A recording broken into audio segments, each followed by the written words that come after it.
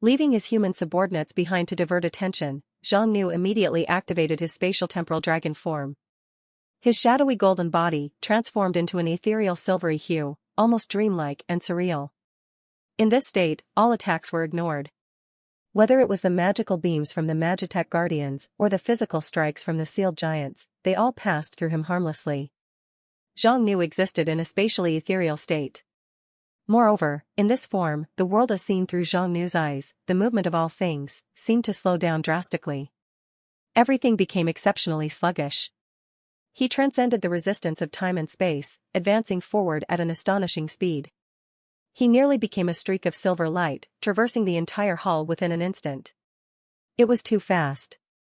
Neither the immortal subjects nor the Magitech Guardians could keep up with this speed. Disregarding traps and obstacles, Zhang Nu rapidly moved through various sections of the fortress. In response, Immortal Subject Number 1 acted accordingly. Intruder is breaching the Level 3 security zone. Activating Immortal Subject Number 8. Transmitting Immortal Subject Number 8. Before Zhang Nu, a flash of light occurred, and 7 monsters appeared, 7 Magitech machine creatures. Immortal Subject Number 8, Biomagic Mechanoid, Level 6 Lord Unit. These were yet another form of immortal subjects.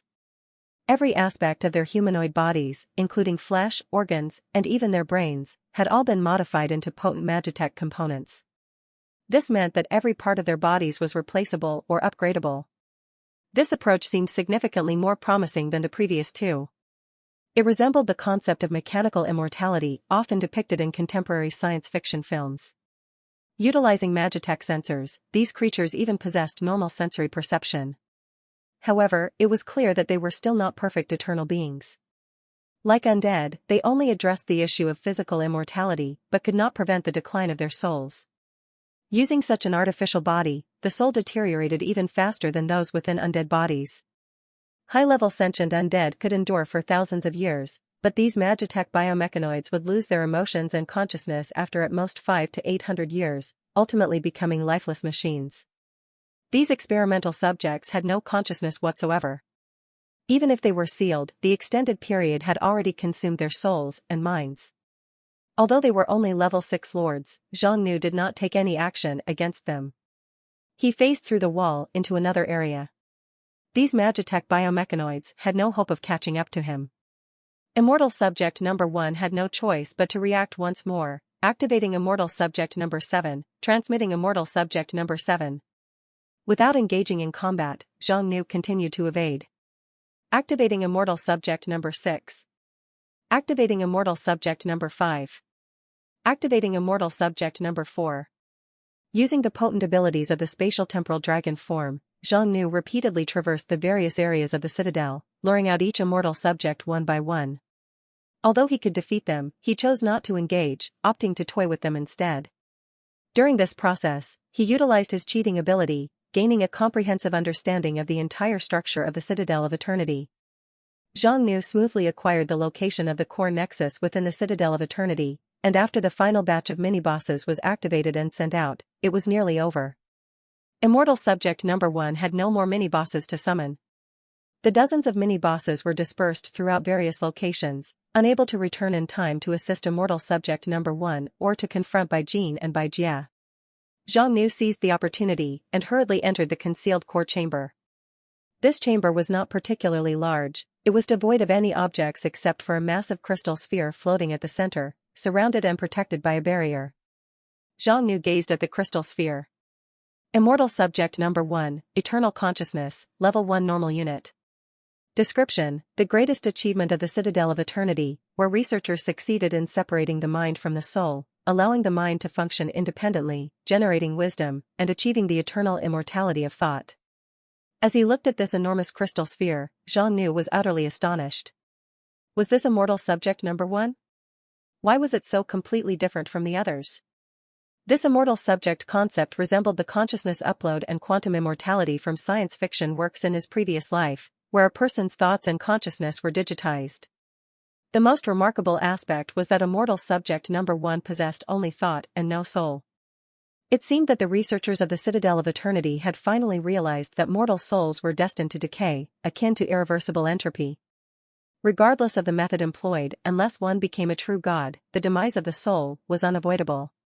Therefore, they made the decision to retain only consciousness itself, ultimately creating the eternal consciousness before him. This was undoubtedly a great masterpiece, but unfortunately, it was still far from achieving the perfect immortality pursued by the Citadel of Eternity. In theory, it could exist eternally, be endlessly duplicated, and constantly backed up, but it lost the fundamental aspects of life, such as emotions, desires, and self-awareness. It was nothing more than a super-artificial intelligence. Zhang Nu cast aside these thoughts. Now was not the time to admire the technological prowess of the Magitech Empire. He had to quickly destroy this immortal subject number 1. It was the brain controlling the entire citadel. It was precisely because of immortal subject number 1's continued consciousness that had kept the citadel awake for tens of thousands of years, constantly maintaining it against the erosion of time. Now, to capture this area, he had to eliminate the citadel's brain. Zhang Nu summoned a mighty thunderflame attack, but it could not penetrate the barrier. It only dimmed the barrier slightly. Warning! Intruders have breached the core area. Initiate the ultimate contingency plan, activate immortal subject number 0. What's going on? There's even a number 0. To prevent the leakage of the Empire's top-secret technology data, initiating self-destruct sequence immediately. Countdown, 5, 4, 3.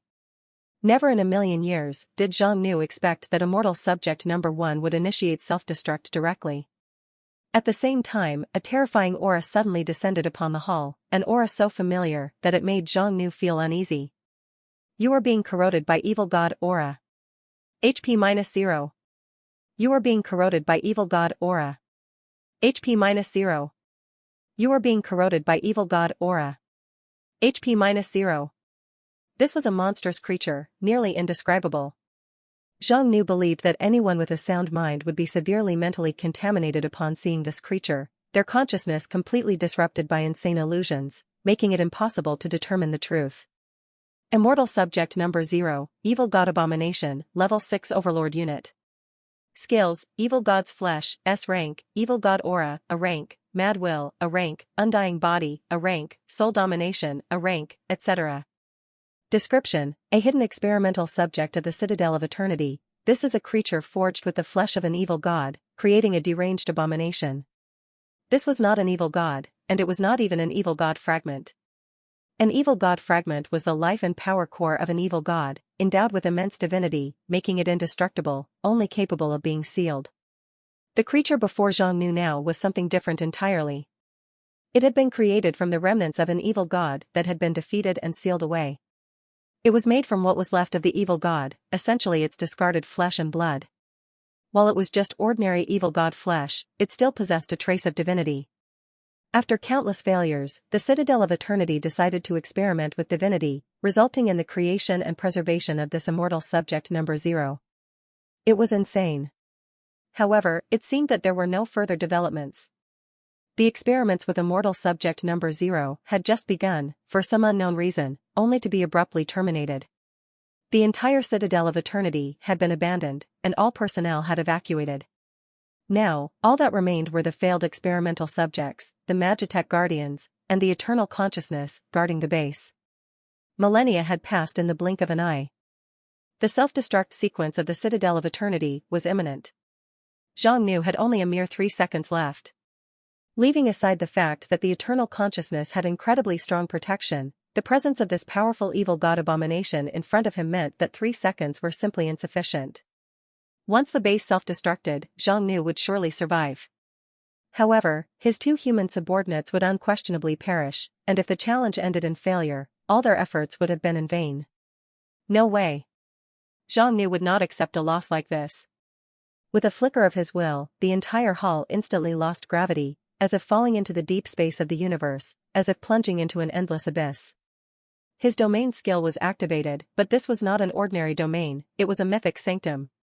He could directly harness the power of the laws of time and space.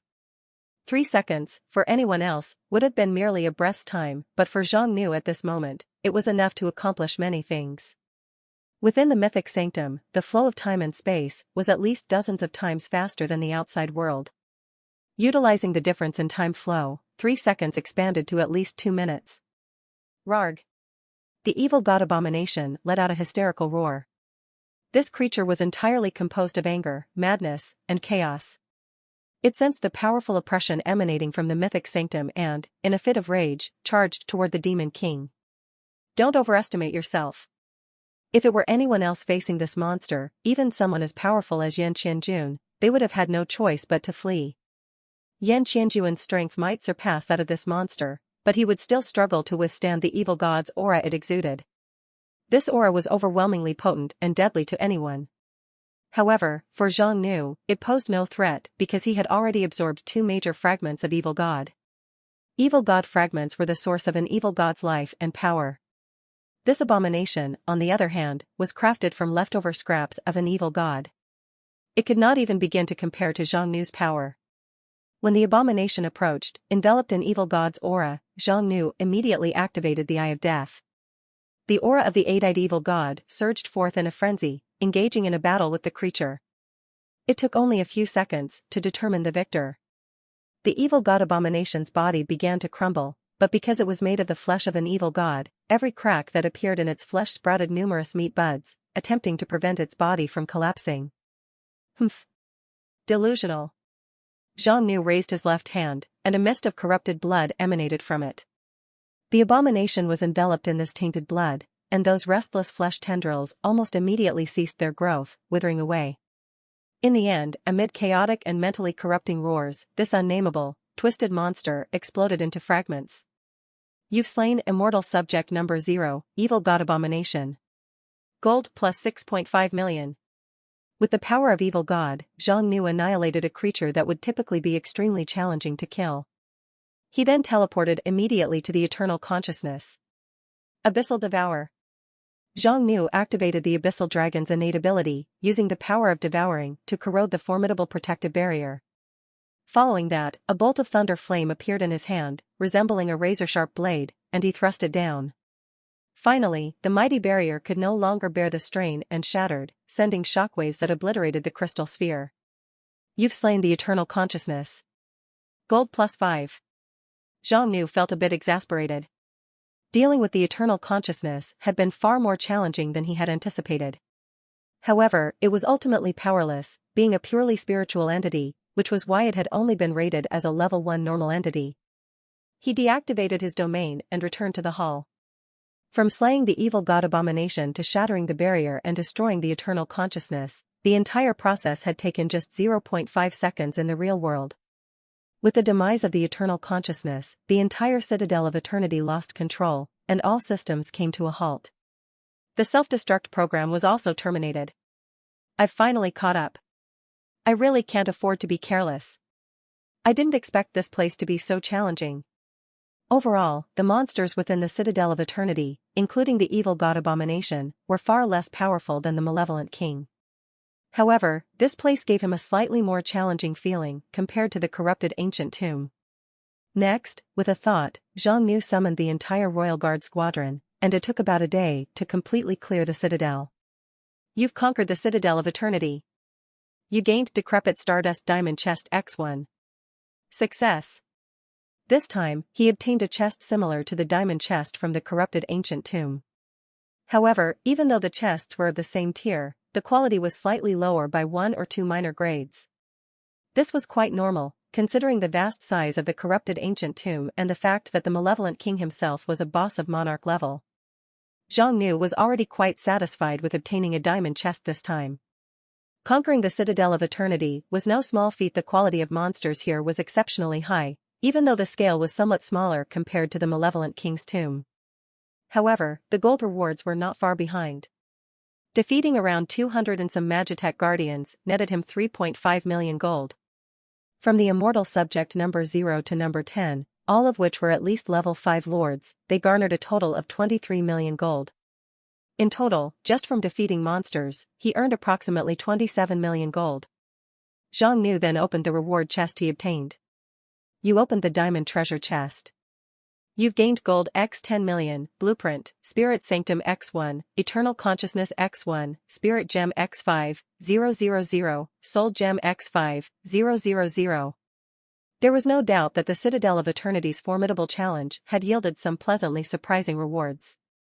Although he only received one blueprint this time, it was an invaluable Level 5 special structure blueprint. Blueprint, Spirit Sanctum, Level 5 Blueprint. Costs Gold x 50 million, Spirit Gems x 10, 000, Soul Gems x 5, 000. You may construct a Spirit Sanctum within your territory. There was no doubt that any Level 5 structure came with an extremely high value.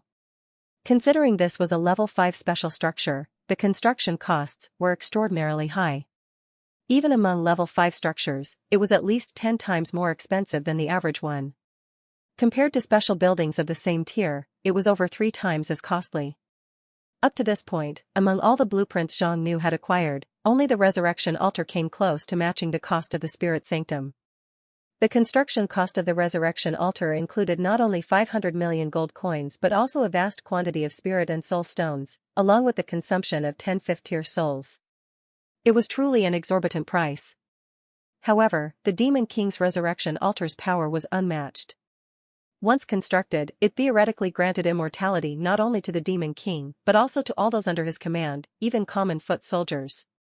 As long as the altar remained, as long as there were sufficient resources, and as long as it was deemed valuable, individuals could be resurrected time and time again, without limit.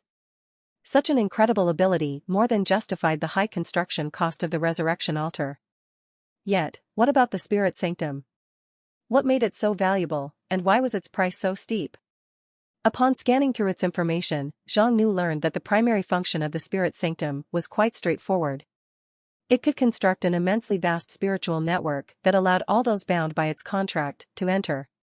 The spiritual world built by the Spirit Sanctum was boundless, entirely virtual, and filled with creative potential. Regardless of their physical locations or races, anyone who bore the contract imprint of the Spirit Sanctum could enter this realm at any time. On the surface, this might not seem overly useful. However, with a bit of consideration, it became clear how valuable it truly was. It was essentially an otherworldly version of a super internet. The value and productivity boost of the internet in the previous world were immense. Thus, the Spirit Sanctum's potential value was equally tremendous. Its capacity for creativity and innovation was disruptive and revolutionary.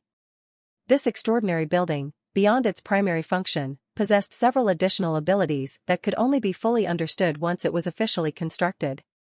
For Zhang Nu, this blueprint was more than satisfactory. This trip had been worthwhile even if Zhang Nu had not gained anything else. Just obtaining this super blueprint was enough to consider it a successful venture. However, there were still some regrets. This time, no blueprints of Magitech structures or facilities had dropped. Zhang Nu only had a Level 3 Magitech Research Institute. Although it had been in use for a short time, it had already yielded quite a few results. Obtaining more Magitech facilities, such as a Magitech manufacturing factory, a weapons factory, or a unit barracks, would greatly benefit the territory. Nevertheless, one should not be too greedy. It was impossible to stay lucky every time. Zhang Nu noticed that among the spoils of war this time, there was an eternal consciousness. It was a bit of a mixed blessing. The eternal consciousness was a cutting-edge technological marvel of the Magitech Empire, equivalent to a super artificial intelligence in this world. Zhang Nu took out the eternal consciousness, which was still trapped in a crystal sphere. Zhang Nu asked, "Can you hear me?" "Of course," replied the eternal consciousness. "My master." The eternal consciousness did not hear in the conventional sense, as it did not have ears. Instead, it sensed mental fluctuations, directly interpreting the thoughts of others and transmitting its own thoughts through psychic waves. In Zhang Nu's mind, he heard a crisp, childlike voice. Although devoid of emotion, it was clear and pleasant. Zhang Nu commanded, "From today, I'll call you Xiao Tong." "Yes." Xiao Tong, the eternal consciousness, responded. "What can I do for my master?" The mind of these spiritual entities and artificial intelligences, obtained from the reward chest, were imprinted with absolute loyalty and obedience to the Demon King. They would proactively assist the Demon King in executing any will and command. Zhang Nu asked, "Can you control the citadel?" Xiao Tong replied, "I believe I should be able to." The central control of the Citadel of Eternity used to be an eternal consciousness. If the first eternal being could control the citadel, there was no reason why Xiao Tong couldn't. Zhang Nu placed Xiao Tong on the central control console. In the next moment, he clearly sensed the entire Citadel of Eternity rapidly rebooting. The Citadel was equipped with numerous mental amplification arrays that could amplify Xiao Tong's psychic power by hundreds or even thousands of times, granting her enhanced perception and computational abilities. At this moment, Xiao Tong's sensing range covered almost the entire Citadel. Simultaneously, Zhang Nu received a notification. You have obtained a Level 5 special building, Supreme Magitech Floating Citadel. Upon receiving this notification, Zhang Nu was left in disbelief. It was the first time he had obtained a building without constructing it himself. Apparently, Demon King buildings and facilities didn't necessarily have to be built by the Demon King personally, obtaining them from enemies or relics worked just as effectively. However, such circumstances were exceedingly rare. Zhang Nu asked, "What is the current operational status of this citadel?" Xiao Tong replied, reporting to the master, "This is a large-scale floating citadel with 72% of its components experiencing malfunctions. Most of its combat weapons are non-functional, and its floating and void propulsion systems cannot be activated. It requires extensive repairs before it can be fully operational." Zhang Nu had not expected the damage to be so severe, but it was also unsurprising. The Magitech Citadel had been abandoned for an extended period. If not for the continuous maintenance by the first immortal subject, it would likely have turned into a scrap heap long ago. Nonetheless, Zhang Nu was elated. To come across a Level 5 special building like this for free was a significant boon. This was a super citadel constructed during the peak of the ancient Magitech Empire. It was not just a massive laboratory but also a super Magitech floating base that combined functions such as research, production, and military capabilities. The Citadel of Eternity had the ability to float and move. It could be deployed to any location. Zhang Nu had been concerned about not having a robust fortress or defensive line during his confrontations with the Empire. If he could repair the Citadel of Eternity, he could simply place it on the front lines, becoming an impregnable stronghold.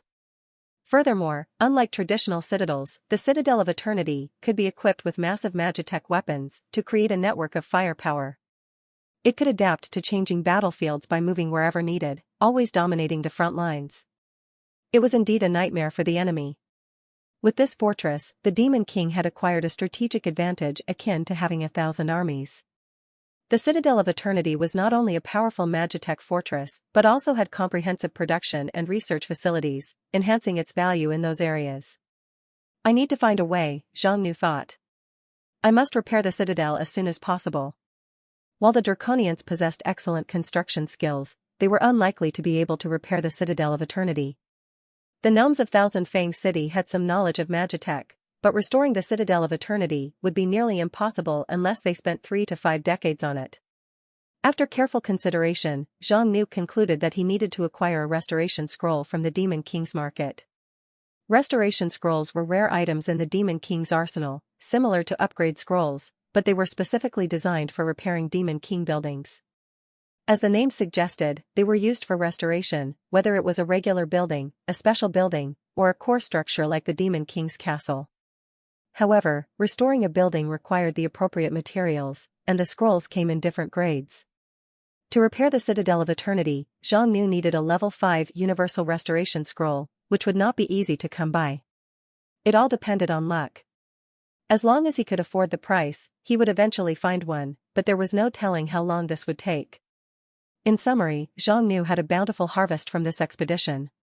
He returned to the Darkness City with a sense of satisfaction. He had acquired a substantial amount of gold, spirit gems, and soul gems. With these resources, Zhang Nu could consider constructing either a resurrection altar or the spirit sanctum. Both of these structures were crucial and immensely powerful, so they needed to be built. However, at the moment, he did not have enough gems. Zhang Nu could only afford to construct one of them. After careful consideration, he decided to prioritize building the spirit sanctum. This choice was influenced by the fact that the resurrection altar required an enormous amount of soul gems, a whopping 10,000, while Zhang Nu had only acquired 8,000 in this operation. Soul gems were rare and expensive, making them challenging to obtain. The location for the construction was an easy decision for Zhang Nu. He chose to place it right beside the Demon King's altar. Being qualified to be located next to the Demon King's altar meant that this building was considered a core facility by the Demon King. In practice, this was indeed the case. Once the spirit sanctum was constructed, the Demon King would effectively possess a vast spirit-powered internet. This would allow him to better control each of his subjects. Furthermore, it would significantly reduce space and time costs for the Demon King's territory and subjects, greatly improving various efficiencies in intelligence circulation, business production, and even entertainment. These changes would be unprecedented and might become one of the core competitive advantages of the Darkness City in the future. The following day, in the John Tree City, the Elven King, Nansilia, received orders from the Shadowy City to organize 5,000 elves to establish a connection with the Spirit Sanctum. The method to establish this connection was straightforward. They only needed to construct a dedicated contract formation for the Spirit Sanctum, and the ceremony for forming the contract was effortless and efficient. Once the ritual was completed, all the successfully contracted individuals gained a unique skill, called Spirit Link. With this skill, the Demon King could directly issue commands to everyone who had established a Spirit Link. As for the Demon King's subjects, they could enter the world of the Spirit Sanctum through meditation, utilizing the Spirit Link. Nansilia promptly led her people in an attempt. In a meditative state, she activated the Spirit Link. She felt herself immersed in a dark, unfamiliar environment. There was a tiny speck of light that quickly expanded, enveloping everything around her. After a few seconds, the radiance faded, and Nansilia found herself in an unfamiliar place. It was a barren and monotonous landscape, an endless expanse of yellowish earth plain, spanning dozens of kilometers. Beyond this range and above, the sky was shrouded in a dense gray mist. Nansilia noticed that everything here was just like the real world. She touched her face and pinched her arm, confirming that her sense of sight, smell, touch, and taste were all intact. Everything felt just like reality. But of course, within this place, magical abilities were restricted. Am I really just a spiritual entity? Is this the world created by His Majesty? The young Elven King was in disbelief. Even the Vice City Lord, Marilyn, was amazed. Thousands of people's spirits and consciousness connected to the same space is unheard of. I've never known of such a method. Other elders were equally awed. It's incredible. How did they stabilize the spiritual space like this? Indeed, it's nearly identical to the real world. I can't find any flaws. It doesn't feel like a spiritual world at all. It's almost like being in the material world. The elves were astounded. They quickly realized the value of the spiritual world. Although it was a virtual space, it perfectly simulated the physical phenomena and laws of the real world. Here, without expending any resources, it could serve as a laboratory or even a place for leisure and entertainment. Miss Nansilia. Took you guys long enough.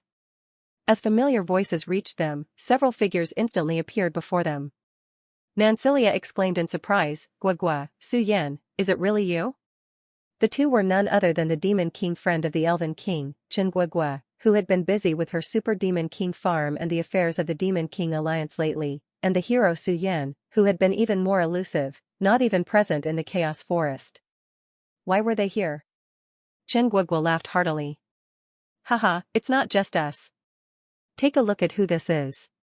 With that, she stepped aside, revealing two individuals behind her. One had a gentle demeanor and was none other than the mermaid girl, Shui Yao, from the Holy Tide City. The other was a human youth they had never seen before, with black short hair and a strikingly handsome appearance. Although he was completely unfamiliar, there was a strong sense of familiarity about him. You're His Majesty. Zhang Nu displayed a satisfied smile. Indeed, even in this form, you can still recognize me. The assembled elves were all astonished, and Marilyn exclaimed, "Your Majesty, how did you transform into a human?" Su Yen explained, everything in this spiritual space is virtual, just like a dream world. As long as you have the proper permissions, you can create and delete anything. His Majesty, as the space creator here, possesses the highest authority. There's nothing strange about him remodeling his appearance. I see, the elves understood. This was indeed an extremely stable space filled with limitless possibilities. At the same time, they were deeply impressed by His Majesty's abilities. His Majesty the Demon King is too powerful. He actually created such a stable space. This is truly unheard of. I've never heard of anything like this before. If this space can run continuously and steadily for a long time, His Majesty is practically on par with the Creator God. Before long, the high-ranking members of the Chaotic Federation from various regions, such as Wang Dachui, Dwarven City Lord of Ironheart City, Jin Kuei, Giant Chieftain of Thunderclap City, Segan, Gnome City Lord of Thousand Fangs City, and Gru, Orc City Lord of Berserk Beast City, had also completed the construction of their spiritual links. They began entering the spiritual world. Everyone was astounded by the sights in the spiritual world. They could communicate face-to-face, despite being scattered across the chaos forest. It was incredibly miraculous. What was even more astonishing was that this was not a temporary space. It was a constantly existing, stable space. After the Demon King's subjects built the spiritual links, they could enter at any time, regardless of the time or place. Nancilia's admiration for His Majesty reached a new high. The Demon King decided to name this place the Demon King Space. He said, "The Demon King Space has unlimited potential and immense value, but it's currently just in its infancy. It's far too rudimentary right now. We need to continuously develop and accumulate a sufficient amount of mental data to truly showcase its value." The spiritual space also required construction. It was like a brand new operating system. Although the operating system itself was almost perfect, with no vulnerabilities and very stable, it lacked any applications. Having a system without content could not unleash its value. The Demon King realized that he could not develop the spiritual space by himself after creating several kilometers of barren land. He needed more developers to produce mental data and build more data models. Among them, the elves were undoubtedly the most suitable, given their rich artistic sensibilities. Zhang Nu then told Nancilia, "I plan to open up the developer permission for a period of time. Your task from now on is to expand and enrich this world." Hearing this, the elves showed signs of delight. This was such a challenging, creative, and fun job that provided a sense of accomplishment. If the Demon King was considered the creator god, then they were fortunate to be assistants to the creator god. "Don't worry, Your Majesty. Just leave it to us. We will create grasslands, forests, mountains, rivers, and cities for Your Majesty and make this world more diverse." Zhang Nu was very satisfied with this response. In the initial stages of constructing the spiritual space, the elves would play a central role, but representatives from various races, including the Grand Archmage Bai Jia, the Mermaid Maiden Shui Yao, and giants, dwarves, and even orcs, would participate. Collective wisdom and teamwork would undoubtedly rapidly enrich the Demon King space. The Demon King was not concerned about this world falling apart because the Demon King space itself was a non-existent virtual world, entirely virtual, and there was no concept of it breaking down. For the Demon King, who held the highest authority, the entire space, from every blade of grass to every grain of sand, was nothing but mental data. And when something is data, it can be edited. It can be deleted, added, duplicated, all within the control of the Demon King. The elves chosen from Jauntry City were essentially mental coders employed by the Demon King. Their mental power and creativity acted as code, and their job was to produce data, model the Demon King space, and save the great Demon King time. After briefing them on their tasks, Zhang Nu found the representative of the Gnome clan, Segan. "This is the Grand Archmage Bai Jia from Darkness City," Zhang Nu introduced. "She has been appointed as the fortress commander of the Citadel of Eternity. I intend to appoint you as the deputy fortress commander. The Citadel is currently understaffed, requiring at least 10,000 personnel. I plan to have the Gnome clan fill these vacancies." Upon learning that the Demon King had control over an ancient, cutting-edge supreme magitech citadel of the highest caliber, Segan was ecstatic. For the Gnome clan, such a level of magical construction was akin to a treasure trove. If they could live and learn there, it would undoubtedly bring tremendous benefits to the Gnome race. Segan quickly expressed his gratitude, saying, "Thank you, Your Majesty, for granting the Gnome clan this opportunity. I will make arrangements immediately and select the most outstanding and capable individuals." Zhang Nu also assigned tasks to Dwarven City Lord Zhang Dachui, Giant Chieftain Jin Kuei, and others. This method of communication without the need for physical presence made him feel very convenient. After everything was set up, Zhang Nu exited the mental space. He felt a slight daze before instantly returning to his throne in the Demon King Castle. Spirit Sanctum. This is indeed a remarkable asset. It justifies the substantial investment. He quickly assessed the operational status of the Spirit Sanctum. The spirit sanctum possessed immense capabilities. Handling thousands or even tens of thousands of citizens simultaneously was merely a routine task. However, Zhang Nu also discerned its limitations. A level 5 spirit sanctum could connect to a maximum of 1 to 2 million people at once. While this number was already substantial and adequately met current requirements, it might prove insufficient in the future if he aimed to build an empire with a population in the billions. An upgrade appeared inevitable. The spirit sanctum boasted additional functionalities. For instance, it could monitor the mental states of all contractees. It did not just track their activities, but could also observe and access their thoughts. Essentially, anyone entering the spirit sanctum fell under the subtle influence of the Demon King. With this structure in place, he could facilitate communication, development, and production, all while consolidating his rule. It was indeed like achieving multiple objectives with a single endeavor. Just then, Li Si arrived to deliver a report. Reporting to Your Majesty. The latest intelligence reveals that the Thunder Empire's legions have arrived at the nearest territory of Marquis Craigie. This time, 4 legions from the south, totaling approximately 800,000 official soldiers, have been deployed. Furthermore, Marquis Craigie, along with 3 counts and 8 viscounts, is mobilizing their familial forces and actively recruiting mercenaries, adventurers, and even heroes. The likelihood of an invasion into Kolo is exceedingly high. We must make early preparations. Upon hearing this news, Zhang Nu had no choice but to take it seriously. Duke Bachor was evidently taking substantial action, deploying such a significant number of imperial legions. If the Empire was showcasing this level of might, the Chaos Federation could not afford to lose its momentum. After a brief consideration, Zhang Nu stated, Zhang San, Li Si, proceed to the Kolo region to support Long Yi in the upcoming battle. However, exercise caution in revealing our full strength to avoid alerting the enemy. Yes, Your Majesty, Zhang San and Li Si acknowledged and departed promptly. With the 3 draconian titans of the Darkness City acting in unison, this battle appeared to be quite manageable. At this moment, in the city of Kolo, the Dark Dragon King continued to hold his position. Under the craftsmanship of thousands, if not tens of thousands, of draconian craftsmen and high laborers, the damaged parts of Kolo City were quickly rebuilt. In just a few days, not only was the city fully restored, but it had even become more robust than before. The Dark Dragon King was very satisfied with the efficiency. However, at this very moment, the Skydrake Archpriest Sun Lu rushed in to report. Your Highness, we have intruders. Several entities with immensely powerful auras have suddenly entered from outside Kolo and are currently moving in various directions.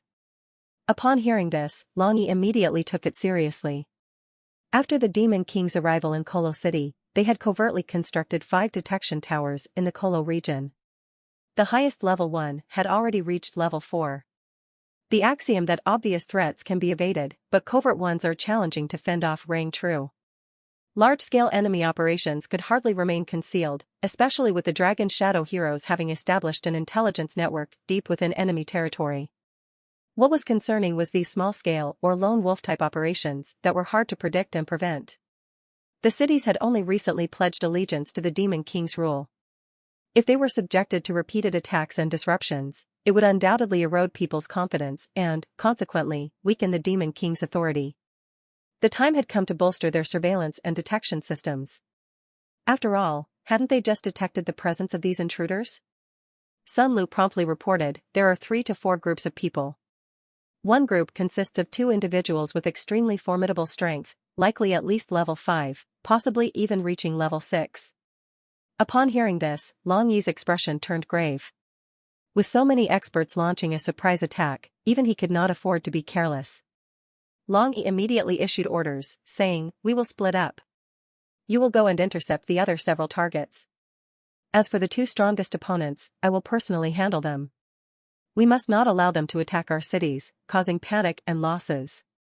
Make sure to keep them at a safe distance. Sun Lu replied, understood. The Dark Dragon King did not waste any time. He transformed into his massive dragon form, shrouding the entire sky in darkness. Countless dark clouds covered the once blue sky, and crimson lightning crackled relentlessly.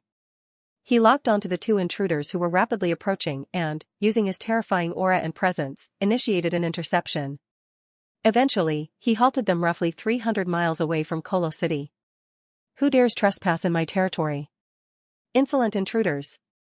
The Dark Dragon King released a barrage of lightning upon their arrival. Their thick cloaks were torn to shreds within moments, revealing their true appearances concealed underneath. One of them was a female mage around her 40s or 50s, dressed in a radiant robe, holding a staff emitting a holy light aura. The other was a warrior clad in crimson armor, wielding a massive crimson sword. His red hair and eyes matched the color of his armor. He immediately stepped forward, using his sword to block the attacks. You're the fearsome dragon demon king of the Thunder Empire? TSK, your reputation precedes you. This power is simply brutal. No wonder Yan Qianjun suffered a setback. This trip wasn't in vain. The red-haired warrior spoke while deflecting the incoming lightning with his colossal sword. The mage in her white robe raised her staff, summoning a radiant barrier that imprisoned the massive dragon within. Such strength. Long Yi's expression subtly shifted. Both of them wielded the power of level 6 overlords, and they were no less formidable than the previous hero, Yan Qianjun. Long Yi quickly deduced their identities. Are you heroes here to die too? Just like that undying phoenix Hubert? He had figured it out. These two were most likely heroes. Indeed, that was the case. The red-haired warrior, Xiong Nanfeng, was the legendary mercenary Russell, renowned as the Sword of the Burning Sky and serving as the Grandmaster of the Mercenary Guild in the Thunder Empire's southern regions. The white-robed mage, Hong Xia, held the esteemed position of Chief High Priestess Marcia at the headquarters of the Radiant Church in the Thunder Empire, a status equivalent to a regional bishop. Both of them were heroes and members of the Thunderous Society. We're not quite in the same category as him, Hong Xia stated coldly. I advise against resistance. While you are undoubtedly formidable, attempting to confront the two of us alone would be a futile endeavor. The Dark Dragon King paid no heed to the radiant barrier seal and burst into scornful laughter. Ha ha ha. Just the two of you? You dare to utter such grandiose words? The next moment, the radiant cage shattered under the dark force, and a powerful domain enveloped a radius of a kilometer, engulfing the two heroes. You're under the effect of dark domain. All stats have decreased by 12%. A rank skills are weakened by 10%, B rank skills are weakened by 20%, skills below C rank are sealed. You will continuously lose 18 MP per minute. Is this the legendary Monarch's domain? It's indeed very formidable. The Dark Dragon King's domain may not have direct killing power, but once you enter it, not only will you be subjected to the domain's suppression, but your MP will also be drained at an astonishing rate. In just a few minutes, your MP will be exhausted, and you'll ultimately become vulnerable. The Chief High Priestess Marcia of the Radiant Church remarked, "This is the most terrifying entity I've ever encountered. If it were just a native creature, it would be less vexing." Exactly. Xiong Nanfeng agreed, he's not just a native, he's a demon king. His potential for growth is too frightening. We must eliminate him now. If he continues to grow unchecked, it could become a serious problem. Clearly, both heroes held the Dark Dragon King in high regard. An entity of this strength was indeed a rare find in the world. However, the two heroes remained undaunted. While the Demon King was a one-in-a-million terror, they were equally rare as heroes. The outcome of this battle was still uncertain. Prepare to meet your end, Demon King. You're quite audacious to challenge us with just a domain skill. But you're gravely mistaken if you think that will be enough to suppress the two of us. Today, I'll show my might. In the midst of their conversation, Xiong Nanfeng unleashed scorching qi, forming a fiery tornado that soared into the air. It eventually transformed into two massive battle qi wings on his back. With a thunderous boom, he broke the sound barrier, reaching the Dark Dragon King at an astonishing speed. Xiong Nanfeng's greatsword suddenly changed shape, morphing into a burning sword dozens of meters long, fiercely cleaving toward the formidable Demon King. Simultaneously, Hong Xia also took action. She cast a divine spell on Xiong Nanfeng's burning sword, causing the fiery blade to shift from crimson flames to pristine white flames. Long Yi immediately felt a significant threat. This strike, if it landed, could injure him even with his formidable defense. He swiftly moved to evade the attack. Missing his initial strike, Xiong Nanfeng promptly executed a shadow step, becoming a blur as he circled to the other side and launched another rapid slash. At the same time, Hong Xia summoned hundreds, if not thousands, of radiant spears that sealed off the Dark Dragon King's maneuvering space, launching an onslaught akin to a furious storm. These two heroes were truly terrifying. They were on the same level as Hubert. Furthermore, they had evidently prepared extensively and even rehearsed for this battle. They had gathered a wealth of knowledge about the Dark Dragon King's attributes and abilities. The High Priest of Radiance excelled in light-based magic and divine spells, which had potent suppression effects on creatures of the dark. As for Xiang Nanfeng, he excelled not only in swordsmanship but also in raw offensive power, surpassing even Yan Qianjuan's capabilities. His superheated sword was not just composed of ordinary flames, it contained an incredibly powerful fire-based qi, capable of directly inflicting harm on the true dragon. Moreover, when combined with the divine spells of the Radiant God, the damage against dark creatures was doubled. Regardless of battle energy or divine spells, the dragon's magical immunity proved ineffective. Over dozens of rounds, the battle raged fiercely. Although there was still no clear victor, the two superheroes coordinated exceptionally well. One dealt damage, the other controlled, one absorbed damage, and the other provided healing and recovery. The situation for the Dark Dragon King did not look good. He had already sustained numerous wounds, and blood flowed freely. While these wounds were far from fatal, it was evident that he was falling behind. Ha ha ha. How does it feel? Even with all your strength, what can you do? We came prepared. Look at you, causing such chaos in this borderland for so long. I bet you've never been in such a sorry state before, have you? This world is much more complex than you think. As a demon king, you should have kept a low profile and developed quietly in the early to mid stages. Yet you've actively provoked the empire. It's utter foolishness.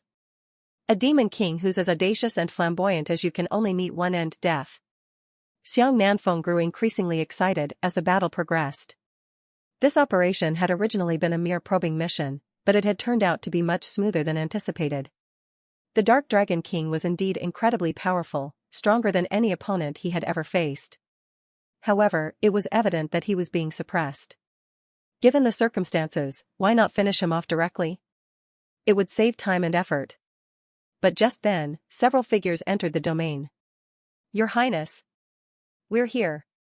2 Abyssal Dragons, 2 Earth Drake Grand Marshals, and the Sky Drake Archpriest Sun Lu, among others, had arrived just in time. Damn it. We were so close. Xiang Nanfeng realized he had missed an opportunity. He had not expected the Dark Lord's subordinates to arrive so quickly. Nevertheless, it did not matter.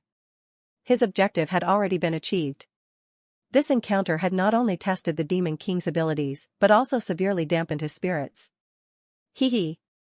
The infamous Demon King turns out to be nothing special. Consider yourself lucky. Today, we'll spare your life, so you can live a few more days in fear. With that, Xiang Nanfeng stepped back. Hong Xia took out a magical crystal ball and, upon activating it, released a surge of domain power, tearing a rift in the dark domain. Let's go. In an instant, with a wave of her radiant scepter, the two of them were teleported away. Sun Lu exclaimed, "What was that? How did they manage to escape from the monarch's domain?" Domain abilities had a spatial lockdown effect. Getting into one was easy, but getting out was much more difficult. Spatial abilities typically could not directly transport someone out of a domain. It was generally believed that there were only 2 ways to escape a domain: defeating the domain's master or forcing them to close the domain, or using another domain's power to counteract it. Long Yi responded in a solemn tone, "There's nothing strange about it. They came prepared and used a temporary magical item to create a domain.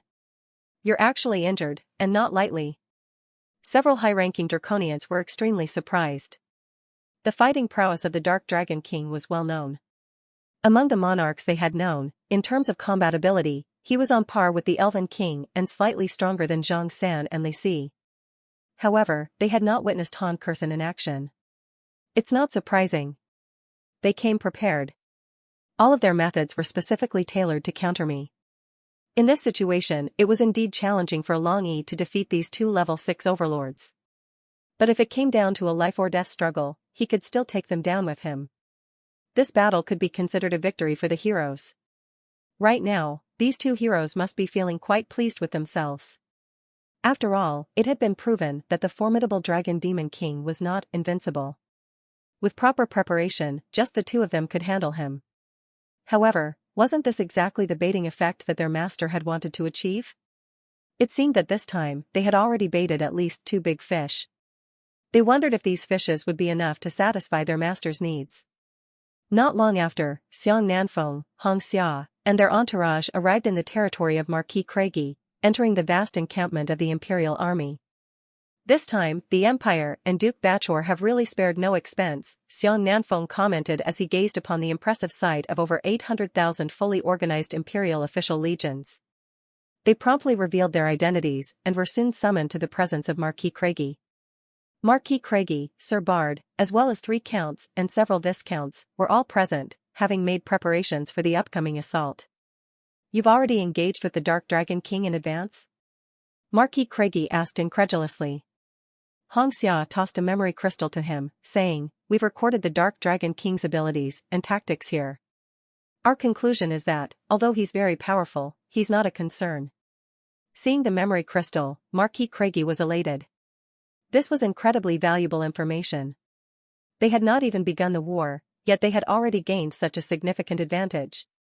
Marquis Craigie laughed heartily and said, "Excellent, excellent, excellent. You truly live up to being Thunderous Society's heroes. Initially, this battle was already well within our grasp, and now, with the support of the Mercenary Guild, the Radiant Church, and both of you, it's almost certain. The Dark Dragon King has played all his cards, he's at his wit's end. This time, it will be difficult for us to lose." The nobles present showed expressions of joy. Almost everyone felt that this was a surefire victory. The news of the events in Kolo quickly reached Zhang Nu's ears. He was surprised to learn that Long Yi had been injured by 2 formidable heroes. However, instead of anger, he felt a sense of satisfaction, as it indicated that significant players had taken the bait. These 2 heroes were among the most esteemed individuals in the entire Thunder Empire. The fact that even they had taken the bait suggested that their subordinates and other heroes would soon converge on the scene. If they could capture them all in one fell swoop, it would mark a significant victory. Zhang Nu had no immediate concerns about the safety of the Kolo region. Zhang San and Li Si had already arrived there, and in times of life-threatening situations, these 2 monarchs would undoubtedly join the battle. Furthermore, during this period, the Chaos Federation had deployed a substantial number of troops. This force included over 10,000 troops from various forest tribes, more than 50,000 ogres, and 40,000 draconian troops from the Darkness City. Among them, a significant proportion were level 2 and 3 elite units. Adding to this formidable force were 10,000 knights and several thousand mages. Presently, the elite forces stationed in Kolo by the Chaos Federation numbered between 170 to 180,000. While this figure was smaller than the 4 legions of the Empire, their elite quality and individual combat prowess far exceeded that of the Empire's official army. Just then, Rao Jian from the Dark Dragon Chamber of Commerce returned to the main city. He had come to deliver gold to His Majesty the Dark Dragon. Boxes upon boxes of gold coins were laid out before them, shining brilliantly like small mountains. Rao Jian reported, in recent days, the Dark Dragon Chamber of Commerce not only completed multiple significant orders with the White Sands Merfolk clan, but also expanded its operations to sell Federation goods such as food, medicinal herbs, dwarf equipment, jewelry, and more. These gold coins represent the profits that belong to the Darkness City after accounting for our operational costs and various revenue-sharing agreements. Zhang Nu nodded in satisfaction. The Federation's stockpile of goods and commodities had grown too large. Leaving aside the overflowing medicines, food, materials, equipment, and the like, the gems and treasures collected from Ironheart City and other cities alone could fetch him tens of millions to nearly 100 million Demon King gold. The Dark Dragon Merchant Guild was thriving. They were not only supplying potions to the White Sands clan but also establishing connections with trade caravans from several other empires. The Dark Dragon Chamber of Commerce poised to open up markets for raw materials like foodstuffs, herbs, ores, magical items, and weaponry. Given the current trajectory, their progress was swift. Gold discovered. Would you like to convert? Gold successfully converted. Gold plus 65,231,200. After choosing to convert, Zhang Nu received a substantial 65.23 million gold coins. Excellent. This was a substantial sum. Zhang Nu's daily expenditures for the territory were substantial, especially with the increasing number of buildings, including the Spirit Sanctum, Trial Tower, and Training Tower. These structures had considerable daily operational costs, and this had caused a slight dip in the territory's net income over the past few days. However, with his vast production capabilities and control of 10 Demon King channels and the Demon King market, Zhang Nu's profits from selling food, raw materials, and potions to fellow Demon Kings more than compensated for these expenses. It would not take long for the daily net income to return to the 2 million Demon King gold mark. This was just the profit earned directly from Demon Kings. The Dark Dragon merchant's business was expanding rapidly, and it was only a matter of time before it outpaced the Demon King market. Zhang Nu rewarded Rao Jian with several skill stones to keep him motivated. The Dark Dragon Chamber of Commerce was poised to become a vital economic pillar for the Demon King's development in the midterm. Just then, a message from the third Demon King channel arrived. Lich King Bartlett, respected Lord Zhang Nu, I noticed your purchase order in the trading area. Are you looking to acquire a level 5 restoration scroll? Zhang Nu immediately took note. Upon learning of the need for restoration in the Citadel of Eternity, especially when manual labor was almost insufficient for the task, he had promptly posted a purchase order for a level 5 restoration scroll. These scrolls were quite rare, and he had not expected inquiries so soon, just within 2 days. Zhang Nu did not engage in idle conversation. He had set privacy settings on his messages. Only those who had the relevant items could initiate a private chat with him. Since this Lich King Bartlett could send a private message, it indicated that he must have what Zhang Nu was looking for. Zhang Nu also had some recollection of this Bartlett. He had seen him in several Demon King channels. This suggested that he was also a level 5 Great Demon King, probably on par with Han Kursen's level. He was a formidable individual not to be underestimated. Zhang Nu replied, "How would you like to trade?" Lich King Bartlett responded, "I don't want gold. I want souls, blueprints, skill stones, or gems." Zhang Nu had set the purchase price at 3 million gold. This was likely a high price for a restoration blueprint, but this Lich King seemed to have no immediate need for those few million gold. For top-tier Demon Kings, the most important thing was to efficiently increase their power. Souls, blueprints, gems, and skill stones were essential materials for a Demon King. Among these, for Zhang Nu, the first 3 were usually kept for his own use. Only skill stones were expendable. "I can offer you 5 B-rank skill stones in exchange," he replied. He rummaged through his collection. Zhang Nu had plenty of B-rank skills on hand. Their current market value ranged from 500,000 to 800,000 gold each. From his collection of hundreds of skill stones, he selected 5 B-rank ones that were of average quality and displayed them to test the other party's reaction. Lich King Bartlett responded, "These skill stones aren't enough. You'll need to add a level 4 soul or a level 4 blueprint." Zhang Nu said, "Friend, your asking price is quite high. While level 5 restoration scrolls are indeed rare, they're ultimately just scrolls for repairs, not level 5 construction blueprints." Zhang Nu continued, "At most, I can give you 2 level 3 souls. This is the highest offer I can make. You should consider whether you can find a higher bid." Lich King Bartlett agreed, "Very well, it's a deal." He was still satisfied with this trade.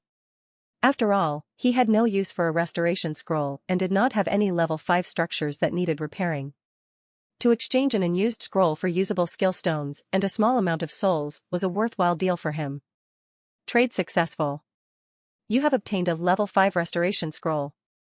Zhang Nu was overjoyed. For him, a few B-rank skill stones and a few level 3 souls meant nothing. But this level 5 restoration scroll was currently the most crucial item he needed. So, this trade was indeed a significant win for him. Zhang Nu immediately headed to the Citadel of Eternity with the restoration scroll. "Would you like to use the level 5 restoration scroll to repair the Supreme Magitech floating citadel? This repair costs 10 million gold. Repair costs 2? And it cost so much. It was more than 2 or 3 times the value of the scroll itself. However, considering that the Citadel of Eternity was a level 5 special structure and that its malfunction rate and damage level were extremely high, it was understandable to spend a bit more money. There was nothing more to say. While 10 million was not a small sum, it was still reasonable compared to a fully functional Magitech citadel. Repair. Zhang Nu gave the order instantly. At that moment, the entire citadel seemed to be purified by some force. All the rusted metal and dust in every corner vanished, leaving everything gleaming and pristine. With the complete repair of the structure, all of its functions were fully restored. Repair successful. The Citadel has fully regained all functions. You've unlocked the ability to summon Magitech units.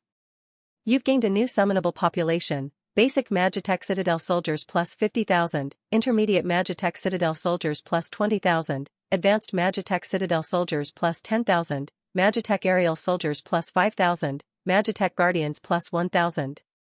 You've gained new summonable facilities, Magitech missiles plus 5,000, Citadel cannons plus 10, Super Citadel cannon times 1.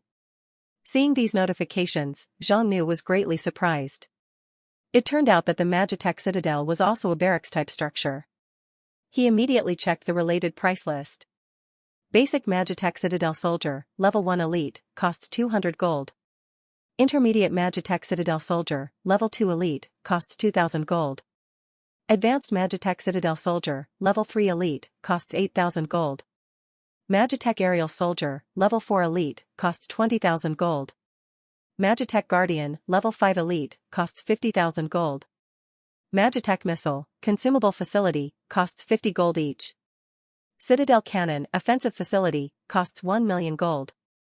Super Citadel Cannon, Offensive Facility, costs 10 million gold. After examining it, Jean Nu noticed that the summonable units from the Magitech Citadel were quite different from other barracks-type structures. Their distinctive feature was that they could summon a very large number of units, although they did not include high-level units like lords or overlords. Jean Nu summoned a basic Citadel soldier. With a flash of light, the Citadel soldier appeared.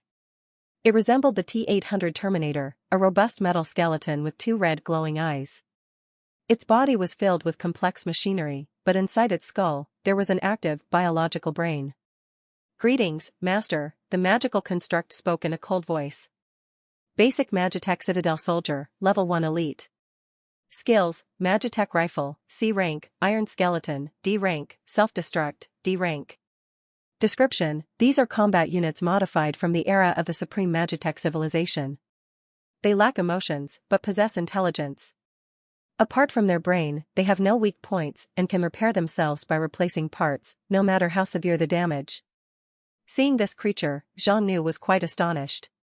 These Magitech bioconstruct, similar to undead, had the characteristic of not needing food or water, yet they possessed intelligence unlike low-level undead units.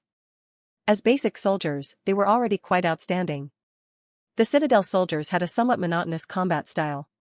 They were equipped with Magitech rifles that could fire magical beams, causing damage comparable to that of the same-level beholders. Their range was also astonishing. Even if they were in close-quarters combat, the Citadel soldiers would not be as fragile as beholders. They had bodies of steel and could even initiate self-destruct attacks when necessary.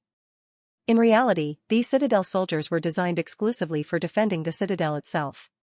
Therefore, utilizing the Citadel's structural combat was the most potent approach. With all 5 types of Magitech Citadel combat units summoned, the offensive power of the Citadel of Eternity would become incredibly terrifying. What made this occasion particularly special was that, in addition to these combat units, Jean Nu could even personally purchase Magitech missiles and Citadel cannons. Magitech missiles were a long-range attack means that could only be used through the Citadel's built-in missile launching device. They could easily strike targets within a radius of 100 miles, with each missile being equivalent to the power of a full-strength attack from a Level 4 elite magic unit.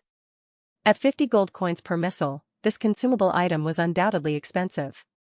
However, it had the dual purpose of both offensive and anti-aircraft capabilities. Besides Magitech missiles, the Citadel of Eternity could also be equipped with 10 Citadel cannons. Each cannon had the power of an attack from a Level 4 Overlord magic unit. 10 of these Citadel cannons provided the defense equivalent to 10 Level 4 magic experts. As for the Super Citadel cannon, its power was comparable to a Level 6 Overlord. Even a Level 5 Monarch would find it challenging to withstand its full-force attack. In summary, the Citadel of Eternity was unquestionably a valuable asset, capable of integrating research, production, offense, and defense. Such a citadel held immense significance for a territory. Jean Nu gave the command, "Activate the Citadel. Begin levitation." The Citadel's mainframe replied promptly, "Yes, my master." Initiating void drive engine. Activating levitation mechanism. In an instant, a massive area of the towering cliff suddenly collapsed, as if it had been hollowed out from the inside. Simultaneously, an enormous entity, hundreds of meters tall, radiating countless magical formations and magical lights, appeared in midair. Its size was colossal, almost comparable to that of an entire city. Its color was a gleaming silver white, appearing fresh and shiny, like it had just been manufactured in a factory. Just looking at it imposed a profound sense of awe and intimidation. Zhang Nu spent 200 million gold to install all 11 Citadel cannons and purchase 5,000 Magitech missiles, 20,000 basic Citadel soldiers, 5,000 intermediate Citadel soldiers, 1,000 advanced Citadel soldiers, and 500 Magitech aerial soldiers. In total, he invested 320 million gold, bringing his cumulative investment to a staggering 520 million gold. Although the investment was substantial, it was exceptionally worthwhile. After this round of construction, the offensive and defensive capabilities of this supreme Magitech citadel far exceeded that of the Bloody Fortress. Moreover, it was a mobile citadel, which could be deployed anywhere. This mobility was crucial, and no amount of resources spent would be wasted. For the Chaos Federation, having such a powerful mobile stronghold was of immense significance. Zhang Nu had already appointed the Grand Archmage Bai Jia as the Citadel Commander and the Gnome Chieftain Sigan as the Vice Citadel Commander. In the future, tens of thousands to over 10 million gnome researchers and human scholars would inhabit the fortress. This fortress was not just a military stronghold but also possessed research and production capabilities. When Zhang Nu returned to the Darkness City, there was an urgent military report from the Kolo region. Nancilia rushed to report, "Your Majesty, the Imperial Marquis Craigie has begun their operations. The Imperial Army is moving faster than expected, and it is estimated that they will enter the Kolo region today." Marilyn, the Grand Elder, has already led the Ancient Tree Army to rush over for reinforcement. The scale of the enemy's forces this time is truly enormous. "I'm somewhat worried." Hearing this news, Zhang Nu's expression grew somewhat more serious. While he had foreseen that the Empire would launch an offensive within these few days, he had not expected it to happen so swiftly. Moreover, this time, the stakes placed on the battlefield were considerable. From the intelligence reports, it was evident that the Empire was fully committed to this operation. For Imperial legions, each numbering a minimum of 800,000 troops, composed of cavalry, infantry, flying units, mage units, and special forces, were involved. In addition to the Imperial legions, this campaign included a Marquis and 3 counts. As hereditary nobility, their personal strength was formidable, and they commanded a significant number of elite forces and their family knight orders. A conservative estimate put the combined strength of these noble knight orders at around 50,000 troops. These family private armies were on par with, if not superior to, the Empire's official army in terms of elite status. Furthermore, according to the intelligence reports, among the forces participating in this campaign were the Thunderous Mercenary Guild and the Radiant Church, with at least 5 Southern Mercenary Brigades and 10 Radiant Church squadrons joining the battle. Leading these forces were 2 superheroes. These 2 superheroes not only possessed the ability to mobilize the mercenary world and the Radiant Church, but also had hero guilds under their command. It was certain that many hero guilds would be actively participating in the upcoming conflict. It could be said that this was a super army with a nearly million-strong force. There were at least 4 level 6 overlords among them, Marquis Craigie, Sir Bard, and the 2 superheroes. Among the other nobles, commanders, top-tier heroes, mercenaries, and adventurers, there were no fewer than 20 individuals at the level 5. Zhang Nu spent 200 million gold to install all 11 Citadel cannons and purchase 5,000 Magitech missiles, 20,000 basic Citadel soldiers, 5,000 intermediate Citadel soldiers, 1,000 advanced Citadel soldiers, and 500 Magitech aerial soldiers. In total, he invested 320 million gold, bringing his cumulative investment to a staggering 520 million gold. Although the investment was substantial, it was exceptionally worthwhile. After this round of construction, the offensive and defensive capabilities of this supreme Magitech citadel far exceeded that of the Bloody Fortress. Moreover, it was a mobile citadel, which could be deployed anywhere. This mobility was crucial, and no amount of resources spent would be wasted. For the Chaos Federation, having such a powerful mobile stronghold was of immense significance. Zhang Nu had already appointed the Grand Archmage Bai Jia as the Citadel Commander and the Gnome Chieftain Sigan as the Vice Citadel Commander. In the future, tens of thousands to over 10 million gnome researchers and human scholars would inhabit the fortress. This fortress was not just a military stronghold but also possessed research and production capabilities. When Zhang Nu returned to the Darkness City, there was an urgent military report from the Kolo region. Nancilia rushed to report, "Your Majesty, the Imperial Marquis Craigie has begun their operations. The Imperial Army is moving faster than expected, and it is estimated that they will enter the Kolo region today." Marilyn, the Grand Elder, has already led the Ancient Tree Army to rush over for reinforcement. The scale of the enemy's forces this time is truly enormous. "I'm somewhat worried." Hearing this news, Zhang Nu's expression grew somewhat more serious. While he had foreseen that the Empire would launch an offensive within these few days, he had not expected it to happen so swiftly. Moreover, this time, the stakes placed on the battlefield were considerable. From the intelligence reports, it was evident that the Empire was fully committed to this operation. For Imperial legions, each numbering a minimum of 800,000 troops, composed of cavalry, infantry, flying units, mage units, and special forces, were involved. In addition to the Imperial legions, this campaign included a Marquis and 3 counts. As hereditary nobility, their personal strength was formidable, and they commanded a significant number of elite forces and their family knight orders. A conservative estimate put the combined strength of these noble knight orders at around 50,000 troops. These family private armies were on par with, if not superior to, the Empire's official army in terms of elite status. Furthermore, according to the intelligence reports, among the forces participating in this campaign were the Thunderous Mercenary Guild and the Radiant Church, with at least 5 Southern Mercenary Brigades and 10 Radiant Church squadrons joining the battle. Leading these forces were 2 superheroes. These 2 superheroes not only possessed the ability to mobilize the mercenary world and the Radiant Church, but also had hero guilds under their command. It was certain that many hero guilds would be actively participating in the upcoming conflict.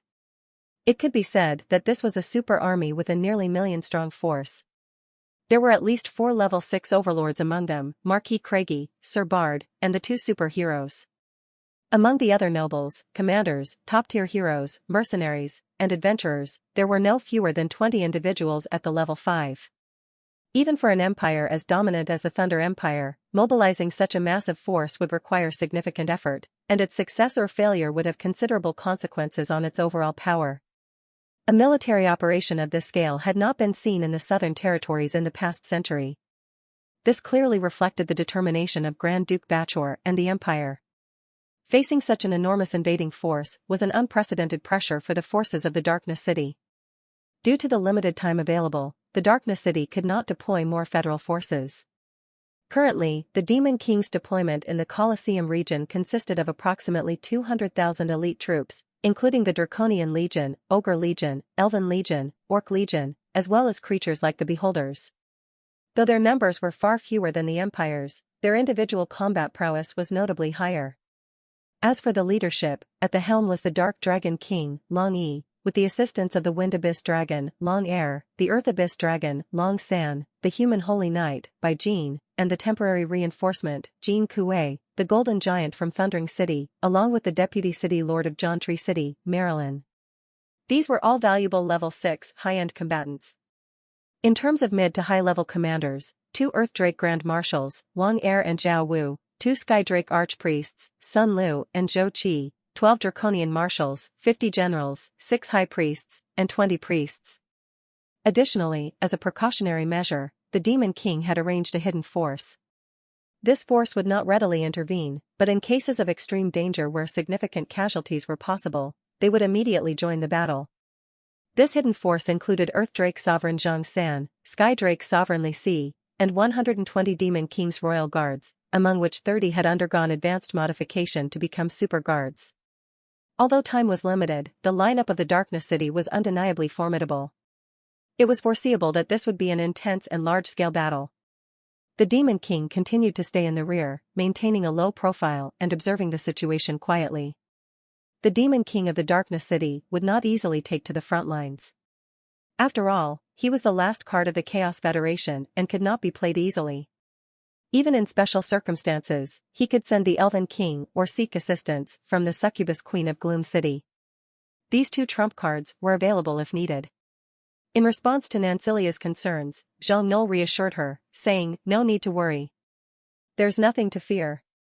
It's just the southern borders of the empire, it's not enough to pose a threat to the Chaos Federation. He prepared for battle, such as performing rituals in the two temples. The temples of nature and war of the Darkness City had both been elevated to level 4. This meant they could bestow level 4 divine blessings, enough to double the combat strength of the 200,000 troops on the front lines. Moreover, besides these preparations, Zhang Nul had just acquired the citadel. This battle would provide an excellent opportunity to test the capabilities of the Supreme Magitech citadel.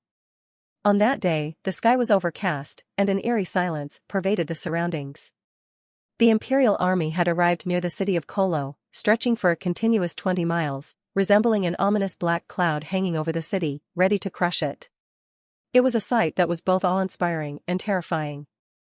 The citizens of the Kolo region could sense the oppressive aura emanating from the massive army that spanned tens of miles. They were already trembling in fear, huddled in their homes, or hiding in cellars, too afraid to venture outside. A battle of such magnitude was usually only witnessed during national conflicts. Little did they expect that the Empire would deploy such a large and powerful army to combat a single great demon king. It seems that the Chaos Federation's strength is not to be underestimated, murmured Marquis Craigie to himself as he observed the scene inside Kolo City through the scouting spells cast by several adventurers beside him. And they have a considerable number of flying forces, at least 4,000 to 5,000. Instruct the mage units and barrier units to be ready to defend against aerial attacks at any time. Two counts immediately said, "Don't worry, your lordship. We will not underestimate the enemy." The hero Xiang Nanfeng commented, "The Demon King is very dangerous. We cannot engage in a prolonged battle and give the enemy the opportunity to reinforce their troops." Hero Hongxia agreed, "I suggest launching a direct assault and reducing Kolo City to ruins, using overwhelming force to completely crush the Demon King." Marquis Craigie nodded in agreement, "You both make valid points. I intend to dispatch the 4th Legion for the initial assault. You will lead your respective elite adventurer groups, as well as the 5 major mercenary corps and the Radiant Church's army to launch the first wave of attack." This sly old fox. Xiang Nanfeng and Hongxia cursed inwardly. In fact, whether it was the heroes, mercenaries, or the power of the church, these were forces not directly controlled by the nobility in various regions. The empire and the local nobles had always been somewhat wary of these independent forces, to varying degrees. Marquis Craigie saw an opportunity to use these forces to attack the Demon King, which would not only weaken the Demon King's forces, but also weaken the mercenaries and the church. It was a strategy to both maintain his own power and decrease the strength of these independent forces. However, he could not afford to make this intention too obvious, thus he dispatched an Imperial Legion to join the assault. In the end, they had no choice but to accept the task, considering the Empire had also mobilized a legion. They looked at each other, and the leading adventurer, Xiang Nanfeng, spoke, "We accept this mission on behalf of the Mercenary Guild. We will eliminate the Great Demon King and defend the Empire and its citizens. We consider it our duty." Hongxia nodded in agreement, "Eradicate evil, uphold justice, these are the core tenets of the Radiant Church. Since your lordship has given this command, we, as faithful followers of the Radiant Lord, shall not retreat." Marquis Craigie was somewhat surprised by how easily they agreed. However, both Xiang Nanfeng and Hongxia were eager to eliminate the Great Demon King before the Empire or its heroes could take the credit. They had a clear understanding of the Demon King's strength from their previous encounters with the Dark Dragon King. Therefore, they were confident of victory and eager to claim it as their own. Inside the city of Kolo, the Dark Dragon King had been closely monitoring the movements of the Imperial army. Faced with such a massive force, the pressure on them was undeniable, especially for the native leaders. "The number of humans is overwhelming. We have only 1/5 of their numbers. In this situation, can we really win?"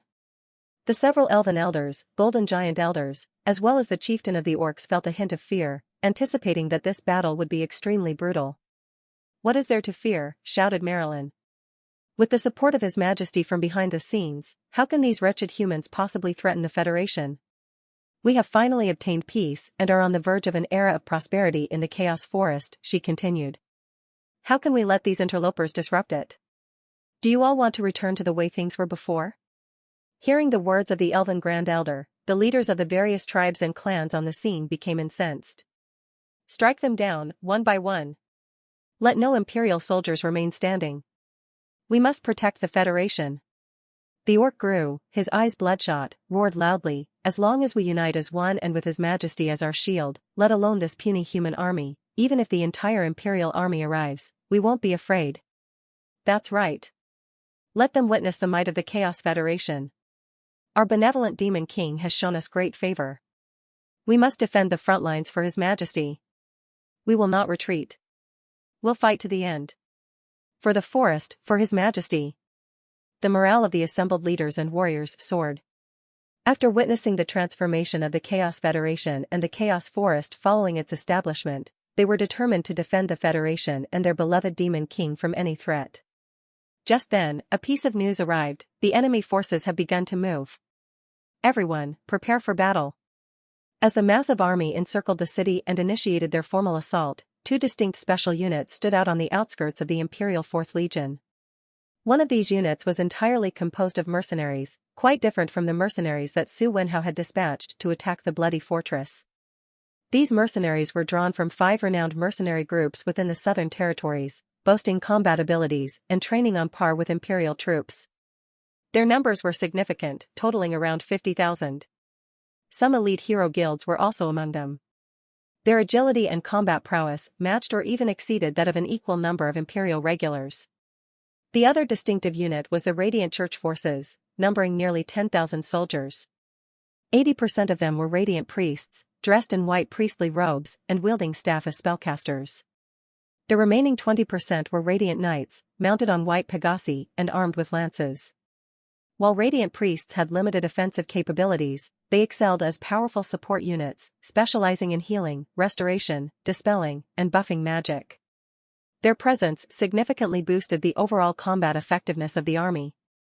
Although the Radiant Knights were fewer in number, they were exceptionally elite. None of them were level 1 units, instead, they consisted entirely of level 2 and 3 elite units. With the added blessings of Radiant Divine Arts, they formed a formidable force. The moment the battle commenced, all 8,000 Radiant priests began chanting in unison. One Radiant Divine Art after another swept over the army, enhancing their HP, MP, strength, constitution, and all other stats. Their combat capabilities saw a remarkable improvement. Barrier Squad. Get ready, commanded the Legion leader. Mage units. Commence the siege. As the beholders within Kolo City began their assault, layers of immense magical shields expanded, providing ample defense for the Imperial army. Simultaneously, accompanying the surge of powerful magical energy, units of mages began a coordinated incantation. Marilyn's expression shifted slightly as she said, "The Imperial mage units possess the ability for collaborative spellcasting. They intend to break through Kolo City's defenses from a distance with their long-range spells." Her words had barely left her lips when the Imperial mage formation began to shine with light. Hundreds, even thousands, of fireballs soared into the sky. These small fireballs, much like magnets, were drawn together, merging to form miniature sun-like flames above the mage formation. So that was their plan. This was one of the Empire's methods for besieging a city. The majority of the Empire's mage soldiers were level 1 elites. These mage soldiers could cast D-rank or C-rank magic at most. If their spells were scattered and sporadic, it would be difficult to breach the city's protective barrier and walls. However, when they engaged in a coordinated chant for a combined spell, the effect would be entirely different. When several hundred or even thousands of C-rank spells coalesced into a single magical attack, the resulting effect was at least A-rank in potency. Currently, 10 mage formations were working together to cast spells, equivalent to having 10 units of level 5 Overlord mages simultaneously launching magical attacks. This level of power was not to be underestimated. "Prepare for the incoming attack," Marilyn shouted. "Strengthen the barrier." In the past, Kolo City would not have withstood such an onslaught for even 2 rounds. But now, Kolo City had been reinforced and fortified by the Demon King. Notably, there were over 2,000 barrier mages. These barrier mages were recruited by the Demon King through the construction of the level 4 High Mage Guild. When they worked together to maintain the city's protective barrier, it granted the barrier tremendous strength. Boom! Boom! Boom! Gigantic fireballs struck the barrier, releasing intense light and heat, but ultimately, the barrier held firm. Huh! How interesting! A mere border city. Yet, it is quite the defensive barrier, commented Xiong Nanfeng, still appearing relaxed. On the other hand, Hong Xia remarked, Kolo City's protective barrier will not be enough. It can only defend passively. They won't hold out for long. The Demon King should be coming out soon. As expected, everything was under control. The terrifying dragon's presence soon overwhelmed the battlefield, creating immense pressure on the Empire's force. The sky quickly filled with dark thunderclouds, casting a somber shadow. A colossal abyssal dragon, over 80 meters in size, appeared majestically in the sky. Simultaneously, a large number of elite draconian soldiers, super soldiers, and various flying units from the Federation swarmed the skies, numbering at least in the tens of thousands. All troops, listen up. Full-scale attack. The Imperial Legion commander shouted loudly. The mage formations continued their coordinated magical assaults. Under the cover of the barrier, the frontline heavy infantry and winged cavalry units began their breakthroughs in various directions toward Kolo City. You insignificant pests! The Dark Dragon King roared angrily. Today, you shall witness the might of the Chaos Federation. The battle erupted in an instant. The Imperial army surged toward Kolo City like a bloodthirsty swarm, relentlessly charging at their prey. Both sides maintained their defenses, blocking each other's attacks. Beams from the beholders, chi arrows, flames, lightning, wind blades, and various forms of magic instantly escalated the battle to a white-hot intensity. Is this the Demon King's army? I never expected them to be this formidable. Both the nobles led by Marquis Craigie, who were watching from the rear, as well as the mercenaries and heroes led by Xiong Nanfeng and Hong Xia, could clearly sense the immense resistance the humans were facing as soon as they made contact with the enemy. This was to be expected. Even though the forces from the Darkness City were not overly numerous, all the combatants had been carefully selected. The Draconian Legion alone had 5,000 super soldiers, all top-tier level 3 elite forces capable of defeating armies 10 times their size. However, despite this, the Imperial assault showed no signs of slowing down. With the support of the mercenaries, heroes, and the church forces led by Xiong Nanfeng and Hong Xia, the human side's combat effectiveness experienced a massive boost. At the beginning of the battle, it was still unclear who would emerge victorious. Demon King. I spared your life last time. You won't be so lucky today. The Dark Dragon King swept through the Imperial army with dragon flames, causing hundreds or even thousands of casualties in moments. However, before he could expand his gains further, he was locked onto by 2 formidable auras. Xiong Nanfeng and Hong Xia used instantaneous teleportation to appear before him. The Demon King responded with a disdainful smirk, you two managed to escape by the skin of your teeth last time. Escaping today won't be as easy. Humph, bold words for someone facing death. The 2 superheroes joined forces once again and launched an attack on the Demon King, both of them being level 6 overlords with the advantage of elemental dominance, making them have a considerable chance of success against a level 5 monarch. Good. Very good. The Demon King is being suppressed. Marquis Craigie observed the battle from a distance. He noticed that the Demon King, who was facing a 2-on-1 situation, could hardly spare a hand to stop the army. Even the Demon King's powerful level 5 subordinates were currently being held back by the church, mercenaries, hero guilds, and the Imperial military's elites. With this momentum, breaking through Kolo City did not seem far-fetched at all. Marquis Craigie's heart was completely at ease. One of the counts smiled and said, while the Demon King's army is formidable, the difference compared to us is just too great. Another count agreed, all the elites under your lordship, Sir Bard, and our command, along with the 3 other legions that haven't even joined the battle yet. They can't possibly withstand the upcoming assault. This victory is unquestionably in favor of the Empire. And it feels like too easy of a win. The Imperial nobles remained composed and confident, while the Chaos Federation felt the pressure. Marilyn charged into the battlefield, continuously shooting chi arrows with her longbow, taking down one enemy after another. However, at this moment, 2 level 5 mercenary leaders emerged. They were incredibly powerful and led a group of top-tier mercenaries, leaving Marilyn with no room for distraction. She had to focus entirely on dealing with them. Simultaneously, Holy Knight by Jean, the Golden Giant Jean Kuei, Long Air, and Long San found themselves in fierce battles. There were plenty of elite forces from the Empire, mercenaries, church members, adventurers, heroes, and others, many of whom were high-tier combatants. Luckily, the Draconian High Priest performed a blood ritual, and despite the intense fighting, the losses on the Demon King's side were not significant. Curses! Pay no mind to these guys. Attack those damned priests first. The Imperial Legion commanders and various unit leaders were far from foolish. They quickly noticed the Demon King's forces were extraordinarily resilient and, upon investigation, identified the problem. It was the Draconian priests.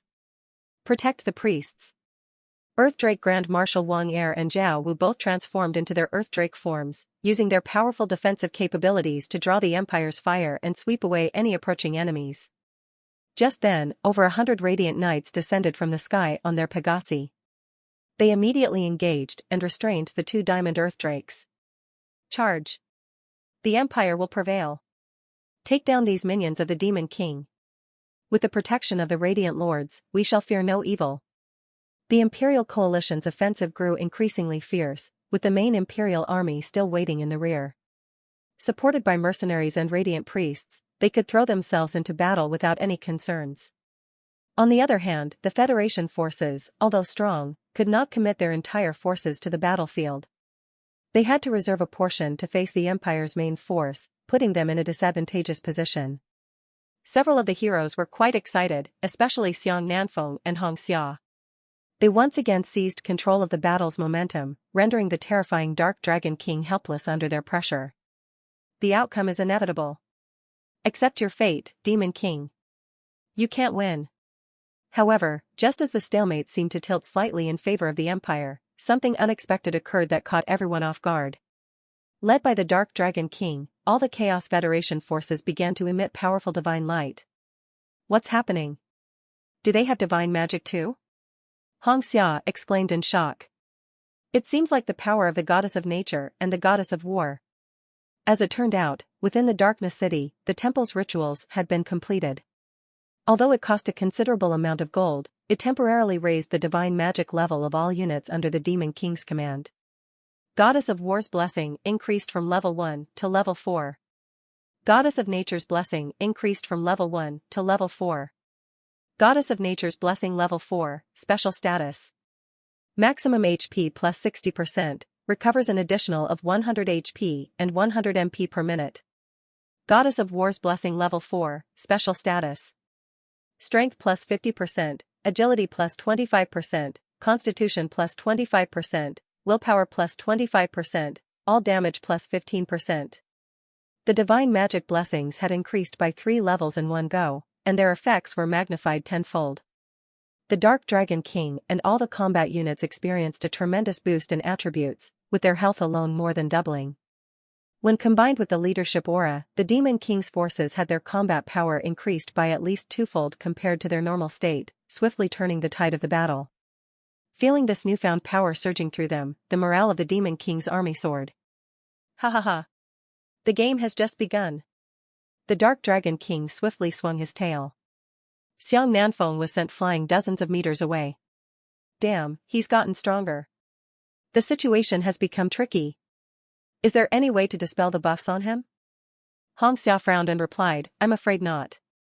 This isn't just any ordinary buffing magic, it's a divine magic effect. Divine magic is very difficult to dispel. Long Yi taunted, is this all you've got? Xiang Nanfeng's expression darkened. It's just a slight power boost. You're celebrating a bit too early. Hong Xia added, that's right. The tide of battle hasn't turned in your favor. Your troops still can't hold back the Imperial forces. If this is your full strength now, you're still destined to die. Is that so? Then do your worst. The Dragon King sneered and launched another attack. The two heroes, who had been slightly ahead a moment ago, gradually fell into a stalemate. On the Empire side, we underestimated him. This Demon King can summon such powerful divine magic? In that case, just with the forces we've committed, it may not be enough to wipe out the Demon King's army. Knight Commander Bard stepped forward. My lord, let me lead another legion into battle. I'm certain we can resolve this conflict. Marquis Craigie shook his head. There's no need to complicate matters. The Demon King's forces are now clear as day. Even if they have a hidden trump card, it's unlikely to change the course of the battle. He issued orders to the entire army. Initiate the final assault. Knight Commander Bard was momentarily taken aback. Marquis Craigie clearly did not want to waste any more time. He was preparing to personally intervene, joining forces with the southern nobility and other formidable heroes to commit the remaining 3/4 of their troops. The Chaos Federation was already struggling to deal with the current situation. If the Imperial Alliance army, with its overwhelming strength, joined the battle now, it would undoubtedly lead to the Demon King's complete despair. There would be no hope of a turnaround, and the Empire would easily crush the Demon King's army and sweep through the entire Kolo province. The horns blared, and the war drums resounded. The main force of the Empire began its advance. This assault was 3 times larger than the first wave, comprising 2 main components. 50,000 noble troops, including various hereditary nobles' family knight orders, as well as the retainers and experts nurtured by Marquis Craigie and the various counts and viscounts. 600,000 Imperial Legion troops, composed of 3 fully geared Imperial official army legions, divided into ground cavalry units, flying cavalry units, dozens of mage battalions, hundreds of infantry battalions, and various special combat battalions. Within a blink of an eye, Marquis Craigie had committed all his forces. There were no tactics like encircling or ambushes, they simply sealed Kolo off completely. If the forces of the Demon King were not completely annihilated at this moment, when this army retreated back to the Chaos Forest, the difficulty of eliminating them would increase manifold. Compared to the Chaos Forest, the Demon King's army did not have a significant home advantage in the Kolo region. Long Yi was already finding it extremely difficult to handle both Xiong Nanfeng and Hong Xia while being vigilant for sneak attacks from several other heroes at any moment. Suddenly, a several hundred meters long thunder python was summoned. It instantly entwined around Long Yi's body. The power of the lightning elemental was so immense that even Long Yi, who had advanced magic resistance, felt unable to completely immunize himself from it and was paralyzed and bound. Simultaneously, a colossal golden-armored giant, standing at 30 meters tall, emerged from the earth. Seizing the opportunity, he swung his enormous sword at the dragon's back, shattering numerous scales and creating a deep, gaping wound. The Demon King's life force diminished significantly in an instant. Long Yi roared in fury. A surge of potent dark magic erupted from his body, forming a deathly black hole. However, Hong Xia swiftly dispelled it using radiant divine magic. Demon King, your end has come. This moment marks the end of your road. The Demon King sustained multiple injuries, and 4 formidable auras encircled him, restricting his movements. Hong Xia, the High Priest of the Radiant Church, Xiong Nanfeng, the leader of the Mercenary Guild, Marquis Craigie of the Empire, and Commander Bard, the Chief Knight of the Guardian Knight Order, 4 top-tier powerhouses. 4 super-elite experts appeared simultaneously, exerting tremendous pressure. Each one possessed the strength of a level 6 overlord. Long Yi, already feeling suppressed due to being restrained by 2 superheroes, now faced the additional pressure of 2 more powerhouses of this caliber. Commander Bard was the Guardian Chief Knight stationed in the Southern Territory, vastly stronger than an ordinary Guardian Knight. 10 of his sword slashes were enough to slay an average adult dragon. As for Marquis Craigie, he was a powerful level 6 overlord mage. Although his magical abilities were significantly weakened and restricted against dragons, he possessed rich combat experience and magical techniques from his days as a renowned adventurer 20 to 30 years ago. He had an array of methods to handle dragons. For instance, with a variety of sealing spells and controlling skills, Marquis Craigie could effectively suppress and weaken the Dragon King's power. This would create opportunities for Bard and Xiong Nanfeng to deal damage. Additionally, around the 4 of them were many more top-tier heroes and family retainers, ready to strike opportunistically. It seemed like an inevitable defeat, even though the Dark Dragon King was a monarch. Yet Long Yi showed no fear. He mocked loudly, "Ha ha ha, you ants are not worth mentioning. Your current might is merely the result of outnumbering us." Commander Bard snorted coldly, "Against an evil like you, why bother with knightly ideals? You killed 9 of my subordinates. Today, I won't rest until I've cut you into 9 pieces." In an instant, a golden sword radiance surged, transforming into a 100-meter-long sword beam, resembling a torrential waterfall slashing toward the Demon King. The Demon King had just summoned a shield, but it was immediately dispelled by Hong Xia and Craigie using divine magic and sorcery. The golden sword left a wound on its body. With this strike, the Demon King's HP decreased sharply once more. His HP was now reduced to 1/3. In contrast, the 4 opponents before him, with the Radiant High Priest acting as a healer, could quickly recover even if they were injured. The situation was dire. The Imperial main force was about to arrive. Just as he could not face 4 opponents alone, the less than 200,000 elite soldiers from the Federation could not possibly withstand the nearly 1 million Imperial coalition forces. Continuing this way would undoubtedly lead to defeat. Long Yi, however, remained undeterred. He was not pessimistic about their current disadvantage, it was only temporary. Zhang San, Li Si, and the Demon King's royal guards had yet to make their move. They were the trump card forces lurking in the Kolo region. The reason for their current inactivity was simple, they were waiting for the opportune moment. When the entire Imperial coalition was fully engaged in battle, that would be their prime opportunity to strike. He's weakening fast. Hong Xia shouted loudly. Put in more effort to finish him off. On the surface, the 2 heroes seemed to have minimal depletion, but after fighting for this extended period, their MP were significantly drained. The Demon King had the ability to drain MP, which meant they had to resolve this swiftly and decisively. There was no time to waste. I have just the solution. Marquis Craigie began chanting, unleashing giant serpents covered in runes from the spatial dimension behind him. They swiftly lunged towards the Demon King, each bite packed with powerful sealing and control effects.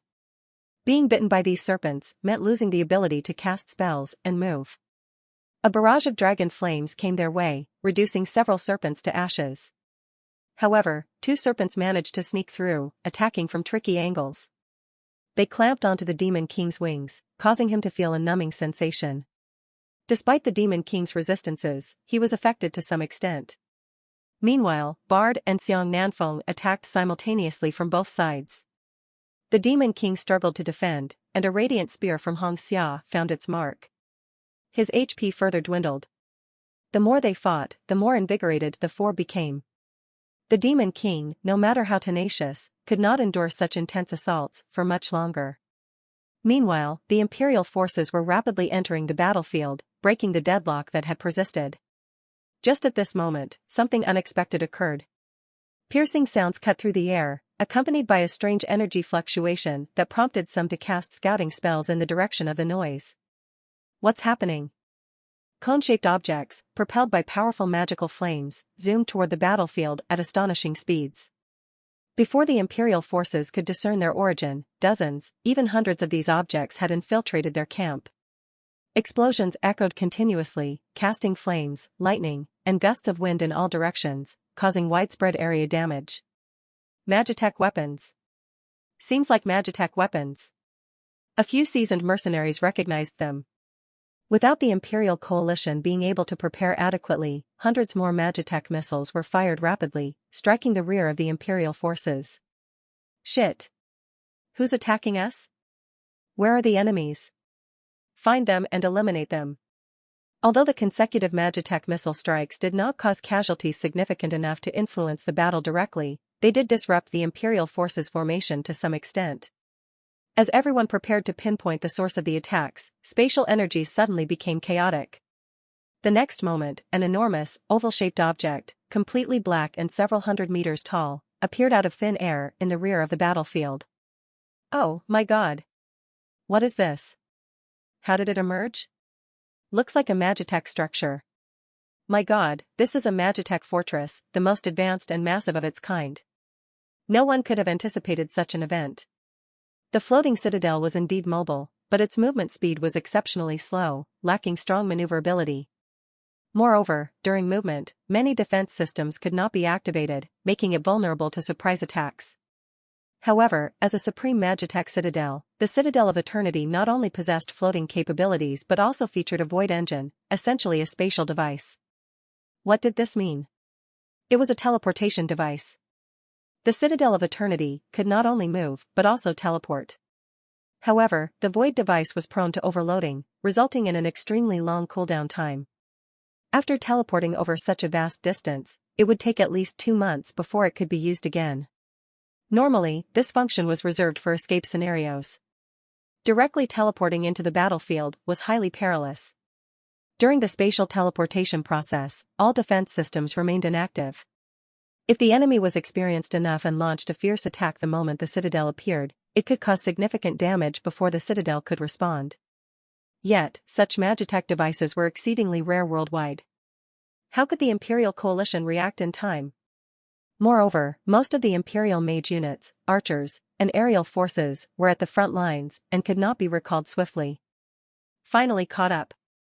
Grand Archmage Baijia of the human race stood in the control room of the Supreme Magitech Citadel, holding a long staff. She could observe real-time images of the outside world. Baijia immediately commanded, full-scale attack. The intelligent core of the Magitech fortress, Xiao Tong, responded, understood. The next moment, Imperial soldiers noticed something peculiar. On the surface of the Magitech fortress, resembling an oval-shaped iron lump, rows of firing ports suddenly opened. Countless Magitech soldiers, resembling Terminators, emerged. They held Magitech rifles and stood at the firing ports, swiftly targeting the Imperial coalition forces below. In an instant, numerous Magitech beams rained down like a storm. Damn it! The Demon King actually has an ancient Supreme Magitech fortress. Attack! Attack! Bring down this damn thing! The formation of the Imperial coalition forces was in chaos. They started to counterattack in a panic. However, at this moment, the defensive systems of the Magitech fortress had been activated. A powerful shield, akin to an eggshell, enveloped the egg-shaped citadel. Countless Magitech soldiers continued their relentless assault. Under normal circumstances, these soldiers were merely at an average elite level. But with the attribute bonuses and defense provided by the citadel, their combat effectiveness was extraordinary. Screams filled the air. Casualties mounted. Hundreds of launch pits continued their onslaught. Magitech missiles flew out one after another. The offensive capability of the Citadel of Eternity was even stronger than the Bloody Fortress. With such a powerful Magitech citadel suddenly appearing behind the Imperial army, it immediately disrupted the well-coordinated momentum of the Imperial forces' assault. Damn it all! You actually kept such a move in your hand. Marquis Craigie's face turned extremely ugly as he saw the devastating casualties in his legion. At this moment, the Demon King, Long Yi, was also feeling frustrated. He knew the real Demon King had indeed kept a trump card, but he had only thought of it as the royal guards as well as Zhang San and Li Si. He never imagined that his master would send such a formidable Magitech citadel. The moment the Citadel of Eternity appeared, it exerted immense pressure, causing severe losses to the Empire. However, the Imperial commanders were not pushovers. After a period of chaos, the Empire commanders immediately divided their forces and counterattacked. A formation of mages began chanting collectively, attempting to launch a large-scale united magic, intending to break the fortress's defenses. However, just at that moment, the Citadel's AI, Xiao Tong, spoke out, threat detected. Activating the Citadel's main cannon. A gigantic cannon emerged from the Citadel. Inside the pitch-black barrel, numerous intricate magical formations were etched, condensing various elemental energies like wind, fire, light, and thunder and compressing them tightly. Boom! A dazzling light beam pierced through the mage formation, tearing it apart like a piece of paper. The protective shield of the formation was shattered, and it hit the central mage, releasing terrifying energy that practically evaporated all the mages within the formation. The power of this strike was no less than a full-powered attack from a level 6 Overlord mage. Baijia was very satisfied with the devastating effect. Since the main cannon is in use, let's activate the 10 secondary cannons too. As our master commanded. Annihilate as many enemies as possible. At any cost. Xiao Tong promptly responded, understood, Citadel Commander. 10 more cannons appeared. Although their power was inferior to the main cannon, they were comparable to a level 5 Overlord mage. Countless Magitech soldiers, 100 missile launch pits, 10 Magitech cannons, and 1 super cannon. The Citadel of Eternity had transformed into a Citadel of Reckoning. Its killing power was off the charts. The Imperial coalition forces were in disarray. Everything was in chaos. Blood flowed like rivers. It was pandemonium. The casualties are too severe. At this rate, even if we win, I won't be able to explain to the Grand Duke. Marquis Craigie roared with fury, his eyes bloodshot. We must retreat for now. We can't retreat. Retreating now would mean all our previous efforts will be in vain. Xiang Nanfeng firmly opposed the idea. Hong Xia added, the Demon King is on the brink of defeat. As long as we take him down in time, the Demon King's army will collapse without a fight. That's the only way to minimize our losses. Bard, the Knight Commander, chimed in, Your Lordship, what they're saying is right. Let's kill the Demon King first, forget about the fortress for now. Marquis Craigie calmed down and carefully considered their words. It made sense. He could only grit his teeth and agree, in that case, I have to trouble all of you to go all out. There's no need to hold back at a time like this. Xiang Nanfeng, Hong Xia, and Bard nodded. Just as everyone was preparing to give their all to swiftly annihilate the Demon King, suddenly, powerful auras appeared, rushing towards them at astonishing speeds. The Demon King breathed a sigh of relief. This situation was now completely under control. Their hidden forces had now come into play. At that critical moment, Marquis Craigie sensed impending danger. Several formidable beams struck the protective shield, propelling him back over 10 meters. What's happening? More powerful foes. The force of these attacks rivaled that of a level 5 overlord. When faced with multiple concentrated beams simultaneously, even Marquis Craigie felt a substantial threat. But it was not just him. Xiang Nanfeng, Hong Xia, Bard, and the powerful aides surrounding them were all subjected to these intense assaults. Several top-tier mercenaries, adventurers, and heroes of level 4 and 5 found themselves caught off guard, either severely injured or instantly killed. Their attention quickly pinpointed the source of these assaults: the Demon King's royal guards. More than 100 of them, led by Wei Yi, were the perpetrators. Among them, 30 had been enhanced into super guards with the evil god cultivator. Wei Yi beat his wings, brandishing a large sword in his right hand and unleashing tentacles from his left. 10 beholder eyes gathered in his palm, unleashing 10 consecutive attacks at the Knight Commander a short distance away. Although they could not penetrate the Knight Commander's golden armor, the relentless onslaught managed to push him back. Seizing this opportunity, Wei Yi swiftly approached Long Yi. This one has arrived late. Not at all. You've come precisely in time. Bard's face contorted in frustration. This damned Demon King, he's been hiding this horrifying force all along. This situation is dire, Marquis Craigie muttered, his brows furrowed in deep concern. Initially, he had hoped for a swift victory, teaming up with the other 3 formidable powerhouses to defeat the Demon King swiftly and minimize their losses. But he had not anticipated the Demon King reserving such a powerful Card-A squadron of Draconians with overwhelming strength. Wei Yi led 30 super Draconian guards, each boasting a comprehensive combat capability on par with a level 5 overlord. 1 or 2 would not tip the balance, but facing 30 of these elite guards was an entirely different scenario. 10 of them alone could match a level 6 overlord from the Empire. These 30 guards were more than sufficient to engage with 3. Engaged by these powerful Draconian guards, the Empire was left with just 1 overlord to fight Long Yi. How could a lone overlord possibly contend with the Dark Dragon King? And beyond the 30 super Draconian guards, there were an additional 100 of the usual royal guards, each a formidable force in their own right. They could not afford to continue like this. The Demon King's Magitech Citadel was an unstoppable force, acting like a merciless reaper. Yet, it was not the mercenaries or church's troops being harvested. The floating citadel had unexpectedly hit the army from the back. It was the Empire's soldiers and noble forces that were being harvested.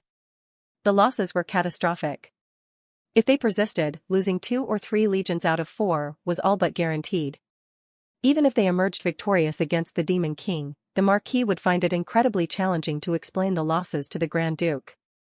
His personal reputation would not soar from the victory, instead, it would plummet dramatically. Retreat, the Marquis issued the order once more. Even Xiang Nanfeng and Hong Xia fell silent this time. Circumstances were more dire than any plan they had devised. The Imperial coalition was in disarray, their combat efficiency dwindling to less than 50%. The Demon King's power and forces exceeded their initial estimations significantly. They had no choice but to withdraw temporarily and regroup before the casualties escalated any further. However, this retreat shattered their hopes for a swift victory. Both sides would now enter a protracted period of standoff. Thinking of leaving? The Dark Dragon King sneered. Huh. It will not be that easy. Long Yi swiftly activated his domain skill, pulling everyone present into the realm of darkness. He had purposefully conserved his strength during the earlier battle, enduring more physical damage to preserve his MP for this critical moment. Oh no! Count Craigie's face paled. He had not expected the Dark Dragon King to activate his domain at this precise moment. Unless they depleted the Dragon King's power entirely or defeated him outright, with their current abilities, breaking through the domain was impossible. Xiang Nanfeng quickly instructed Hong Xia, use the domain sphere. Hong Xia retrieved a crystal and activated the magical item, releasing the domain power sealed within it. This temporarily nullified the Dragon King's domain. Just then, a barrage of dozens, perhaps even hundreds, of abyssal thunderbolts struck simultaneously, targeting Hong Xia. She was sent flying, her magical shields shattering one after another, causing substantial damage and nullifying her teleportation magic. Long Yi's lips curled into a sinister grin. Did you honestly think the same trick could work twice before me? I've long anticipated your moves. Since you ventured here to challenge me with such ignorance, I'll gladly keep all of you here. With his words, 30 super draconian guards assembled before him, each raising their left hands, unleashing powerful beams of energy. Long Yi let out a deafening roar, summoning a deluge of abyssal thunder that filled the sky. Shit! This is really bad. We're completely trapped. Xiang Nanfeng, Hong Xia, Bard, and Marquis Craigie all wore expressions of grave concern. The situation had drastically reversed. Fate had swiftly shifted its favor. The Dark Dragon King, previously on the verge of defeat, now had the upper hand, aided by the Super Draconian Guards. Xiang Nanfeng exclaimed, Demon King, if you disdain fighting with unfair numbers, why resort to such tactics now? Hong Xia added, if you're truly formidable, face us one-on-one. Face them one-on-one? A duel? Don't be ridiculous. In a one-on-one situation, the Dragon King could not possibly be matched. The words of the two heroes were merely a tactic to buy time. The Dark Dragon King sneered sinisterly, still trying to play tricks before me? You're dead meat. The first to succumb was Knight Commander Bard. He might not have been the weakest among them, but the transformation skill of the Knight Commander made his size significantly larger. This drew the most firepower. After enduring consecutive strikes of 50 or 60 super beholder beams and over 100 thunderbolt strikes, even his immensely strong defense and high magical resistance of the Guardian Golden form could not withstand the pressure and shattered. It was the perfect opportunity. The Dark Dragon King moved in an instant, breathing a torrent of dragon flames onto Bard. Bard hastily raised his sword to defend, but after his transformation was broken, he was relatively vulnerable for a short period. He could not muster enough chi to counter the dragon flames. The other three could only hear a painful and resentful scream. Bard was engulfed by the terrifying dragon flames. His flesh, from skin to muscle, and finally his bones, were burnt into a piece of charcoal. The physical body of a level 6 knight was truly exceptional. Even after being washed by the torrent of dragon flames for several seconds, he was only charred. If it were an ordinary warrior, they might have been turned into ashes instantly. With a swift tail flick, Bard's charred remains were directly pounded into fragments. Xiang Nanfeng, Hong Xia, and Marquis Craigie were drenched in cold sweat. A sense of despair washed over them. The formidable Knight Commander, a Guardian Knight, had died so miserably. They had been barely holding on, and now, with one less to draw the enemy's attention, the pressure on the remaining three had intensified drastically. This was far from an ideal situation. Your turn. The Dark Dragon King instantly appeared before Xiang Nanfeng. Reacting swiftly, Xiang Nanfeng summoned his flame sword and swung it towards the Dark Dragon King. But in the blink of an eye, another instantaneous teleportation occurred. The Dark Dragon King vanished from Xiang Nanfeng's sight and reappeared directly in front of the radiant High Priest, Hong Xia. It was a diversion. The true target was her. Xiang Nanfeng and Marquis Craigie realized this immediately. Without a doubt, they all understood that among the four of them, the Radiant High Priest posed the most significant threat to the Demon King. Her radiant divine arts had the power to counter dark-attributed creatures. Not only could she defend herself, but she could also extend this protective aura to others. Moreover, she possessed teleportation abilities and, when combined with specific magical items, was the only one capable of escaping the situation. Hong Xia's expression turned from determination to sheer horror. She hurriedly activated all her prepared defensive divine arts, layering shield after shield around herself. However, in that crucial moment, a dozen or more super beholder beams struck. The shields Hong Xia conjured were shattered, layer by layer. The dragon flames of the Dark Dragon King obliterated the remaining defenses.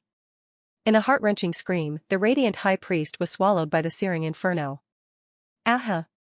Even if I die, I'm taking you with me. Great Lord of Radiance, hear my prayer. I offer my blood, my flesh, my soul, grant me your most magnificent power of radiance. Cast down this worm with your might of brilliance. The Dark Dragon King sensed danger. The radiant high priest, about to be turned into charred remains, suddenly exhibited numerous cracks all over her body. Each crack emitted a powerful aura of light, as if some immense force was tearing her body apart from within.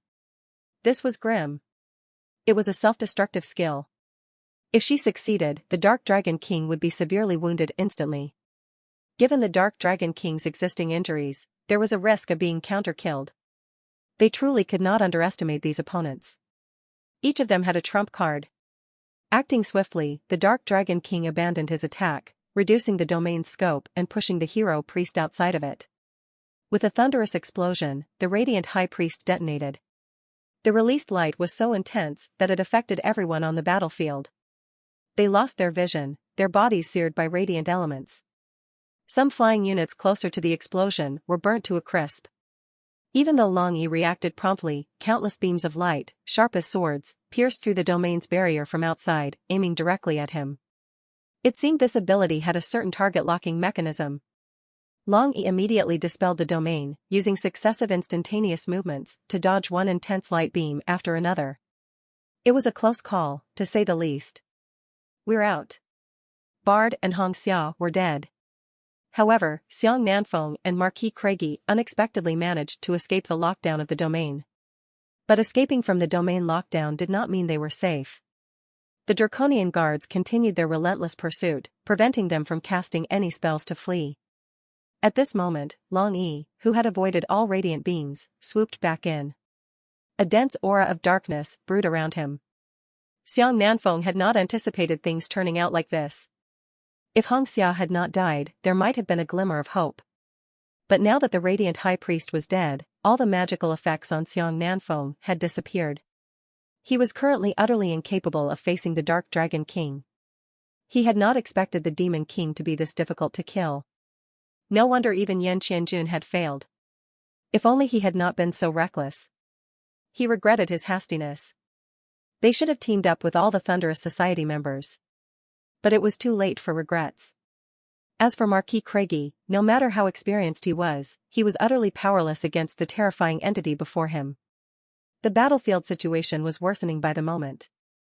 The Magitech Citadel, this relentless reaper, continued its manic onslaught against the Imperial soldiers.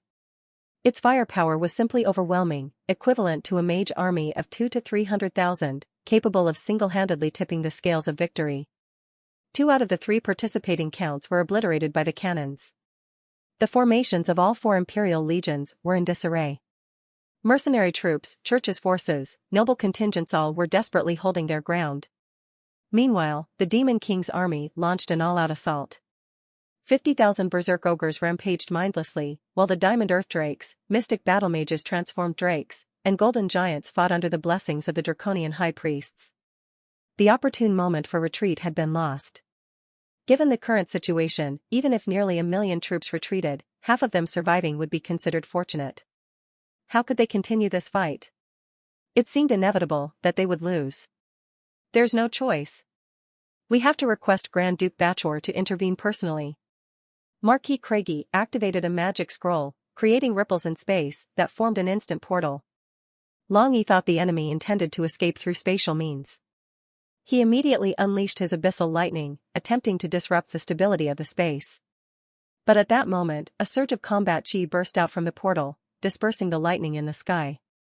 The Dark Dragon King's expression changed. What is this power? How can it be so overwhelming? The next moment, a figure stepped out of the portal. Standing at 2 meters tall, he appeared imposing to humans, but among draconians, ogres, and even giants, his size was rather ordinary. However, the moment he emerged, there was a sense of pressure akin to facing 100 feet tall titan. Even the mighty Dark Dragon King felt a palpable sense of danger, causing him to slow down his approach. This elderly man, with silver hair flowing like a lion's mane, exuded a regal aura. As his eyes swept across the battlefield upon stepping out of the portal, his expression immediately darkened. "Craigie! You have disappointed me." Marquis Craigie looked extremely fearful. "Grand Duke Bachor, I am deserving of death for my failures. I am willing to accept any punishment." The old man raised his head, his gaze solid and intense. Finally, his eyes settled on the Dark Dragon King. "Are you the Demon King of the Chaos Forest? You do have some strength and cunning to force the Empire's forces to this extent." Long Yi's gaze became serious. "And who are you?" "I am the Grand Duke of the Southern March Wilcliffe Bachor." Upon hearing his words, everyone's complexion changed dramatically. This elderly man was the Grand Duke of the South? No wonder the pressure he emitted was so strong. No wonder Marquis Craigie behaved with such deference in his presence. The Grand Duke had personally intervened. Yet Long Yi remained unperturbed, displaying a cold smile. If His Majesty the Demon King represented the last trump card of the Darkness City and the Chaos Federation, then Grand Duke Bachor symbolized the final stand of the Thunder Empire's southern border and Bachor Duchy. When the ultimate play was forcibly unveiled, it signaled the depletion of all available options. Normally, the paramount figure of a robust and stable faction should refrain from direct involvement, as such a move entailed immense risk, not just to themselves, but also what they stood for. Yet, Bachor had stepped into the fray, indicating his lack of alternatives, but to engage personally. Bachor suggested, "You possess strength and potential. Should you abandon the Chaos Forest, I might entertain the notion of welcoming you into the Empire." In response, Long Yi erupted into laughter. "You're not entirely without merit. Why not relinquish your feudal title as Duke? I could consider admitting you into the ranks of the Chaos Federation." This proposition kindled a fierce intensity. "You're but a level 5 monarch. Do you genuinely believe I can't handle you? I've dispatched foes of your caliber before." Grand Duke Bachor's latent power surged forth, his emitted aura growing more fearsome, the pressure he exerted becoming increasingly suffocating. It resembled a slumbering volcano now roaring back to life. "In fact, I haven't personally fought in a war for decades. It's such a rare occasion to encounter an adversary deserving of my prowess. I hope you can endure a bit longer, and allow me to enjoy this battle more thoroughly." Bachor had slain level 5 monarch level beings? And he claimed not to have personally intervened for decades? Did this imply he had killed a monarch at least several decades ago? If he possessed the capability to defeat a monarch back then, how much stronger must he be now? It was a chilling thought. However, the Dark Dragon King remained unfazed. He, interesting. Let this king witness what the Imperial Grand Duke is truly capable of. If you're so eager for death, then let me deliver your wish." In an instant, Long Yi sensed a shift in the environment. He was enveloped in a powerful, ancient battlefield, where the ground was covered in a sea of corpses. Bachor's monarch domain, the Azura domain, had swept in, not only engulfing Marquis Craigie, Xiong Nanfeng, the Dark Dragon King, and Wei Yi, but also tens of thousands of troops. Within this domain, Long Yi saw countless grotesque skeletons emerging from the sea of corpses, their bodies red as blood, as if freshly pulled from a pool of hellish blood. They exuded a bloody aura, each of them holding longbows. Swoosh! Swoosh! Swoosh! Countless arrows shot out, and cries of agony filled the air. Several ogres fell, their bodies riddled with arrows. The arrows shot by the blood skeletons were a manifestation of domain attacks, terrifying in their ability to bypass defenses. These arrows could pierce dragon scales and even harm the Dark Dragon King. The Azura domain was an incredibly offensive domain. Once beings below the level 5 were caught within it, Bachor would not even need to lift a finger. With just his domain, he could effortlessly massacre them. The number of blood skeletons grew steadily. 100. 200. 500. 1,000. Over 1,000 blood skeletons continuously shot arrows, their attacks reaching an extreme speed. It was nearly impossible to dodge the arrows, and they relentlessly targeted the Dark Dragon King and their intended victims. Wei Yi unleashed a beholder beam, instantly obliterating 5 skeletons in a straight line. However, once the blood skeletons were destroyed, they merely turned into a brief mist of blood and reformed elsewhere, drawing their bows and shooting powerful arrows at Wei Yi. Boom! Boom! Boom! -25. -25. -25. Several arrows struck Wei Yi's shoulder and arm. While the individual attack damage wasn't exceptionally high, being focused on could be extremely perilous. It's futile. These creatures aren't physical entities. They are part of the domain. Unless we disrupt the domain, they won't disappear. Long Yi felt an intense sense of suppression, second only to that exerted by his master so far. If he could defeat an opponent of this caliber for his master, what an honor that would be. Dark Domain. The power of darkness was released, spreading rapidly. The black aura quickly expanded, but it failed to form a spatial domain. Everyone remained within the azure battlefield, amidst the sea of corpses and the blood-red sky. However, after the dark aura washed over this space, it noticeably dimmed, and the oppressive feeling was significantly weakened. Domains varied in strength. When a weaker domain encounters a stronger one, the former gets suppressed, while the latter gets weakened. Under Duke Bachor's suppression, the Dark Dragon King could not utilize his domain abilities at all. This indicated that Duke Bachor's domain was more potent than his. However, the Azure domain was also weakened. The most evident manifestation was the disappearance of 400 to 500 out of the 1,000 blood skeletons that ignored defenses due to the dark erosion, with none of them being revived again. Under the impact of the Dark Dragon King's domain, Duke Bachor's domain was weakened by nearly half. Not bad. As expected from a monarch of dragons. To actually weaken my domain this much. It seems you're one of the best among the level 5 monarchs. If we were at the same level, I might not necessarily be able to handle you. But I've advanced to level 6, 20 years ago. How can a mere level 5 monarch like you contend with me? Upon hearing this, everyone was shocked. Duke Bachor was a level 6 monarch. Humph, no wonder a mere human can suppress me, sneered the Dark Dragon King. But even if you have the power of a level 6 monarch, it won't be easy to kill me today. Duke Bachor was astonished. After experiencing the domains, the Dark Dragon King could not possibly be unaware of the gap between them. Why was he still so confident? Did he have some hidden trump card he had not used yet? But that was impossible. Regardless, as the Grand Duke of the Southern Territory, leaving the main city at this time was already highly inappropriate. This battle had to be swift, there could not be any wastage of time. No matter what hidden card this black dragon had, the disparity beyond their levels could not be easily compensated. How could he, especially in a situation where he could not even use his domain, contend with himself? I'll show you. Duke Bachor roared, his aura transformed into wings, soaring into the sky. At the same time, a black spear appeared in his hands. I'll deal with the Demon King. You go handle his lackeys, he commanded. Understood. Marquis Craigie promptly followed orders. The pressure from Duke Bachor alone exceeded that of all 4 of them combined. This cursed Demon King was finally doomed. Craigie knew he could not intervene in a battle like this. He immediately joined forces with the hero, Xiong Nanfeng, to confront the Draconian guards. Xiong Nanfeng felt frustrated that he could not personally slay the Demon King, but at this moment, he could not afford such thoughts. Merely preserving his life today was already a stroke of luck. Die. Duke Bachor thrust his spear. The Dark Dragon King had been preparing his fiery dragon breath for a long time. The scorching flames clashed with the energy waves of the spear, but the dragon could not dodge in time, resulting in a massive tearing wound. -421. Blood and broken scales scattered everywhere. Long Yi was already injured, and this intense attack from Duke Bachor was too much.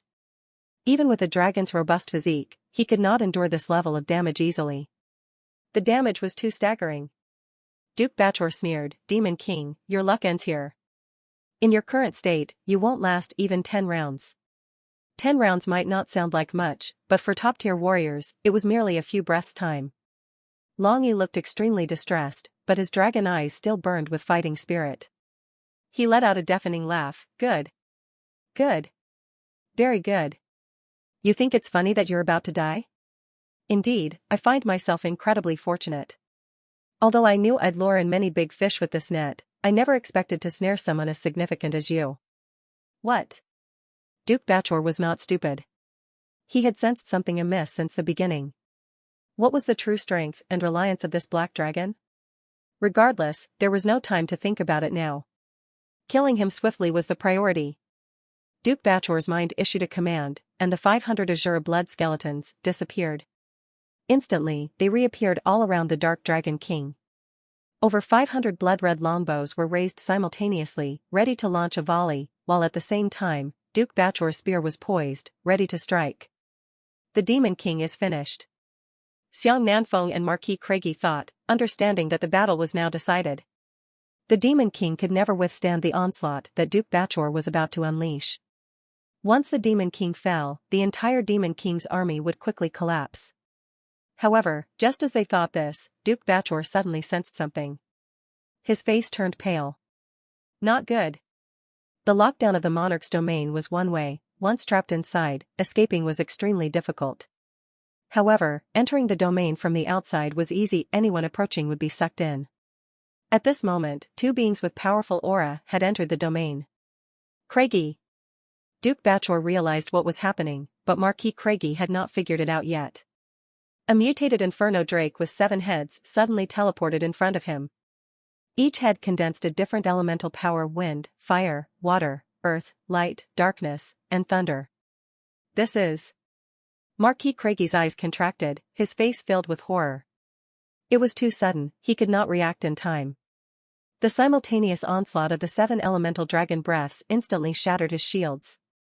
Before he could even scream, the powerful Marquis was reduced to nothing. Moreover, at the same time, Xiong Nanfeng felt as if he was burdened by thousands of times the normal gravity. Even the air, usually unnoticed, now felt like thousands of lead blocks pressing down on him, making movement incredibly difficult. In the next moment, a burly figure appeared in front of him, covered in pale golden diamond-shaped scales, shining brilliantly. His entire body was enveloped in fiery chi, all concentrated on a massive blade, unleashing a fully charged, long-anticipated strike. This strike. Its power was even greater than his own full-powered attack. It indicated the strength of at least a level 6 overlord. This was beyond Xiong Nanfeng's imagination. The Demon King was already in a dire situation. How could there be more hidden forces? But the two newcomers' existence was a fact. The giant blade had already descended. By the time Xiong Nanfeng reacted, he felt himself floating in midair, looking down at a headless body, his own. At the same time, he sensed the overwhelming might emanating from his attacker, a formidable aura not inferior to the Dark Dragon King's. Xiong Nanfeng finally understood the nature of his assailant. It was another level 5 monarch-level entity. In his prime, he would not have stood a chance against such an opponent, let alone in his current weakened state and taken by surprise. To die by this opponent's hands was not a shameful one. After Zhang San beheaded Xiong Nanfeng, he immediately let out a long hell, Earth Domain.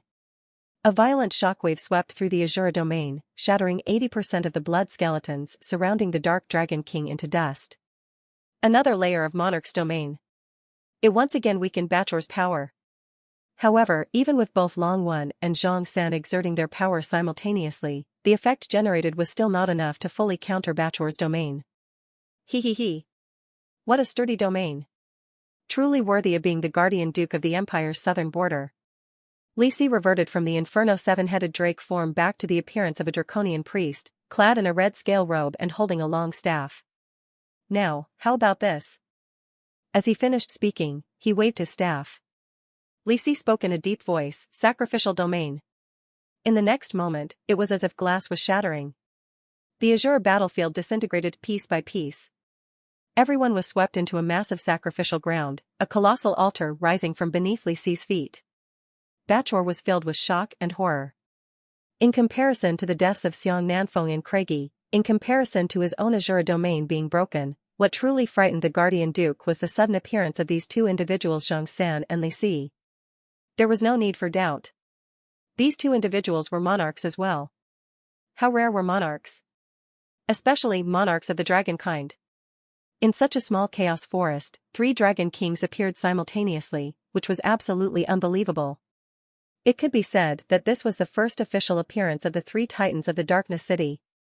Under Li Si's activation of the sacrificial domain ability, any units who died within the domain, regardless of friend or foe, would automatically be sacrificed, replenishing the power of the altar. This made the draconian priest's abilities even more formidable. Under this power, the heavily injured Dark Dragon King rapidly recovered at an astonishing speed. By the time Bachor had finished being stunned, almost 80% of his injuries had already healed. All the effort they had put in earlier had gone to waste. 4 of their top-tier powerhouses' deaths had been in vain. When the 3 titans of the Darkness City gathered together, the powerful aura they emanated was enough to rival Bachor's. Bachor! Zhang San roared, "Today is the day you die." The Dark Dragon King grinned wickedly, "I've already witnessed the abilities of the Empire's Guardian Duke. Now, it's your turn to witness the power of the 3 Dragon Kings of the Darkness City." The 3 Dragon Kings of the Darkness City. Bachor gazed at the trio of monarchs before him, finally grasping the reason behind the Black Dragon's unwavering confidence. Perhaps, right from the start, this had been the trap laid by the Demon King. The emergence of a Dragon King in the Chaos Forest was shocking and sensational in itself. No one could have anticipated it, let alone 3 Dragon Kings. If he had known that the Chaos Forest harbored not 1 but 3 monarchs, Grand Duke Bachor would never have been so reckless as to venture onto the front lines. With his level 6 monarch strength, he could have dealt with 3 level 5 monarchs in battle. But were these monarchs ordinary? No, they were not. They were not just monarchs, they were monarchs of the dragon kind. The leading black dragon, a true dragon aside, there were 2 others, a golden diamond earth drake and the other an inferno 7-headed drake. Both hailed from the earth drake and sky drake lineages, respectively. Although their statuses were not as high as the ones from the true dragon lineage, they were still extraordinary beings, equal to abyssal dragons in rarity. Their immense racial talents, robust life force, and longevity endowed them with power surpassing other monarchs of the same level.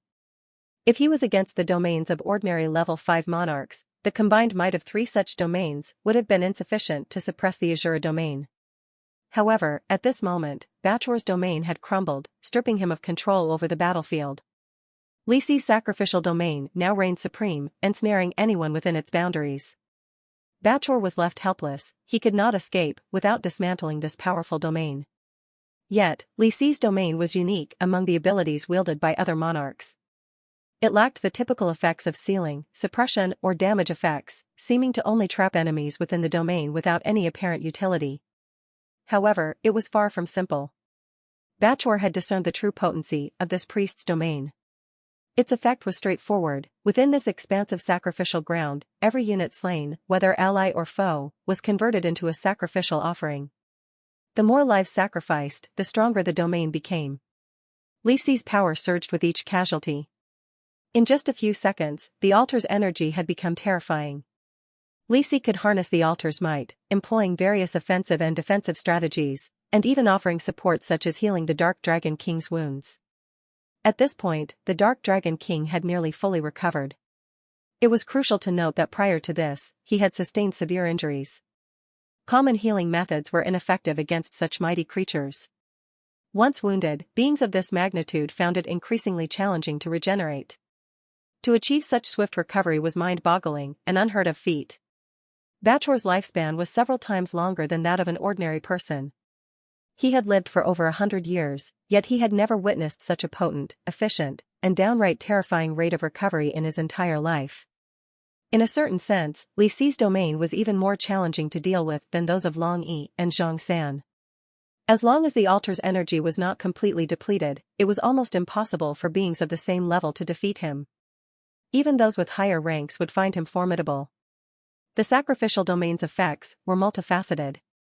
By gathering a sufficient amount of energy, it could provide limitless enhancements, strengthening, healing, and recovery for oneself and allies.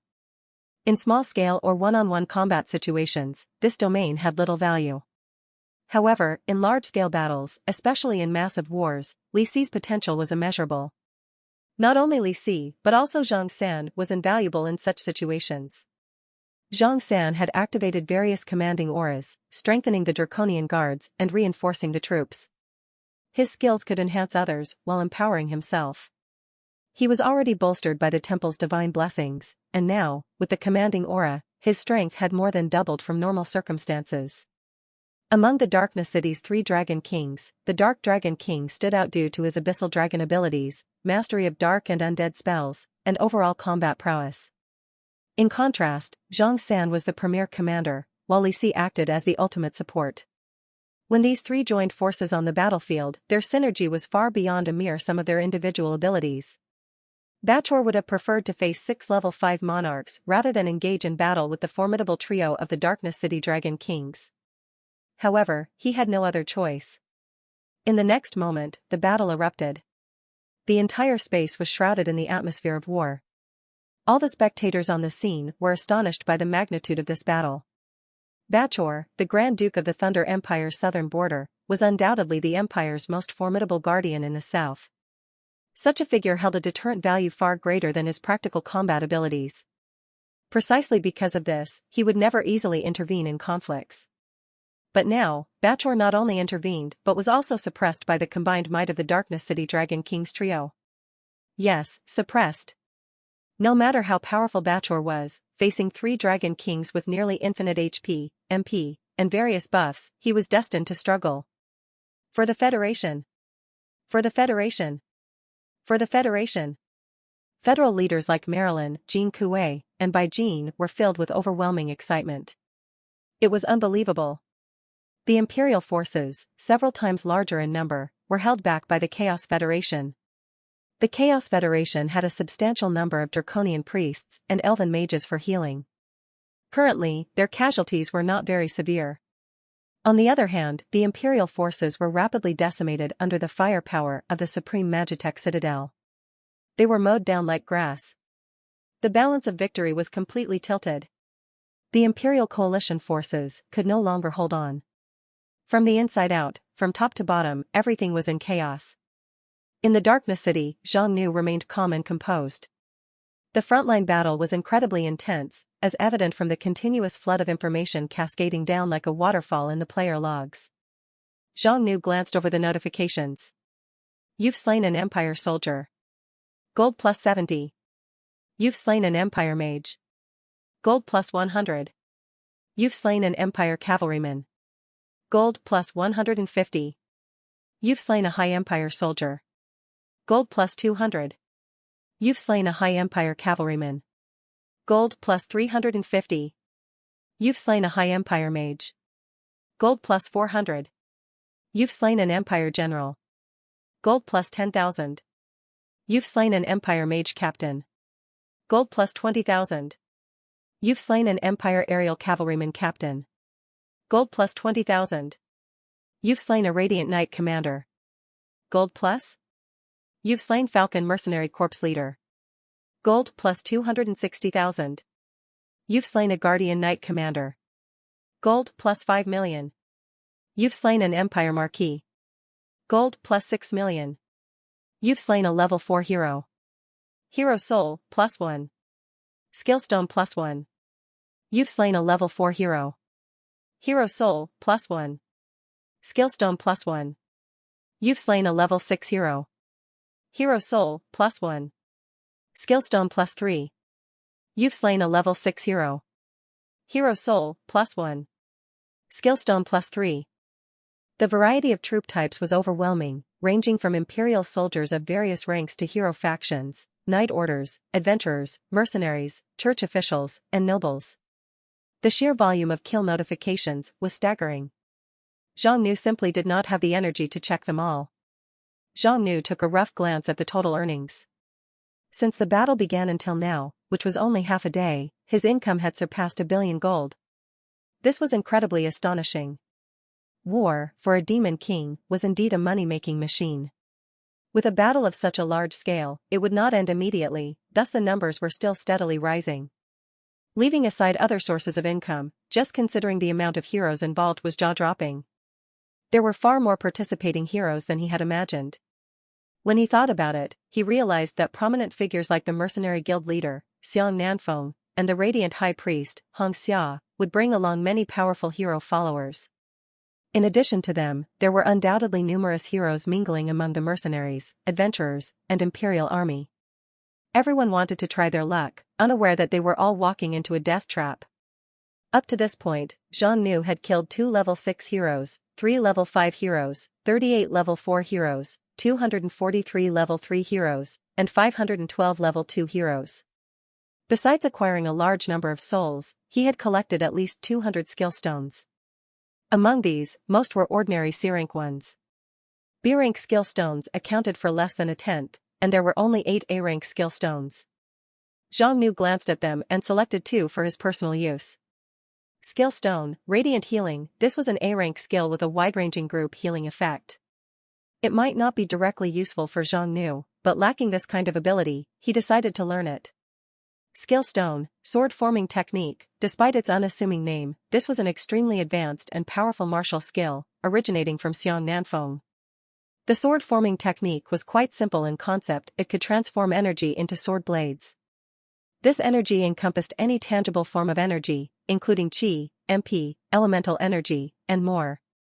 This was how Xiong Nanfeng's renowned weapon, the Flame Sword, was created. He wielded a massive flame sword, each strike incredibly potent and capable of harming even a Dragon King. Combined with the Radiant Divine Arts buff, it became nearly lethal. Zhang Nu decided to learn this ability.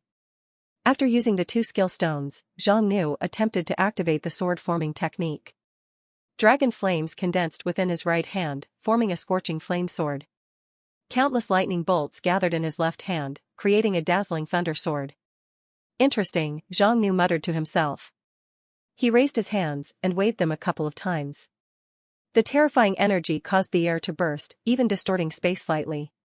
With a thought, he released the skill. The dual swords made of flames and lightning disappeared from his hands. This skill could reduce energy consumption, increase energy density, and thus enhance his melee capabilities. For a Demon King, it provided a slight boost. After glancing at the amount of gold in hand, Zhang Nu realized that there might be significant losses in this battle. He felt it was necessary to quickly build the resurrection altar. 50 million gold was a trivial matter for Zhang Nu. The soul requirement was not a big problem either. After this battle, activating his second level 5 talent would also be no issue at all. Any surplus souls could be used to construct the resurrection altar. The main problem lay in the gems requirement. The resurrection altar required a significant number of soul gems and spirit gems. Unfortunately, these gems were quite expensive. If he solely relied on purchasing them, it would cost at least 150 million gold or more to fill the gap. After this war ended, his resources would be much more abundant. It might be possible to gather this sum. However, the amount was so huge that it was hard not to feel physical pain from it. Zhang Nu decided to simultaneously buy gems with gold and exchange goods for them. In the end, he would figure out a way to obtain some through dungeons or other means. The following morning, the Kolo battle came to an end. A priest returned to report, his voice trembling with excitement, "My master, we successfully defeated the Imperial army. The 3 Dragon Kings killed Grand Duke Bachor." What? Zhang Nu was astonished. Grand Duke Bachor was dead? The priest continued, "Bachor joined the battle, but was trapped by the 3 Dragon Kings. They fought fiercely for around 2,000 rounds, and in the end, Bachor was defeated." "Are you sure?" Zhang Nu asked. "His corpse is in Kolo right now," the priest replied. This seemed odd. Zhang Nu opened the player interface but found no notification of the Grand Duke's death. That meant Bachor probably had not died yet, or at least he had not been completely killed. With these thoughts in mind, Zhang Nu decided to go and check out the situation for himself. After donning his disguise cloak, the true Great Demon King appeared in Kolo City. Zhang Nu stood on the city wall, his entire body covered by the inconspicuous cloak. Under the hood, darkness shrouded him, making him look mysterious and unremarkable. It was a scene of utter devastation. The entire Kolo plain was permeated with the smell of blood. Everywhere there were severed limbs, broken swords, and shattered armor. Ownerless warhorses anxiously paced back and forth, while vultures and crows, drawn by the scent of blood, circled in the sky, emitting eerie cries. This was war. War was not a fairy tale, nor was it child's play. Although Zhang Nu had mentally prepared himself, he was still shocked by the brutal aftermath of the battle. He had not expected it to turn out this way. However, as a demon king aspiring to conquer the world, he knew he had to be prepared for such scenes. In this world, from the emergence and death of races, the rise and fall of civilizations, to the changes of dynasties, even down to gang conflicts and territorial disputes, any change was inevitably accompanied by sacrifices. At this moment, Long Yi, Zhang San, and Li Si appeared behind Zhang Nu master. "Here is the body of Bachor." Zhang Nu turned to see a corpse. It was a man with a burly physique, his hair white as snow, but his muscled body resembled that of a mighty lion. His armor was already shattered, and his black spear was broken. He had dozens of wounds all over his body, and he was severed in half at the waist. Upon examination, Zhang Nu noticed the remarkable physique. This was indeed the body of a powerful monarch. In a natural environment, such a body could remain intact for decades, even hundreds of years without signs of decay. With special preservation methods, it might even last for thousands or tens of thousands of years, much like the 13 malevolent kings. From the appearance of this body, it was undoubtedly a corpse. Zhang Nu could not detect any signs of life. Strange, if that's the case, where could the problem lie? The three dragon kings of the Darkness City exchanged glances, their eyes filled with confusion. They had all paid a considerable price to defeat this powerful Grand Duke. Every one of them had been seriously injured, and while they had been healed, it was no small feat. It could be said that each of them was far from unscathed. Even with their joint efforts and the advantage of the terrain, it was not certain they could have defeated such an immensely powerful human. Unable to contain his curiosity, Li Si asked, "Master, is there a problem?" Zhang Nu replied, "Bachor might not be dead." Hearing this revelation, the three dragon kings were struck with disbelief. Zhang San exclaimed, "Not dead? That can't be possible.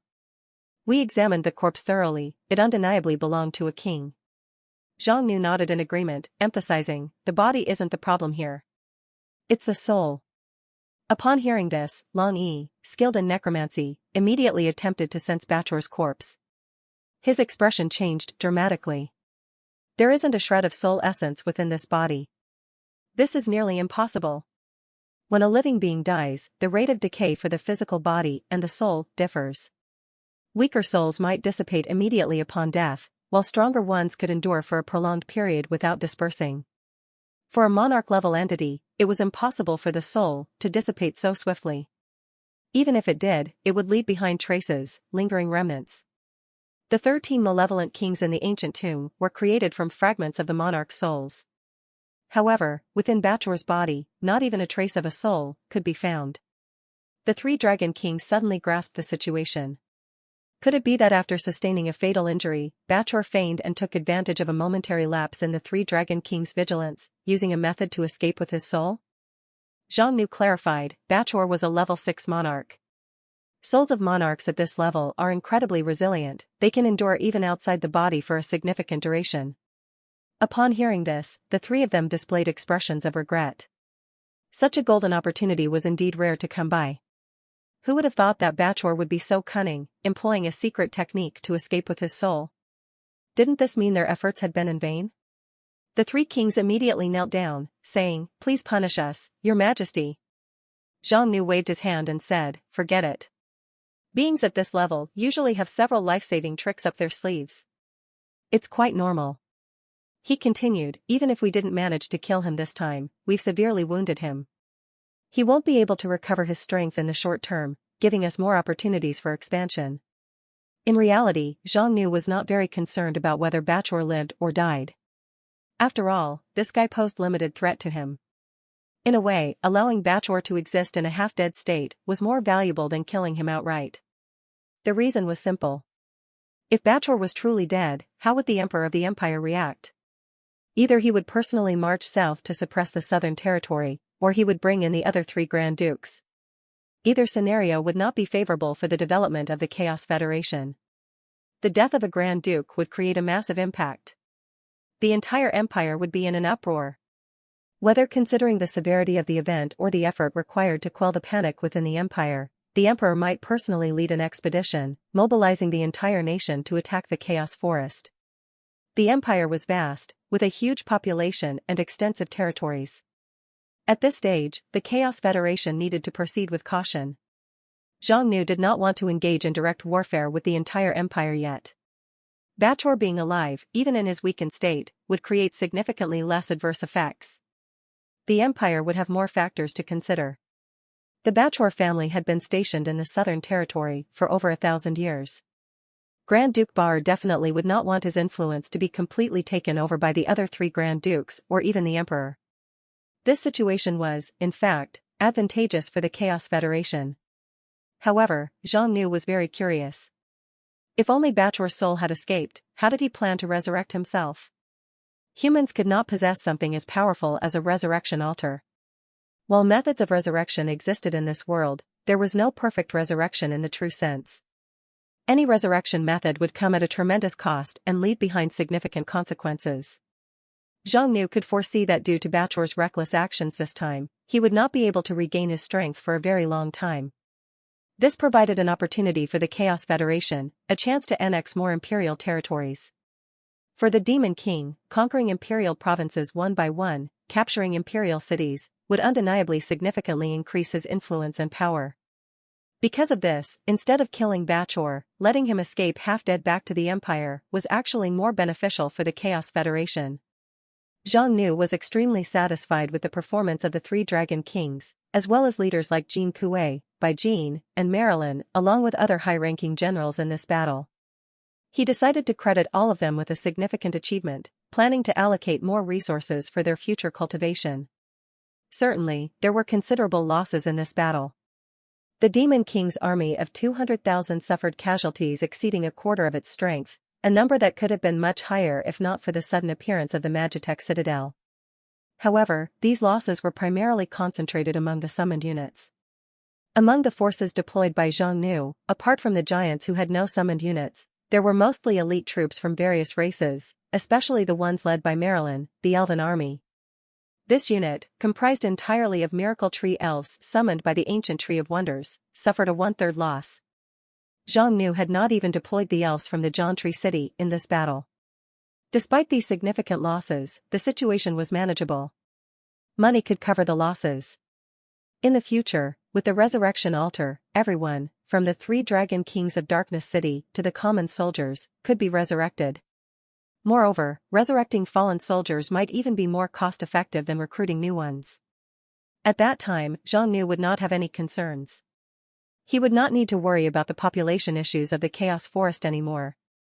After inspecting the battlefield and motivating his subordinates, Zhang Nu returned to the Darkness City.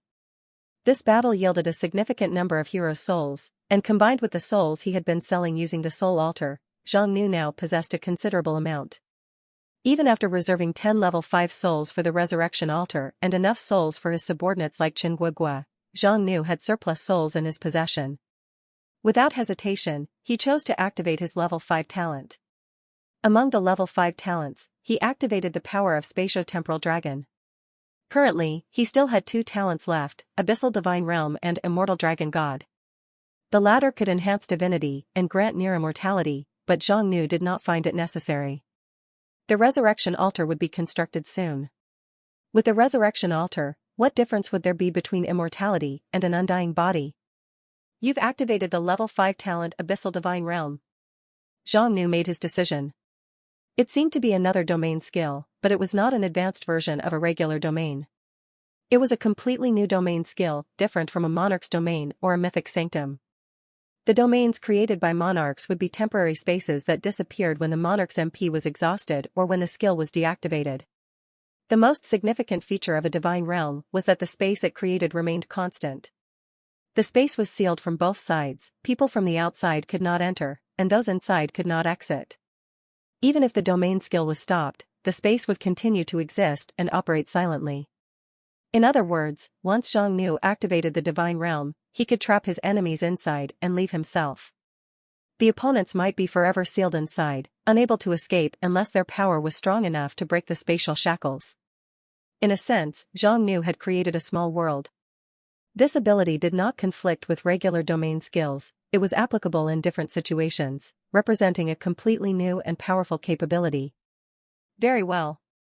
Level 6 was not far off. The higher the level, the harder it would be to advance. In fact, if Zhang Nu had not recruited so many subordinates or built structures like the Resurrection Altar, he might already have reached level 6 by now. However, this fastest upgrade path was not his choice. Given the current situation and Zhang Nu's current strength, he was more than capable. Stronger power would not immediately bring him more benefits. In comparison, building up the team and further improving his territory had higher value for the Demon King. While Zhang Nu was sacrificing souls to activate his new talent. Bachor City. The forbidden grounds of the Bachor family. A mysterious ceremonial site. Accompanied by a strong burst of light and energy fluctuations, Grand Duke Bachor regained his physical form and walked out of a pool. However, compared to his former strong and robust self, he now appeared shriveled and weak, as if he could be blown away by a gust of wind at any moment. In this battle, although he managed to preserve his life and utilized the secret technique passed down through generations in the Bachor family to resurrect, the price paid was immense. Not only did it consume a vast reserve of precious materials, but it also had a huge impact on him. Bachor's lifespan had been reduced by at least 50 years. His strength had also plummeted. Currently, he was only at the level of a level 5 monarch. It was likely that he could not even defeat any one of the 3 dragon kings of the Darkness City in single combat. Chaos Federation. Bachor gritted his teeth, his eyes seeming to spew fire. The Imperial army had suffered another devastating defeat, and this time, the loss was so severe. Not only did it significantly weaken the military power of the southern border of the Empire, but it also consumed a considerable amount of the Empire's resources. Such a significant event was not possible to be concealed from the Emperor. They had expected to quickly conquer the Chaos Forest, but the situation had turned out to be a shit show. Once the Emperor learned of this, he would likely be extremely furious. The next day, in the capital city of Bachor, panic spread like wildfire. The entire city was plunged into fear. The headlines of the local newspapers read: Tragedy strikes. Empire's 4th Legion completely defeated. Marquis Craigie, 3 counts, and 8 viscounts all killed in action. The 3 dragons of the Darkness City emerge, bloodshed awaits in the Empire's south.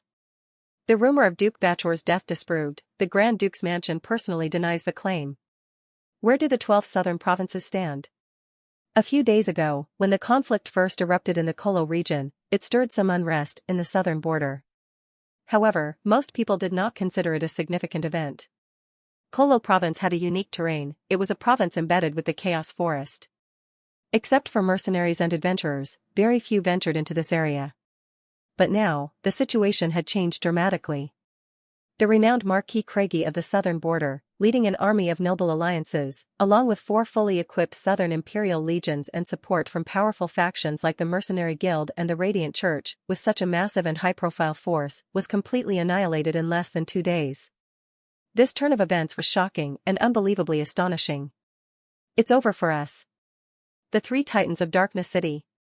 They are the kings among the dragonkind. Why are there 3 dragon kings appearing in the Chaos Forest? There must be a conspiracy behind this. Could it be a grand scheme by the dragonkind against the Empire? The 3 dragons of the Darkness City, each one measuring thousands of feet long. The Black Dragon, their leader, can devour the sun and the moon, obscuring the sky. There's also an Earth Dragon that can control the land, impervious to all magic. Finally, there's the 100-headed Thousand-Eyed Dragon, with immense magical power. It's terrifying. I heard even Duke Bachor personally fell to the Darkness's 3 Titans. The southern border is no longer safe. We need to leave quickly. This battle had an enormous impact, especially on the southern border of the Empire. Almost everyone was in a state of panic. The Darkness's 3 Titans were now a household name. It could be said that they had officially debuted and become widely known. Interestingly, the most significant failure of this battle was not the fall of Marquis Craigie and the 4 legions, but rather Duke Bachor's direct involvement. Duke Bachor truly underestimated the situation this time.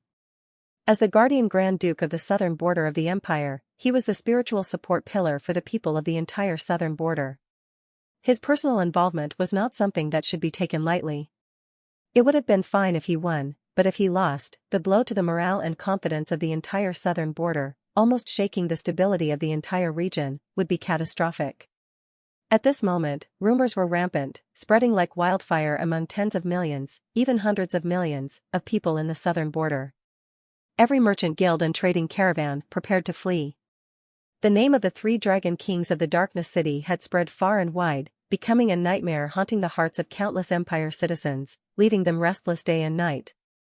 Only 2 days had passed since the Battle of Kolo, and the highest-level meetings of the 3 powers were convened once again. Emperor Freelio XVI of the Thunder Empire, Regent Prince Carlos of the Sunset Empire, and President Fontantina of the Azure Water Federation, the projections of these 3 supreme rulers appeared in the magically constructed conference hall. Even though their images were safely processed by magic, the Emperor of the Thunder Empire, could hardly conceal his anger. He was clearly in a state of extreme fury. Both Carlos and Fontantina were rejoicing a little in his misfortune. The events in the southern border of the Thunder Empire were too significant. Even though they were far away, news had reached their ears. This turn of events was undeniably quite fortunate. In recent years, the Thunder Empire had been growing stronger, and its increasingly evident ambitions did not escape the notice of the Sunset Empire and the Azure Water Federation. However, these two powers were currently beset by internal and external issues, leaving them with numerous problems to deal with and no time to focus on the growing threat of the Thunder Empire. Who could have expected that the once exuberant Emperor Frehlio would find himself in such dire straits? The Chaos Forest, the Chaos Federation, the three titans of the Darkness City. This was becoming quite interesting indeed. Emperor Frehlio's voice, like a restrained beast, rumbled, "You both have received the news about Duke Bachor, haven't you?" President Fontantina nodded. "We thought it was just an ordinary uprising of a demon king. We didn't expect the situation to be so severe, even the renowned Duke Bachor suffered such a setback." Prince Carlos nearly chuckled. "What a pity, indeed." Emperor Frehlio suppressed his anger. "Don't think for a second that I'm unaware of what's on your minds." Three monarchs appearing simultaneously in the Chaos Forest. "Haven't you two realized the gravity of the situation yet?" Prince Carlos nodded. For such a small region to have three monarchs appear simultaneously, especially powerful dragon monarchs, is indeed extremely rare. Even for forces of our scale, the number of monarchs is limited. He paused, hesitating for a moment. Could it be, we've been wrong from the beginning? Perhaps there's not just one demon king in the Chaos Forest. However, President Fontantina interjected, there might be many demon kings, but there can only be one great demon king, one true ruler. That's what I believe. Why? Prince Carlos inquired. President Fontantina explained, in the Azure Water Federation, we have thousands of demon kings, enough to draw the attention of the Supreme Council. We've conducted detailed investigations into this group. Currently, we have a preliminary understanding of their abilities and development methods. We believe that in regions with limited resources, demon kings can only have a subservient relationship with each other, not a solid alliance. In simple terms, demon king's development highly depends on resources, especially the demand for gold and elemental gems. Moreover, every demon king possesses the potential for explosive growth, which inherently breeds suspicion and competition among them. Upon hearing this, Emperor Frehlio nodded. We share the same belief. There is only one true demon king, likely a profound abyssal dragon. Prince Carlos was a bit puzzled, but what about the other two dragon kings? Don't tell me they are just minions summoned by the demon king? It sounds unbelievable, she added, but it's the only explanation. President Fontantina explained, although there isn't such a powerful demon king in the Azure Water Federation currently, based on our intelligence, there have been similar cases in the region near a kingdom in the south of the Azure Water Federation. When a demon king reaches level 5, there is a chance they can summon help from other monarch-level beings through summoning portals from unknown locations. However, this ability is limited, they can summon at most 1 or 2 allies. I believe that after the Abyssal Dragon Demon King in the Chaos Forest reached level 5, he gained the ability to summon kings from the Abyssal world.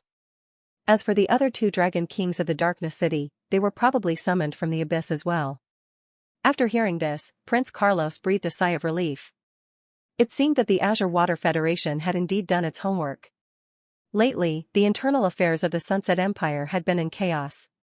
Prince Carlos was constantly embroiled in power struggles with several Grand Dukes and the royal family, leaving him with no time to focus on the Demon Kings.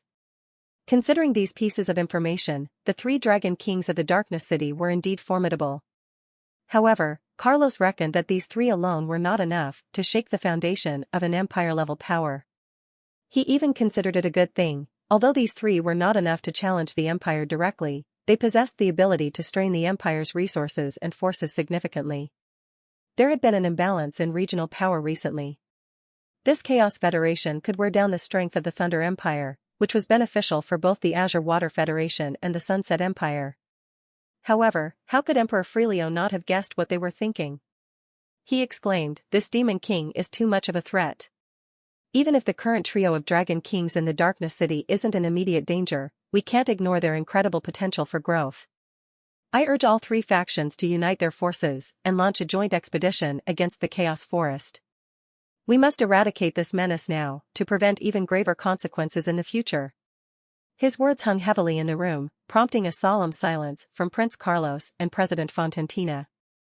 While they recognized the looming threat of the Demon King, mobilizing their forces was impossible given their current circumstances. The Azure Water Federation was internally divided, and the control of the Supreme Council over various regions was weakening. With the current execution capability and efficiency, even if the order to form a coalition was given, it would take at least 3 to 5 months to assemble the troops. As for the Sunset Empire, although it had the capability to swiftly organize forces as a centralized empire, Prince Carlos, the royal family, and local nobles were deeply embroiled in intense power struggles. For the Sunset Empire, and for this regent prince, the Chaos Federation was not the immediate concern. It was clear that the Chaos Federation was expanding northward. If the Sunset Empire intervened, it would gain no benefits and might even anger the three Dragon Kings. This could potentially shift their focus westward. Prince Carlos cleared his throat, stating, "Emperor Frelio's proposal makes sense. However, I am just a regent prince.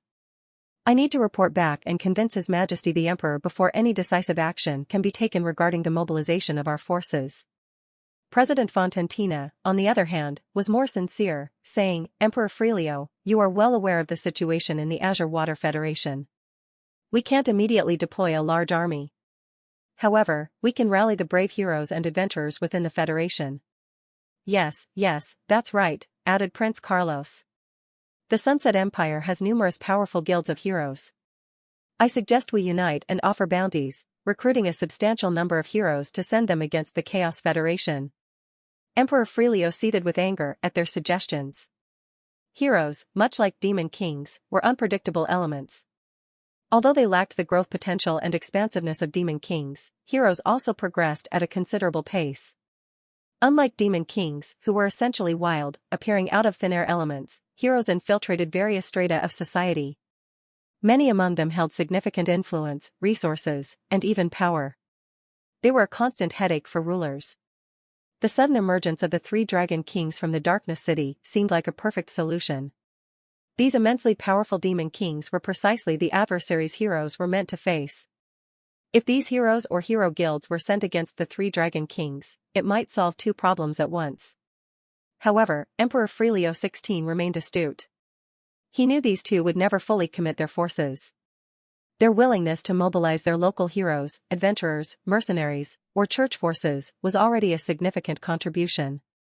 After reaching a consensus, the three leaders concluded their discussions, and Emperor Frelio XVI exited the meeting. Next, he convened a meeting with the internal high-ranking officials of the empire, where the primary noble houses from the 4 regions were present. Emperor Frelio XVI sat at the center, with the dukes from the 4 regions positioned around him, and behind them were at least count-level feudal lords. The 4 guardian dukes of the Thunder Empire were as follows: Duke Wycliffe Bachor, Grand Duke of the Southern Region; Duchess Ophelia Frelio, Grand Duchess of the Northern Region, and the only female duke, with a unique position among the 4. Duke German Kofi Paul, Grand Duke of the Western Region; Duke Bismarck Blakely, Grand Duke of the Eastern Region. Emperor Frelio said, "Given the rapidly deteriorating situation in the Chaos Forest, I propose that each region dispatch an elite force to the Southern Region." "I agree," Ophelia spoke up. As the Duchess of the Northern Region and the only female duke, she held a special status among the 4 dukes, being of the same lineage as the royal family. "Your Majesty." Bachor, clad in armor to conceal his weakened state, interjected, "This isn't the right time yet.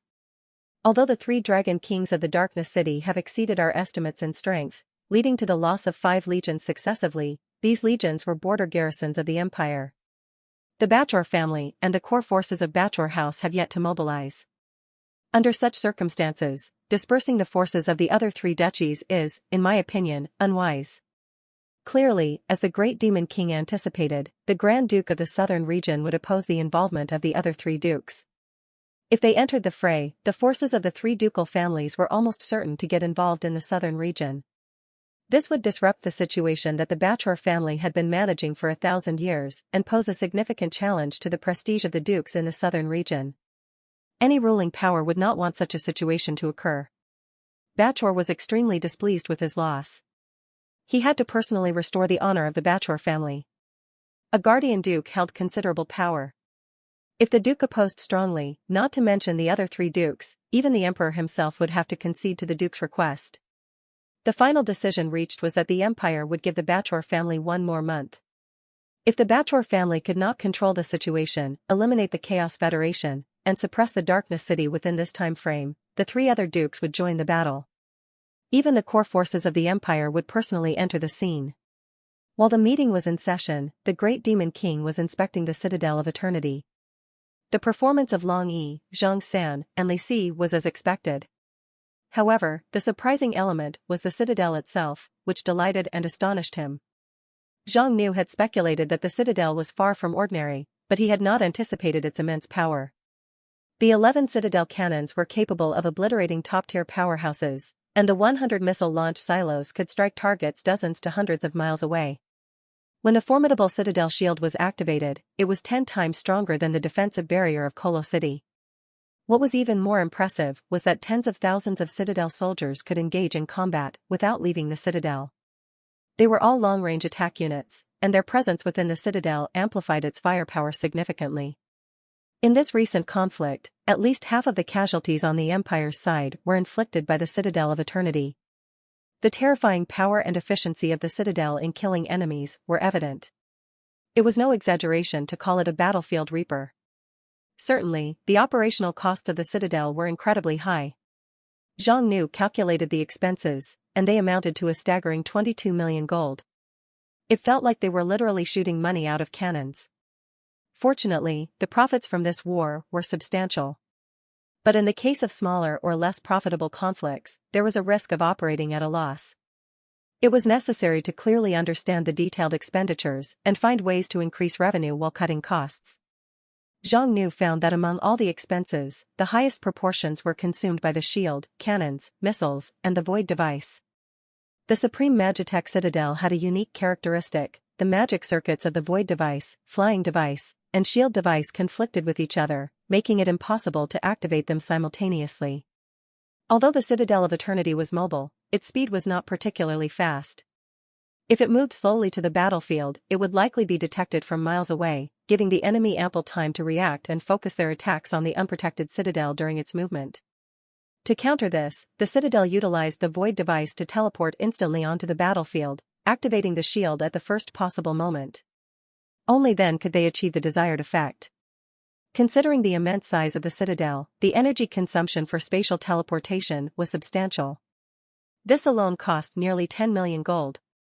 Zhang Nu realized that while the void device was incredibly useful, it was prohibitively expensive and had an exceptionally long cooldown time. In the future, unless absolutely necessary, it was best not to activate it. The rest of the expenditures, totaling over 10 million gold, were spent on the shield, citadel cannons, and missiles. The energy consumption of these components was unavoidable, but efforts could be made to reduce it. Zhang Nu made a decision. He resolved to recruit more citadel soldiers, aiming to fill the entire citadel core. When the Citadel Legion became powerful enough with fierce firepower, they could reduce the usage of cannons and missiles, thus decreasing consumption. As for the shield, Zhang Nu planned to supplement the Citadel with a team of mages, forming a specialized barrier mage unit to use MP to reduce energy expenditure. In summary, as long as the usage of various devices and heavy artillery was reasonably controlled, the consumption of the Citadel of Eternity could be kept within a manageable range. This citadel held immense military value, both defensively and offensively. Moreover, the Citadel of Eternity contained numerous facilities. Aside from various top-tier laboratories, it also had equipment production lines left behind from the ancient Magitech era. The known Magitech scholars from the Thousand Fang City already possessed some basic knowledge in manufacturing low-grade Magitech cannons and firearms. With future mass production, significant commercial value could be generated. After further reinforcing the forces of the Magitech Citadel, Zhang Nu summoned Long Yi. The Dark Dragon King respectfully knelt and said, "My master, what are your orders?" Zhang Nu replied, "The southern border's Duke Bar has suffered significant injuries in this battle. He won't be able to act for a while. We need to seize this opportunity and expand our territory further." Long Yi immediately understood, we will organize our troops and continue to expand northward, annexing more human territories. Zhang Nu nodded in satisfaction. With Bachelor Duchy remaining inactive for a while, it meant the Chaos Federation had a new opportunity for expansion. Up to this point, the territory of the Chaos Federation remained within the Chaos Forest. Most of the Kolo region was surrounded by the Chaos Forest. For the Empire, this region was a strategic key point for attacking the Chaos Federation. Since the Empire was no longer able to reclaim the Kolo region and the Chaos Federation needed to change its defensive posture, it was time for them to initiate an invasion. Their first target was, of course, the territory of Marquis Craigie. The Craigie family controlled 3 provinces, totaling 12 cities with a population close to 5 million. The territory was rich in mines and abundant in water and grasslands, featuring vast plains. If they could capture this territory, the Chaos Federation would significantly expand beyond the Chaos Forest. In the process of occupying the 3 provinces of Craigie, the Demon King would gain substantial rewards for the conquest, further enhancing his power. With Marquis Craigie and his forces eliminated, and Bachelor Duchy currently unable to offer assistance, most of Craigie's knights had also met their end. Given this situation, utilizing the might of the 3 Dragon Kings, seizing control of Craigie's 3 provinces was as effortless as turning one's hand. After seizing Craigie's 3 provinces, they could continue to annex nearby counties and viscounties. In just about 2 weeks, nearly 10 million people in the southern border of the Thunder Empire would be under the control of the Demon King. With such a vast population, abundant labor, and numerous cities, if properly subdued and utilized, they would create significant value for the Demon King. Upon returning to the Darkness City, Zhang Nu rewarded the commanders who had contributed significantly. Over a dozen influential figures, including the Golden Giant Jean Kuei, Elven City Lord Marilyn, Holy Knight Bai Jin, Orc City Lord Gru, and Grand Archmage Bai Jia, were all granted the opportunity for the Demon King's baptism. Those who were still in the cooldown period could wait for it to end before undergoing the baptism. Additionally, a large number of mid to high-level commanders were collectively subjected to the Sacred King's baptism. Under this ceremony, Marilyn had attained the strength of a pseudo-level 6 overlord, while Jean Kuei and Bai Jin reached the peak of level 5. One more baptism would likely allow them to break through. Grand Archmage Bai Jia and Orc Gru were level 4 units, and upgrading them would be much easier. After the 2 baptisms, they broke through their levels. After the rewards were distributed, Zhang Nu headed to the Evil God Cultivator. The various spoils from the recent war were still being organized, among which a particular item stood out: Duke Bachor's corpse. Although Bachor's soul had escaped through some secret technique, his powerful body remained intact. For Zhang Nu, this body held value, and any valuable resource was not to be wasted but exploited to its fullest potential. As for how to utilize it, Zhang Nu could infuse death energy using the Eye of Death, transforming it into an undead creature, perhaps a zombie or something similar. Given Zhang Nu's strength and the abilities of the Eye of Death, creating a level 5 Overlord undead would not be too challenging. However, a level 5 Overlord undead, despite its combat capabilities, would be useless beyond battle. These creatures lacked intelligence, and the Demon King did not need just another high-level combat unit. After much consideration, Zhang Nu decided to repurpose it as a material for experimentation. It would be integrated into the Evil God Cultivator as a fusing material, where it could be merged with his Super Draconian Guard. Approximately an hour later, the Cultivator Chamber completed the process. Accompanied by a powerful aura, Wei Yi stepped out from the chamber. This time, Wei Yi underwent significant changes. Its size grew to 4.5 meters, massive muscles bulging on its body. Its stature was now almost twice the size of the Demon King's. Demon Eye Tyrant Guard, Level 5 Overlord. 3500 HP, 3000 MP, 300 Strength, 259 Constitution, 300 Agility, 248 Will. Loyalty 100%, locked. Fatigue 10%. Hunger 10%. Skills: Instant Summoning, Talent, Demon Eye Unleash, Talent, Monarch's Physique, Talent, Shura's Killing Field, a rank, Hyper Beam, a rank, Raging Dragon Chi, a rank, Eye of Detection, a rank, Slow Ray, a rank, etc. Wei Yi was now completely different from the regular Draconian Royal Guards. After absorbing and assimilating the fresh body of a level 6 monarch, Wei Yi's power had reached the ceiling of level 5 Overlord. In one-on-one combat, he was on par with Long Air, Long San, or any other level 5 unit. This showcased the pinnacle of power that the Evil God Cultivator could currently produce. Originally a low-tier Draconian, Wei Yi was just an ordinary soldier. Now, he could be nurtured into a high-end powerhouse. Zhang Nu was satisfied with the synthesis results. The evil god cultivator was indeed potent, but the suitable materials for synthesis were limited. Currently, the only reliable source of fusing material was the beholders. After further thorough modification and enhancement of Wei Yi, Zhang Nu had planned to enter the Demon King space. Recently, thousands of mental programmers had started working. Under the leadership of Elven King Nancilia, they were diligently enriching the Demon King's created spiritual space, and their efforts had been fruitful. In the following events, the spiritual internet, planned to be gradually open to more citizens, promised to bring immense profit and value to the Demon King. However, at this moment, Zhang Nu received a private message through his player interface. The sender was none other than his strategic partner, the succubus queen, Han Kursen. Han Kursen asked, "Are you in need of spirit gems and soul gems lately?" Zhang Nu replied, "You saw my open orders on the various trading channels. Yes, I need to construct a special building, and I require a large quantity of spirit gems and soul gems as well. Do you have them in stock? My stock is probably just a drop in the bucket for someone of your caliber. Besides, I need these gems myself." "I can't sell them to you," she replied. Curious, Zhang Nu asked, "Then why did you ask in the first place?" Han Kursen responded, "I know of a place. If conquered, it could yield a considerable amount of high-quality spirit gems and soul gems." Upon reading this message, Zhang Nu felt a surge of excitement. He had been planning to find such a place, but before he could even start searching, Han Kursen had sent him the information. Immediately, Zhang Nu inquired, "What place is this? Is it highly challenging? Why don't you handle it personally? Both types of gems are quite valuable." Han Kursen retorted, "Obviously, if I were confident in dealing with it, do you think I'd be offering it to you, a potato seller? Hey, let's keep it civil. Potatoes were one of the early products in Darkness City. Now, our farms produce a wide variety of goods, and the contribution of potatoes to our economy is quite low. Speaking of which, why can't you handle it?" Zhang Nu was intrigued. In fact, finding a place to hunt monsters was not difficult. There were many wild areas in the Chaos Forest that he could explore. Moreover, he had Hubert the Undying Phoenix's map, which could lead him to numerous relics and magical caves. However, most of these places were too low level for his current strength.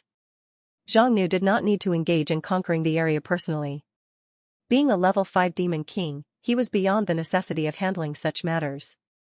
Yet, considering that the succubus queen, who was also a level 5 Demon King, could not handle it, the location's difficulty was intriguing. At the very least, it would not be lower than that of a level 5 monarch, making it a place of significant exploration value. With this in mind, Zhang Nu promptly arranged a meeting with Han Kursen. He decided to discuss this expedition further, to explore the possibility of collaboration between the two powerful Demon Kings. Han Kursen was a key partner. To facilitate future communication and collaboration, Zhang Nu granted Han Kursen and her main subordinates permission to access the Demon King's space. Of course, the operation of the Spirit Sanctum came at a cost. Zhang Nu could not afford to offer it for free. In the future, users would be charged a small bandwidth fee. This approach would cover the costs and provide an opportunity to earn money, raising funds, and ensuring the sustainability of the spiritual network. Additionally, raising the entry requirements would save bandwidth resources within the sanctum. The fee for external users would undoubtedly be increased by 100-fold to ensure that the spiritual network would be centered on the citizens of the Chaos Federation. Of course, even with a 100-fold increase in network fees, the succubus queen was not deterred. Zhang Nu's conditions for opening the spiritual network to outsiders served both as a means to save communication costs and promote mutual development, and as a test for potential partners. Using the spiritual network of the Darkness City provided certain conveniences, but also meant exposing one's thoughts. Therefore, unless someone genuinely intended to cooperate with the Darkness City, they would not have the courage to enter. Anyone harboring strong hostility or ill intentions would undoubtedly be discovered by the Demon King. Han Kursen was not concerned. The cooperation between the Darkness City and the Gloom City had been going well. She had no reason not to continue collaborating with Zhang Nu recently. The Darkness City had dispatched many operatives to the Holy Tide City. They were assisting the Darkness City's Shui Yao in taking control of the city while also conducting business with underworld exclusive resources, earning a considerable profit. Through Shui Yao, Han Kursen had learned about the spiritual space that the Darkness City was constructing. She saw this as an excellent opportunity. If she and her subordinates could enter, not only would it strengthen their cooperation, but it would also create numerous opportunities for her Gloom City. Upon receiving the admission permit, Han Kursen did not hesitate to form a contract with the Sanctum. She decided to meet Zhang Nu in the spiritual space. Is this the spiritual world created by the Darkness City? Upon entering the Demon King space, the sight before Han Kursen was astonishing. The spiritual space was thousands of times larger than its initial creation. Under the azure sky, there stood a city so exquisite it could be considered a work of art. It was pristine, flawless, and somewhat empty, currently just an outline as various buildings and facilities were still under construction. It's so lifelike. It's no different from the real world. Han Kursen exclaimed. Just then, a familiar yet unfamiliar roar drew near. Han Kursen turned and saw a sleek, fiery red sports car speeding down the open and flat street. It made a drift and came to a stop right in front of her. Chen Guogua was sitting in the driver's seat, a smug smile on her face. "Hey, Miss Han, how do you like my Ferrari?" she said. "Ferrari? Are you kidding me?" Han Kursen was dumbfounded. "How did you get this?" Chen Guogua laughed heartily. "This is the spiritual world, everything is virtual, just like a dream. I spent quite some time creating this piece. Let's take you for a ride. Then we'll go and see the boss," she added. Han Kursen got into the passenger seat. Chen Guogua put on her shades and revved the engine. Everything, from the feel of the genuine leather seats to the wind on their faces, was almost impeccably detailed, leaving them completely unaware of any falseness. Although Han Kursen, with her expertise in psychic spells, could create similar illusions using illusion magic, illusions were illusions. There would always be flaws and loopholes. Illusions could not simultaneously control thousands or even more targets, provide a constant interactive experience, and run continuously without interruption, forming an open sandbox world. This was much like the virtual game worlds depicted in certain novels, where people could enter and exit at any time, regardless of whether others were present, and the world would always be in operation. Han Kursen asked, "What does Zhang Nu plan to do with the spiritual world?" Chen Guogua replied, "There are plenty of things one can do here: entertainment, leisure, information exchange, business activities, and more. Anything you can think of, you can do it here. However, it's still in the beta testing phase, so there aren't too many people here yet." She continued, "The area ahead is a temporary commercial square. Since the modeling of the business street hasn't been completed, everyone is doing business directly on the square." They parked the car and walked to the square. Hundreds and thousands of chiefs, city lords, and leaders of merchant caravans from the Chaos Forest could now enter. The Chaos Forest had complex and dangerous terrain, making communication difficult in normal circumstances. Now, everyone could come in to order supplies, purchase goods and services at any time. Before Han Kursen could take a closer look, Chen Guogua exclaimed, "Isn't that Feng Yanyan?" The succubus queen was led to a stall by the Flower Fey Demon King. This stall was quite unique. The vendor was a girl dressed in a skirt, with a cute and lovely appearance that resembled a student. She was selling something very special, slimes of various sizes. "Feng Yanyan? That name sounds familiar. Are you the slime demon king of the Demon King Alliance?" Han Kursen inquired. Han Kursen remembered. The first time she came to the Darkness City, she met with several demon kings of the Chaos Forest. One of them was named Feng Yanyan. Why did she remember this name? Because this demon king was very special. She was a slime demon king. Now, this slime demon king had turned into a human. Her appearance was probably modified in the spiritual space. After all, if they could create a freaking Ferrari, turning a slime demon king into a human did not seem strange at all. Chen Guogua explained, "This is Feng Yanyan's original form. Thanks to the help of the big boss and the spiritual space, she has been reborn as a human." Han Kursen asked, "What are you selling?" "Are you the esteemed Han Kursen herself?" the slime demon king quickly said, "I'm selling slimes." "Slimes can be sold?" Han Kursen was surprised. Feng Yanyan replied, "Although I'm the lowest ranked demon king, there are advantages to being a low-tier demon king. My units are not only numerous, but also diverse in types." She pointed to the slime models on her stall and explained, "I might be only level 3, but I already have dozens of different slime units. This one is a cleaning slime, specialized in hygiene. This is a decomposing slime, used for breaking down waste or impurities, assisting in production, such as alchemy. Elves really like these two slimes. Tree City just ordered 2,000 of them. This one is flame slime, this is frost slime, and this is poison slime. Feng Yanyan listed a dozen or so names in one breath and then pointed to a giant white slime, saying, "This one is a level 3 super healing slime. It can heal injuries and restore fatigue." The Slime Demon King had reached level 3, yet she did not have any elite units under her command.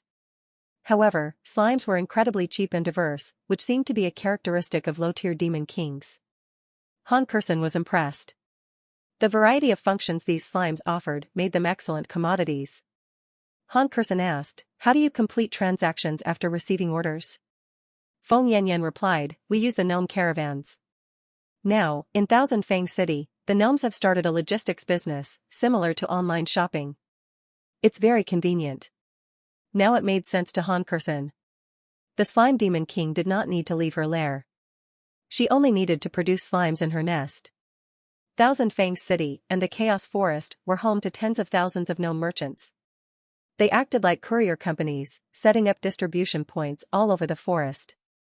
They handled door-to-door pickups, sorting and distribution, centralized transport, and door-to-door delivery. Han Kursen inquired, "How's business?" Feng Yanyan proudly said, "Why even ask? My slimes are the best and they're sold at a reasonable price. I've already made 50,000 gold. 50,000 gold coins might not be much for a great demon king like herself, but for someone like Feng Yanyan, it was beyond her wildest dreams, something she would not have dared to imagine just a few days ago."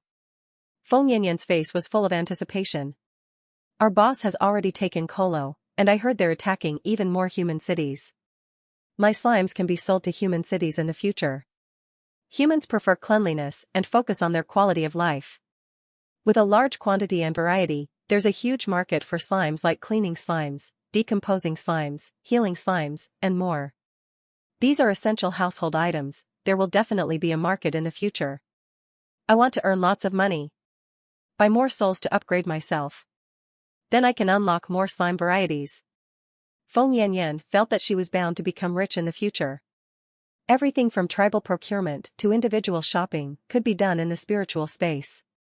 Wasn't this another form of online shopping?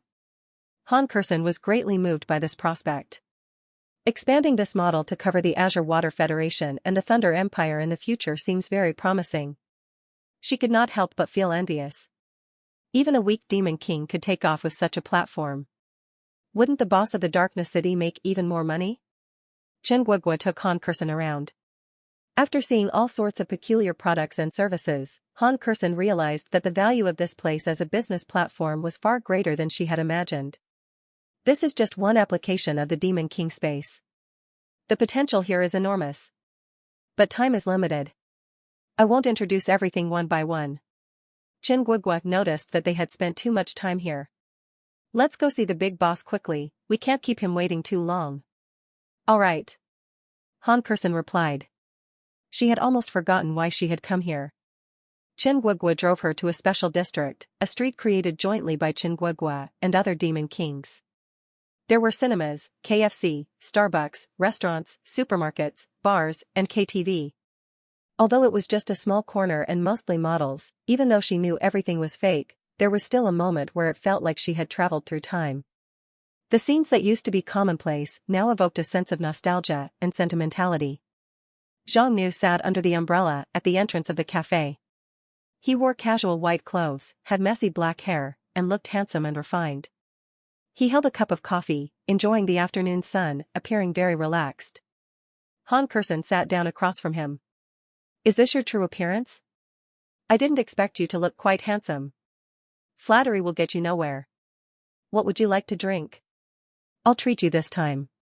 Do you have fattener drink, soda?" Han Kursen asked. Zhang Nu snapped his fingers, and a glass of fattener drink, chilled, appeared in front of her. She took a sip. It tasted exactly as she remembered. "How do you find this place?" Zhang Nu asked. "I have to say, this is a world incredibly close to reality. Even I feel tempted to get lost in it," Han Kursen replied. "However, it's a pity. It's all fake. Indeed, that was all just a dream. Everything there was fleeting, with no roots or substance. In the end, strength was what truly mattered. Without sufficient strength, indulging in this fantasy land would have led to destruction. The mentality of the succubus queen was truly exceptional, not something ordinary people could compare to. As for the demon kings under Zhang Nu, including Chen Guogua, who had recently been addicted to the spiritual space, it became a headache. It was necessary to limit their online time to prevent them from developing internet addiction.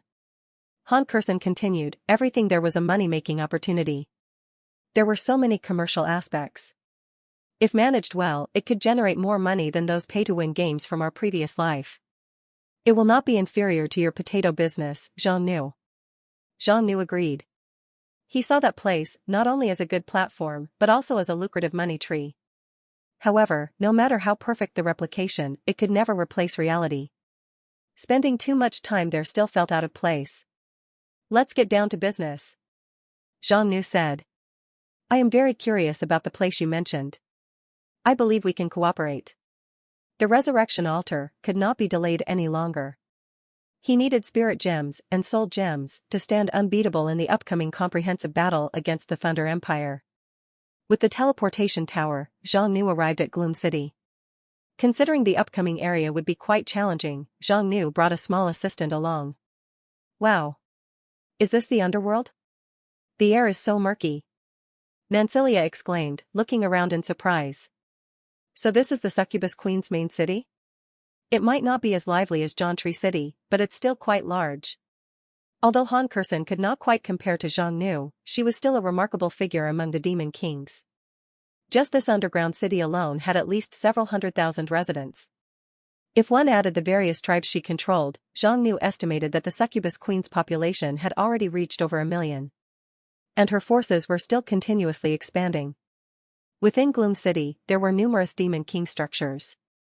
With just a single glance, Zhang Nu could count over a dozen of them. Teleportation Tower, Level 5 Building. Detection Tower, Level 4 Building. Earth and Flame Tower, Level 4 Building. Barrier Tower, Level 4 Building. Altar of Berserk, Level 4 Building. Spectre Sanctuary, Level 4 Building. Grey Dwarf Castle, Level 5 Building. Dark Elf's Camp, Level 5 Building. Rift Tower, Land of Nothingness, Level 5 Special Building. Zhang Nu was somewhat surprised and commented, impressive, truly befitting of a big-shot demon king. Just the Gloom City alone has so many buildings, there must be even more near the demon king's castle. If it were someone else giving such compliments, Han Kersen might have felt a sense of pride. But facing Zhang Nu, she felt utterly powerless. Spare me the flattery. Regardless of quality or quantity, it's far inferior compared to your Darkness City. They're not even in the same league, she retorted. Zhang Nu did not deny this. After looking at the buildings in the Gloom City, his gaze settled on a tower emanating a powerful energy fluctuation. Rift Tower, Land of Nothingness, Level 5 Special Building. This one's quite special. I've never seen anything like it. Hee hee. You have keen eyes, Han Kersen said. In any case, I'm still a Level 5 Demon King. I have some hidden treasures of my own. This is a Level 5 special building, the Rift Tower. Although Zhang Nu had already discerned the function of the Rift Tower, he still asked, pretending not to know, what's the use of this tower? Han Kersen replied, the Rift Tower acts as a dungeon instance. Every so often, you can enter to challenge it. Each successful challenge yields resources. I obtained the blueprints for my teleportation tower from here. So that's how it works. What's a dungeon instance, though? A dungeon instance, she explained, was a continually repeating map that players could revisit. Instances were repeatable.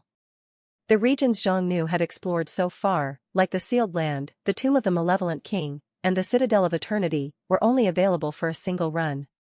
Strictly speaking, they were not dungeon instances, they were more like monster-filled areas. Han Kersen's Rift Tower was a genuine instance generator, allowing infinite monster spawns and providing rewards upon completion. Zhang Nu was puzzled before as to why did Han Kersen have 3 copies of the teleportation tower blueprint. Normally, the probability of getting the same blueprint from different reward chests was extremely low, let alone teleportation tower blueprints. These were not ordinary blueprints. Now, this confusion finally had an answer.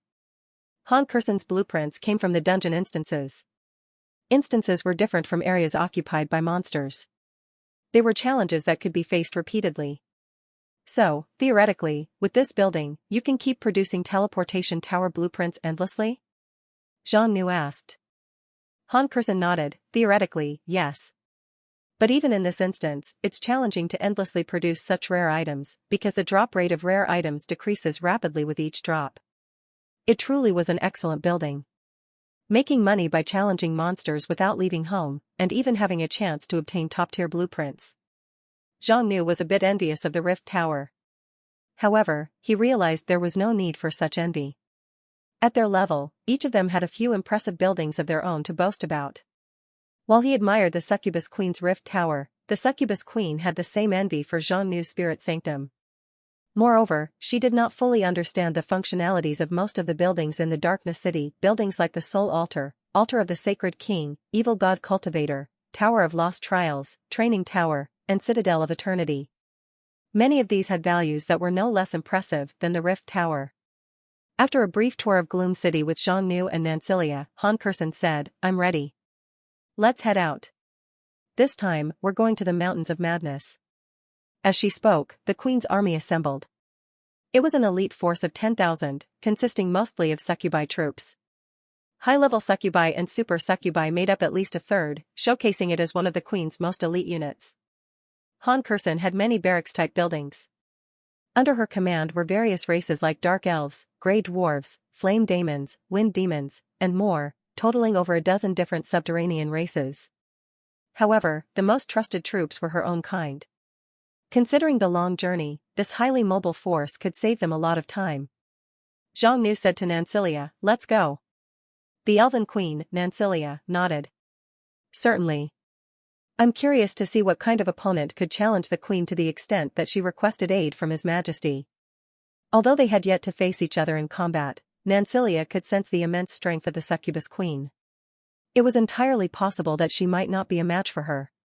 Such a powerful demon king, coupled with such a mighty army. Yet, even so, the Queen was not confident in dealing with the opponent herself, indicating that the enemy was truly formidable. However, the more challenging the opponent, the more motivated the young Elven King felt. She believed it was a great opportunity to contribute significantly and earn merits. Soon after, they set off for the Mountains of Madness. Zhang Nu's current understanding of this world was still limited. He knew that the underworld was a part of this world and that its scale might not be smaller than the surface world. It could even be larger because of the layered and creviced nature of the underground spaces. This was a three-dimensional distributed world, potentially larger than the surface world. However, in the underworld, ancient giants, terrifying monsters, brutal demons, and various magical creatures were abundant. Compared to the civilization-rich surface world, civilizations and nations were scarce in the underworld. Due to the unique environment of the underworld, large countries like the Thunder Empire were much rarer. Their number was far less than 3% of that on the surface world. Nancelia asked while maintaining the flight spell, "My queen, what special features do the Mountains of Madness have? Why are we going there?" Han Kursen explained, "The Mountains of Madness are the most infamous forbidden zone within a few thousand miles nearby. To be honest, I don't know much about this place either. But from the depths of the Mountains of Madness," she continued, "emanates an incredibly powerful and profoundly evil spiritual force. This force can affect everything within a radius of 100 miles, driving dozens of nearby tribes and clans into incomprehensible madness, causing unbelievable mutations in both their souls and bodies. For thousands of years, other forces have found it difficult to approach the Mountains of Madness. We are going there this time to attempt to understand what exactly is happening within these mountains. If that proves too difficult," she added, "we can still reap rewards by exterminating a few tribes." After hearing the explanation, Zhang Nu understood the situation better. No wonder Han Kursen had such confidence in this place's ability to produce spirit gems and soul gems. They had initially agreed on a 50-50 split for the harvest, and Zhang Nu did not have any objections. After all, the intelligence was provided by Han Kursen, and the army was under her command. She was the one taking on the most significant risk. The underworld was never Zhang Nu's territory to begin with, so he felt like he was benefiting from resources that did not originally belong to him. After approximately half a day's journey, the three of them and their troops were almost at the Mountains of Madness. You are being corroded by psychic erosion. HP -1. Upon arriving near the Mountains of Madness, Zhang Nu felt a subtle psychic attack. Nancilia and the succubus queen, as well as her succubi troops, also clearly sensed the psychic assault. Their faces all turned grave. What kind of existence is this? Being capable of causing a collective psychic shock from such a distance, the succubus queen frowned. Elven blessing. Nancilia raised her staff, casting a protective aura over Zhang Nu and Han Kursen. She then extended the spell to shield the succubi troops from the psychic damage. While this spell effectively countered the immediate psychic damage, as they approached closer, the erosion grew stronger. It's indeed a challenging area, Nancilia remarked, her brow furrowing deeper. Your Majesty, I sense that despite the vast distance, there's an aura of evil and insidiousness emanating from the source of this psychic power. Additionally, she sensed that the aura felt oddly familiar, reminiscent of a similar presence she had detected in both the Sealed Land and the Tomb of the Malevolent King.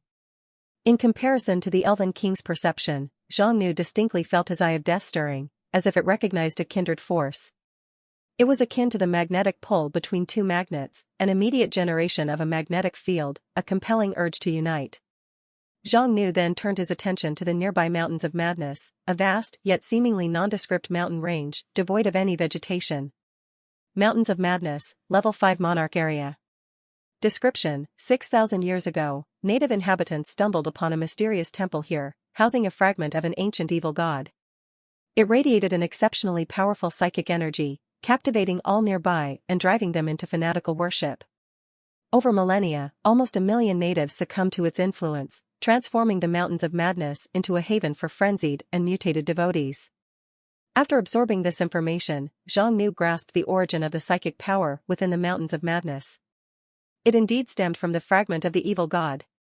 Such immense energy could only be derived from the power of an evil god. What astonished and thrilled Zhang Nu was his ability to sense his eye of death resonating within him. This indicated that the evil god's fragment in the Mountains of Madness was most likely the other eye of the eight-eyed evil god. Without conducting an investigation, Zhang Nu instinctively understood the outcome. His excitement swelled. If he could acquire and assimilate the second eye of the evil god, his eye of death would undoubtedly undergo a profound evolution. Considering it from this perspective, his fortune was unparalleled. Who could have anticipated that fragments of the same evil god would be sealed in two vastly different locations? As for the area's difficulty, a level 5 monarch area might pose a challenge, but it would not deter a demon king. The true challenge lay in dealing with the nearby million crazed natives, completely ensnared by brainwashing.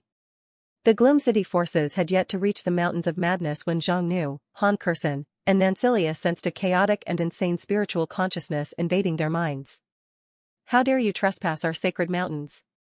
We have been discovered? Han Kursen's expression changed slightly. She ordered the troops to halt, observing the situation cautiously to avoid falling into a trap. However, within 10 minutes, a native force emerged from the canyons near the Mountains of Madness.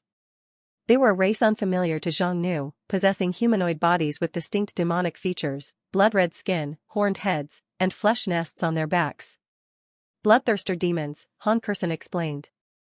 They are a demonic species skilled in blood magic, possessing robust vitality and recovery abilities, making them challenging to kill. These bloodthirster demons were unlike their normal counterparts. Upon closer inspection, one could notice numerous small cracks on their faces, foreheads, necks, and even torsos. When these cracks opened, they revealed eyeballs embedded within them. Although they appeared as if forcibly adorned body decorations, these eyes were active, emitting eerie and perilous spiritual auras. Upon closer examination, Zhang Nu noticed that each of these bloodthirster demon had several of these eyes, ranging from 5 to over 10, and some even had dozens of them with each eye varied in size. It was undeniably unsettling, especially for those suffering from trypophobia. A sensation of creeping disgust washed over them. Nancilia remarked, these demons seem to have undergone a partial demonic transformation. The demon race and devil race, while both dark races, were originally normal species. The distinction lay in the term demonic transformation. When things deviate from the norm, they tend towards the demonic. Evil and brutality characterize the demonic. Demonic transformation was not specific to any particular race. In this world, the concept of demonic transformation was akin to the concept of spiritual awakening in fantasy worlds. Whether it was a low-level creature like a pig, dog, or insect, or inanimate objects like plants and stones without souls and lives, under specific circumstances, if their life form underwent abnormal changes, they could turn into demons. Demonic transformation led to ferocious and brutal demons. These already bloodthirsty and ferocious demons exhibiting features of demonic transformation would undoubtedly possess even greater strength. Zhang Nu also noticed that the more eyes a bloodthirster demon had, the higher their level and power.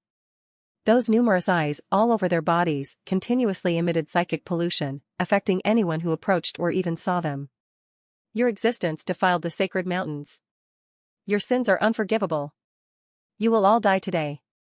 While the bloodthirster demon leader roared in madness, dozens of irregular eyes all over its body released some kind of psychic wave, primarily targeting the trio. You are under psychic assault. HP -5. Zhang Nu was surprised. This creature was quite interesting. However, it only possessed the strength of a level 4 overlord. If it weren't for the special nature of its psychic attack, it would not have been able to harm Zhang Nu with his abilities. Han Kursen and Nancilia were also attacked. The former was a master in the domain of the mind, with exceptionally high psychic resistance, so she did not regard this level of attack seriously. The latter had activated the spiritual shield of the Elven King, a defensive magic that specifically countered attacks on the spirit and soul level. In the next moment, the bloodthirster demon leader melted like a mass of blood-colored mist. This was the powerful blood magic of the bloodthirster demons. In this state, they had a body similar to elemental beings, making them nearly immune to physical attacks and even more elusive. However, even in this blood mist state, the psychic contamination it emitted did not weaken. If someone were swallowed by this mist, they would not only suffer from blood magic attacks, but also face even more intense and insane psychic assaults. Nancilia raised her staff, ready to strike. But the succubus queen, Han Kursen, acted even faster, soul domination. Her face darkened, and she swiftly raised her left hand, releasing numerous purple threads. These threads were not physical, they were all composed of soul and spiritual energy. Ignoring conventional physical and magical defenses, they landed in the blood mist created by the bloodthirster demon leader, instantly immobilizing the constantly shifting mist. Han Kursen gave a casual pull, and the blood mist dispersed completely.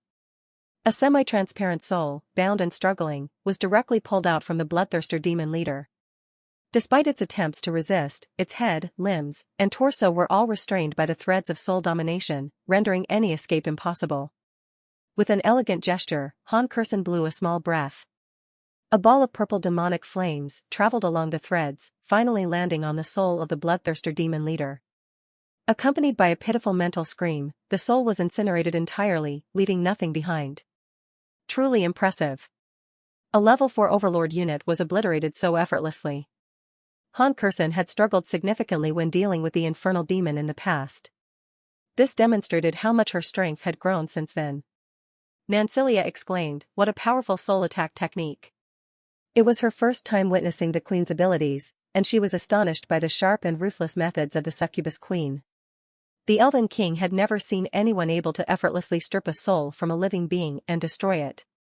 The soul was the fundamental essence. If the soul was destroyed, everything was obliterated at its core. No matter how strong the physical body or how abundant the powers, they became useless.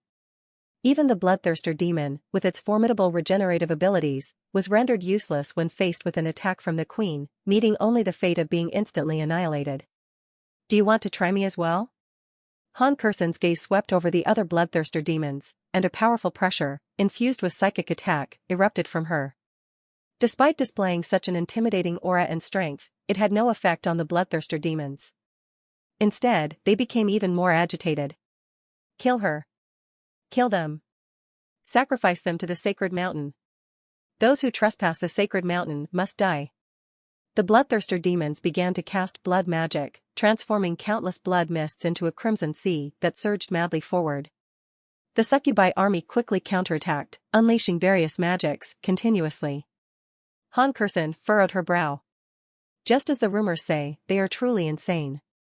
These creatures are utterly uncommunicative and seem to know no fear. It was getting out of hand.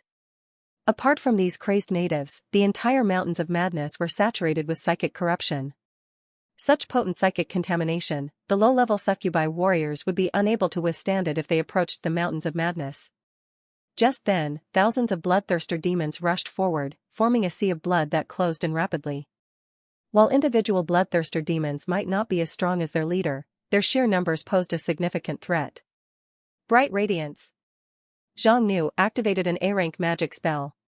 Originally a healing skill, this magic had a potent lethal effect on creatures of the dark. With his immense MP, the Demon King summoned a massive beam of radiant light that engulfed hundreds to thousands of bloodthirster demons.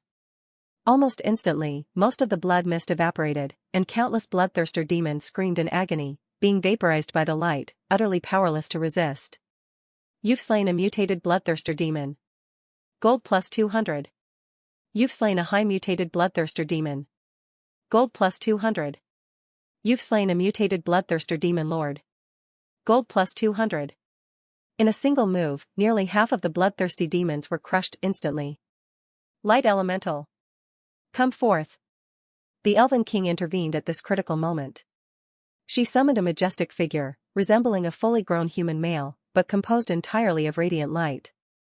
It was the monarch of light elementals. Purifying Holy Flame. Nancilia pointed ahead. The light elemental transformed into a beam of light, charging into the blood mist and dispersing. Instantly, it turned into countless pure white flames of holiness. Any bloodthirster demon it touched immediately revealed its true form and was swiftly incinerated to death. Han Kursen acted once more. Numerous soul-controlling threads dove into the blood mist, pulling out hundreds of souls in one go and shattering them directly. Bloodthirster demons were by no means weak creatures. Yet, under this relentless assault, their casualties were devastating. Even those fortunate enough to survive initially met their end under the onslaught of the Succubi Legion. However, before they could catch their breath, Han Kursen furrowed her brows. Damn it. I sense more of them approaching. It seems the nearby tribes have detected our presence. The overpowering psychic energy shrouding the Mountains of Madness makes it difficult for my troops to get close, she continued, her voice laced with concern. Moreover, there are dozens, even hundreds, of insane tribes nearby. If they join forces to attack us, even the three of us won't easily escape unscathed. It appeared that assaulting the Mountains of Madness was no longer a viable option. At best, they might conquer a few of the insane tribes. Han Kursen had invited Zhang Nu primarily to explore the interior of the Mountains of Madness together, hoping to completely take over this mysterious place. However, the danger within the Mountains of Madness far exceeded their estimates. Under the siege of the insane natives, Han Kursen felt that they would need to mobilize 50,000 to 100,000 elite troops at least. This was even without accounting for the psychic erosion they were currently experiencing. With the entire Mountains of Madness now saturated with this corrupting force, approaching it meant being indiscriminately affected. Regular soldiers would not stand a chance. It was clear that any military expedition was bound to fail. Yet, Zhang Nu calmly stated, there's no need to complicate things. Han Kursen was surprised. What do you mean? Do you have a solution? Zhang Nu nodded. I've sensed the origin of this madness. We just need to eliminate that source. Once the psychic erosion of the Mountains of Madness vanishes, these insane natives will be severely weakened. Really? Can you sense the location of that thing? Han Kursen asked in astonishment. But how did you manage to do that? Zhang Nu smiled mysteriously. That's my little secret. When the time is right, you'll know. Holding back secrets, Han Kursen sighed exasperatedly. But even if we know where it is, we can't enter. There are too many natives nearby. Without bringing our troops, it's difficult to withstand the assault from so many of them. Zhang Nu replied, that's not a problem either. You can have the Succubi Legion spread out on the periphery, drawing the attention of most of the natives and buying us some time. Han Kursen asked, are you planning for a decapitation strike? Zhang Nu nodded. Exactly. As long as the plan goes smoothly and we strike swiftly, it will be the least costly and most efficient approach. If it were anyone else, Han Kursen would have hesitated. However, her partner this time was Zhang Nu. She only took 3 seconds to think before decisively saying, let's go with your plan. The succubi legion split into 100 combat squads as per Han Kursen's orders, swiftly flying towards the vicinity of the Mountains of Madness, drawing the attention of the natives. My succubi legion is highly maneuverable and skilled in entanglement and harassment, but their numbers are limited. So, the time they can buy us is also limited, Han Kursen exclaimed. That's more than enough. Zhang Nu began to act. With his left hand, he grabbed the Elven King, and with his right hand, he seized the succubus queen, sandwiching them between his arms. Han Kursen could not help but ask, is it necessary to do it this way? Stop talking, Zhang Nu replied. Let's go. Zhang Nu transformed into his spatio-temporal dragon form, his entire body turning into a dreamlike silver-white entity. Han Kursen was astonished to find that a strange force shrouded her and her surroundings, causing everything to slow down significantly. What's happening? Is time slowing down? He has the ability to influence the speed of time.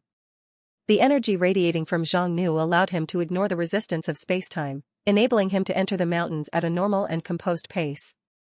There was a saying, speed is relative. It all depended on the frame of reference. When the flow of time was compressed to a fraction of its normal speed, even if Zhang Nu advanced at his regular pace, when multiplied by the time factor, it would be like he was moving dozens times faster. Thus, in the normal environment, he was moving at a speed almost indiscernible to the naked eye. Even Agile-type level 5 overlords could barely catch a glimpse of a silver streak and capture some traces, but they were completely outmatched. This power. It's astonishing. Han Kursen had believed that her ability to manipulate the mind and soul made her one of the most elite. She never imagined someone could control even time. No, it was not just time. Han Kursen quickly realized that the environment they were in was not the result of merely compressing the flow of time. The spatial structure around them had also warped. Whenever they encountered obstacles, Zhang Nu effortlessly traversed through without needing to detour. In other words, he controlled the speed of time and mastered the curvature of space.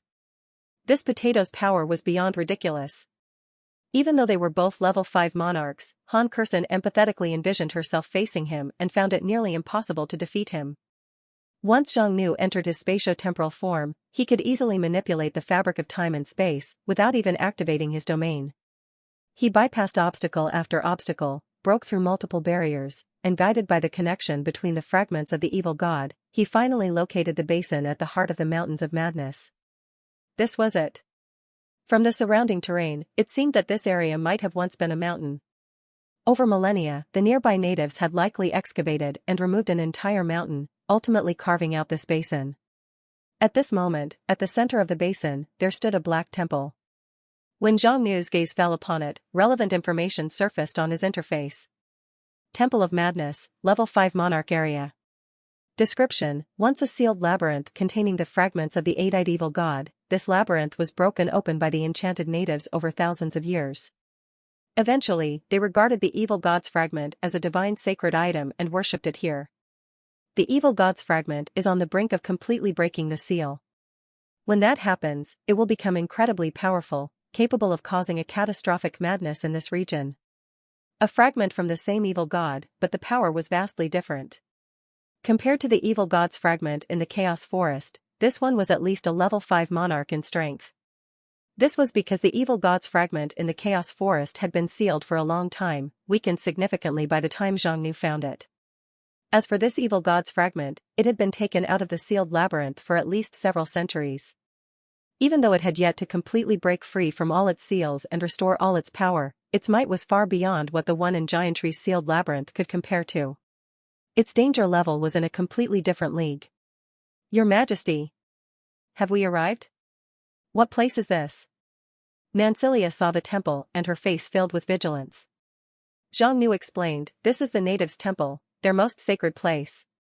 The source of the psychic energy in the Mountains of Madness is right here. This place was extremely dangerous, but precisely because of that, it was considered forbidden. Not many natives were dispatched in the vicinity. We must act now. We have to eliminate and cut off the source before the other natives react and rush over, otherwise, we will miss the opportunity. Before the words were finished, a sharp pain pierced through his brain. You are being gazed upon by an evil god. HP 65. You are being gazed upon by an evil god. HP 65. You are being gazed upon by an evil god. HP-65. In the form of the spatio-temporal dragon, Zhang Nu could avoid any physical, elemental, or tangible attacks, but he could not evade psychic and soul-based assaults.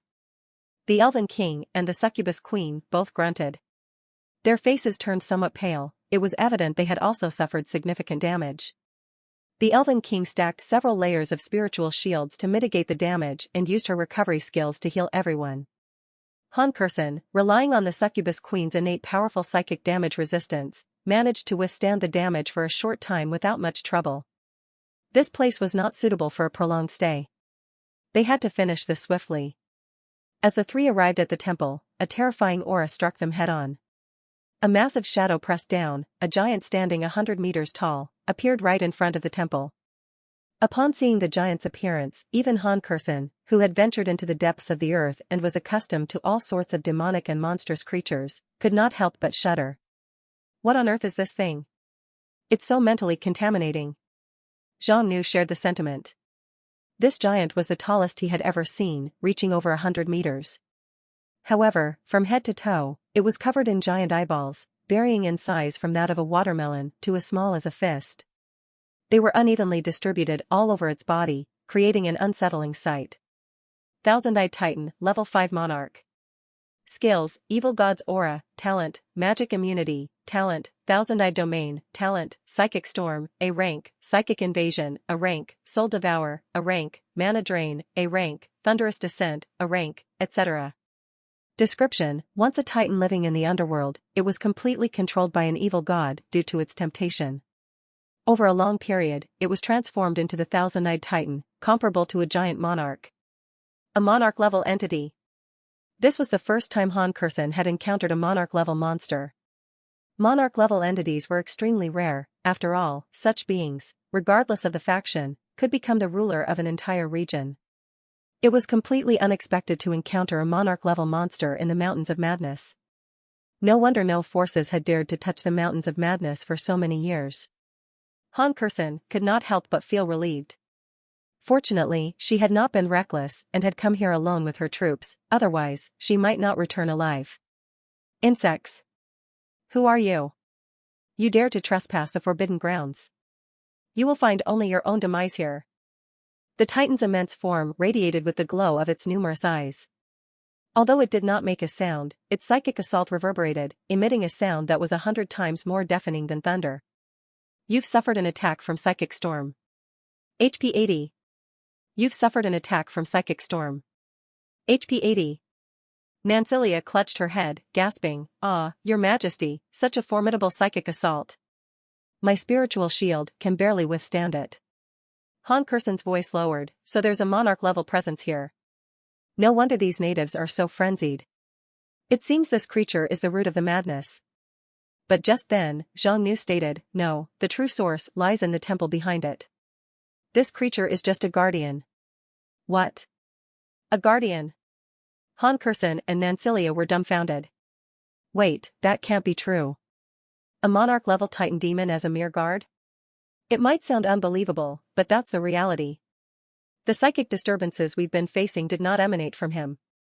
I agree, Your Majesty, Nansilia added after a moment of concentrated perception. Despite the malevolent aura of this titan, it still falls within the scope of demons. It's fundamentally different from the power that has been eroding the Mountains of Madness all this time. Realizing they were being disregarded, the Thousand-Eyed Titan exploded in rage. You ants dare to scorn our sacred grounds? Die. In the next moment, every single eye on the titan lit up. Zhang Nu, Han Kursen, and Nansilia were dragged into a domain filled with eyes, each resembling a sinister orb capable of emitting deadly beams. Simultaneously, one figure after another entered this domain. Hundred-Eyed Blood Fiend Giant, Level 5 Overlord. Description: Created from the corpses of countless natives, the Blood Fiend Giant possesses immense strength. Due to prolonged absorption of the power of the evil god, it has mutated into a terrifying demon giant. Level 5 Overlords. And so many of them. Han Kursen sensed the strength of these monsters. Creatures of this level were exceptionally rare. Typically, they were regional overlords or local lords. Yet, at this moment, from all directions, there were about 10 such giants. This was frightening. Having a monarch-level entity acting as a guardian, and level 5 overlords serving as minions, what kind of beings could possibly exist within the temple? This was bad. This situation might have taken a turn for the worst. Han Kursen was worried, and even Zhang Nu had not anticipated the insanity of the Mountains of Madness. A monarch and 10 overlords formed an incredibly formidable force.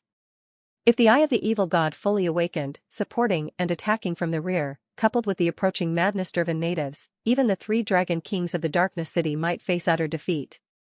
The Elven King Nansilia hurriedly said, "Your Majesty, we should be able to hold off these giants, but I feel the entity inside the temple is about to fully awaken. When it does, the situation will become extremely dire." Zhang Nu nodded. "Yes, for now, we must divide our tasks. You stay to deal with these giant monsters, and I will go inside to deal with the real boss. Without dealing with the Eye of the Evil God, it would be challenging to kill these evil god monstrosities." "Understood. Leave it to me." Nansilia raised her staff. Divine Tree Domain. Countless massive roots surged from all directions, suppressing the Titan's domain but also weakening considerably. It was evident that Nansilia's strength surpassed that of this monarch-level demon. Han Kursen hesitated. "Are you sure about this? If there's any danger, let's retreat. I brought you here. I don't want to be responsible if anything happens to you." Zhang Nu said, somewhat annoyed, "Focus on yourself. Don't end up dead before I even come out." Underestimating me again? With these dumb and clumsy giants, how could it possibly handle me? Shall we see who finishes the job first? Are you sure? Han Kursen hesitated for a moment before saying, "All right, let's see who can solve their task faster. There's no way you'll be faster than the 2 of us." Time was of the essence, there was no room for idle talk anymore. Zhang Nu took a determined step forward, with Elven King Nansilia seamlessly supporting him in the Divine Tree Domain. Simultaneously, Han Kursen unleashed her own powers, Domain of Domination. Nansilia felt the descent of a powerful domain, enveloping her Divine Tree Domain. She found herself in a peculiar space, where numerous energy threads of various colors spread like spiderwebs, covering the entire domain. It appeared to be an incredibly potent control-type domain. Han Kursen said, "Elven King, do you wish to earn His Majesty's acknowledgement? Let's give our all and eliminate these monsters before he emerges. What do you think?" Agreed. If the 2 demon kings were to make a wager, the Elven King would undoubtedly stand by the Dragon Demon King. However, without an actual bet, they were simply engaged in friendly competition. The Elven King was eager to showcase her strength. The 2 women immediately concurred and got to work. Zhang Nu, manipulating the flow of time, entered the temple. This temple seemed to be constructed according to giant specifications. The temple's grand hall was enormous, rivaling a quarter of the Dark City's main square, which could easily accommodate 800,000 to 1 million humans within its walls. Upon entering, Zhang Nu finally grasped why there was not a large number of native guards surrounding the temple. It was simply unnecessary. Inside, the temple was densely populated with a myriad of demons and monsters, numbering in the thousands. There were at least 10 hundred-eyed giants, each a formidable level 5 overlord. In addition to them, there were 200 level 5 lord-class beings, and nearly 1,000 level 5 elites and level 4 lords. The sheer numbers were staggering. The situation was dire. Furthermore, the main boss within the temple was not these miscellaneous creatures. In the center of the temple, on an ancient altar, a massive floating eyeball was rotating towards him. When Zhang Nu had found the Eye of the Evil God in the sealed labyrinth within the Chaos Forest, it was only slightly larger than a human head. But this eyeball had a diameter of at least 3 meters, with an eerie blue-white hue. "You are being gazed upon by an evil god. HP-280. You are being gazed upon by an evil god. HP-280. Zhang Nu's head throbbed, the psychic assault was relentless. The increased intensity of its attack caused his HP to deplete even more. Although Zhang Nu could manipulate the flow of time, the psychic attack's damage remained undiminished by the altered time speed, causing significant harm. The creature was more powerful than he anticipated, and it had not fully awakened yet. Eye of Evil God, Level 5 Monarch. HP 40,000, MP 80,000. Skill, Domain of Fear, Innate, Sacrifice of Followers, Innate, Aura of Evil God, Innate, Evil God's Gaze, S rank, Psychic Reconstruction, A rank, Mental Domination, A rank, Psychic Barrier, A rank, etc. Description: an ancient eight-eyed evil god possessed 8 different powers, all originating from its 8 eyes. This eye represents the psychic power controlled by the evil god. Despite not having fully regained its power, it is still not something a mere mortal can contend with.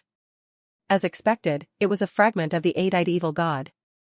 Compared to the other scattered evil god fragments, Zhang Nu preferred to collect fragments from the same deity. Each evil god's ability formed a complete whole, and only the power from the same evil god could combine to create the strongest might. It was a new path. If he could collect all 8 eyes of the eight-eyed evil god, Zhang Nu would directly inherit all the divinity and abilities of the eight-eyed evil god. This would grant him power comparable to a deity. This gigantic eyeball was the second puzzle piece of the eight-eyed evil god. Of course, Zhang Nu desired to obtain this eye, just as this eye desired to acquire the other eye within Zhang Nu's body. It's about to awaken. It has sensed my eye too. The pupil of the large eyeball, which had initially dilated, was rapidly contracting. This was a sign of its imminent awakening. The eye of the evil god usually remained in a semi-dormant state, relying on instinct to attack intruders and manipulate targets infiltrated and controlled by divine power within its domain. It rarely awakened, but once it did, its strength would increase several times over. However, in the end, this creature was just a fragment of the eight-eyed evil god. Zhang Nu also had an eye of the evil god within his body, making a one-on-one battle nothing to worry about. However, Zhang Nu's cautious apprehension stemmed from his detailed knowledge of the situation. He understood that this eye of the evil god had been worshipped by the inhabitants of the Mountains of Madness for thousands of years. It had deeply controlled all the nearby indigenous people, transforming them into its followers. As to why did strange eyes grow on the native people? These peculiar eyes were not so much a gift of power from the eye of the evil god as they were a curse caused by prolonged mental contamination. It was a mark, a sign of the followers.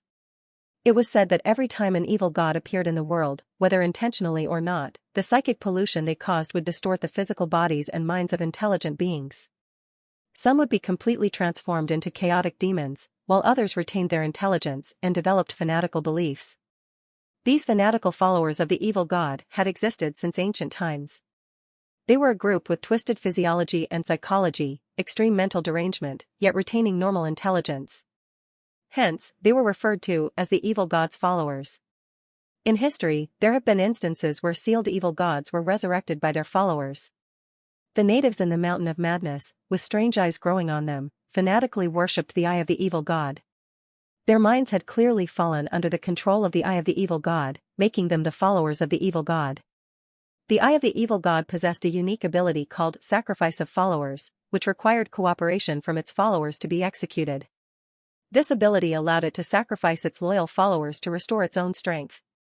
With so many natives in the Mountains of Madness, most of whom had been transformed into followers, it meant that within this temple, the eye of the evil god had an almost endless supply of resources.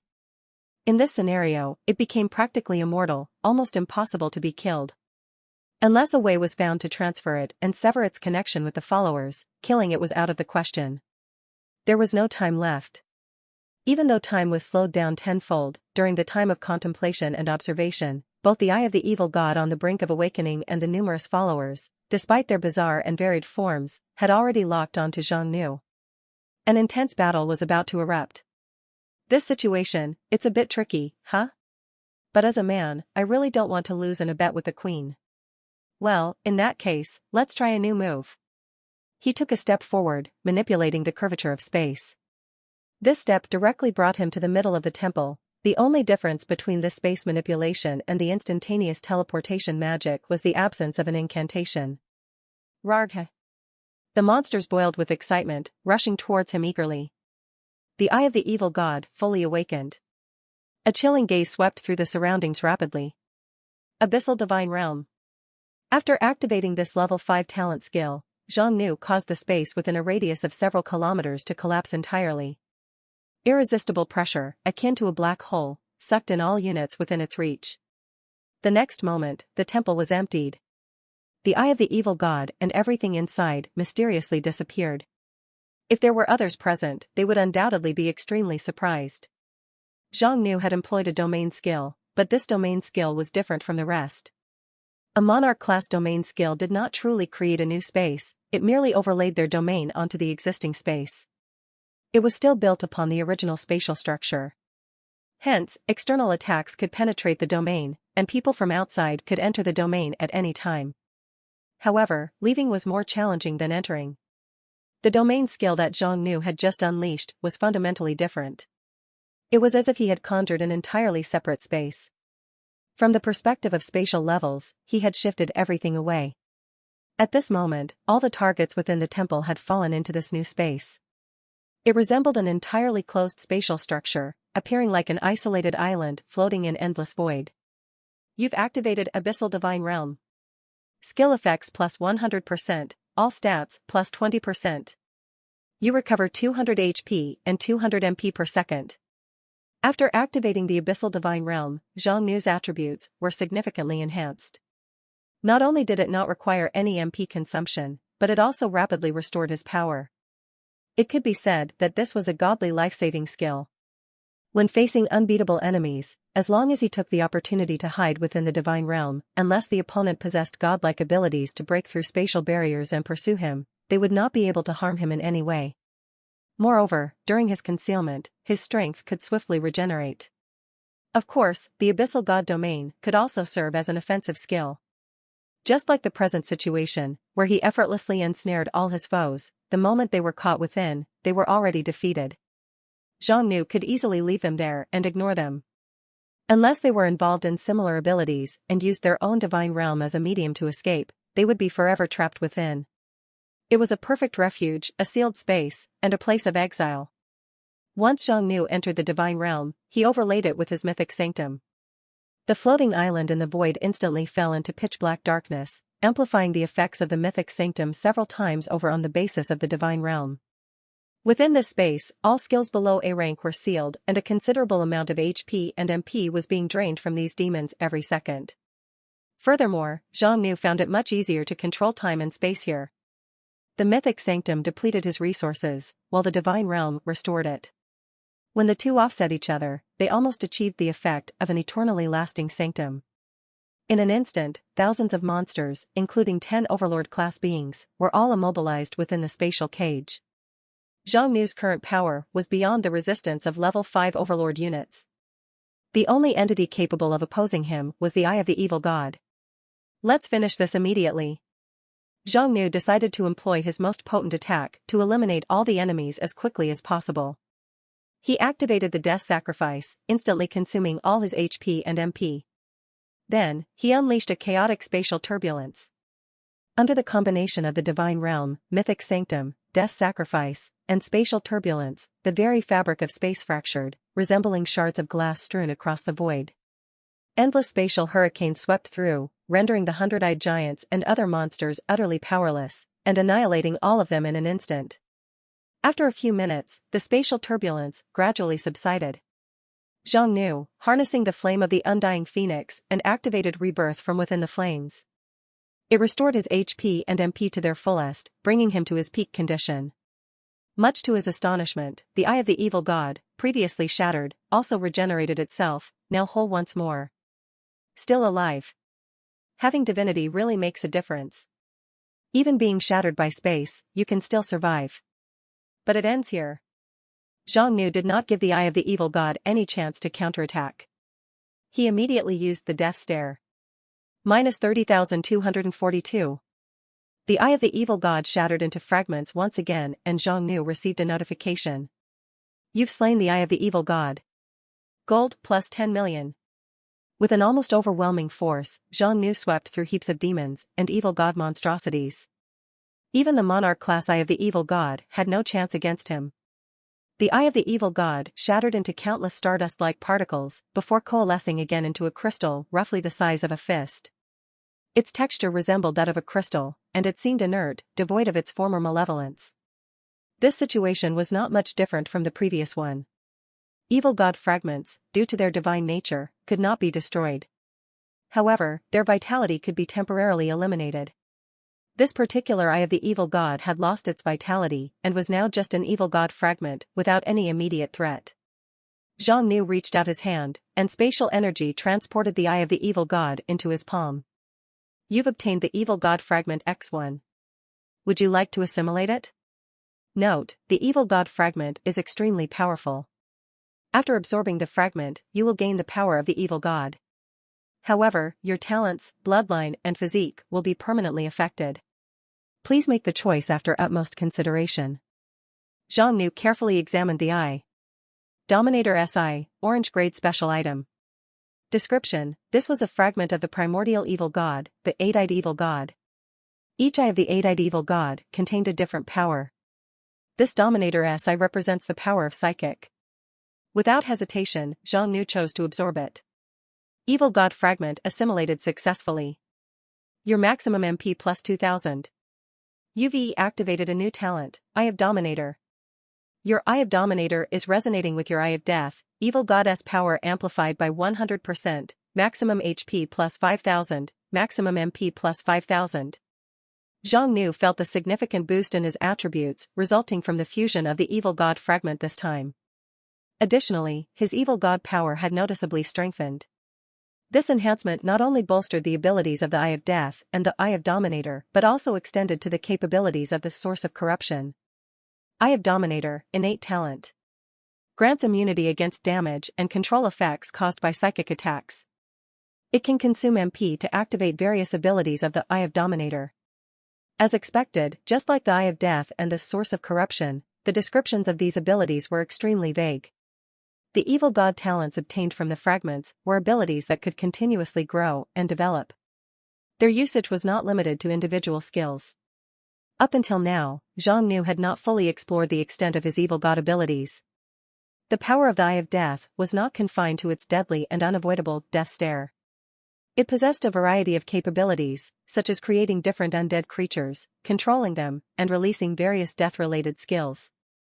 Similarly, the Source of Corruption had diverse applications. The corrupted blood he created could not only silence, seal, and render equipment ineffective, making it impossible for magicians to cast spells, but it could also be used for curse attacks or to create plagues and evil god monstrosities. Zhang Nu made a decision. In the future, he would focus on developing these evil god talents. These abilities were undoubtedly not inferior to his innate talents. In fact, they were even stronger than most of his talents. They held immense value and potential. The Eye of Dominator represented the psychic abilities of the eight-eyed evil god.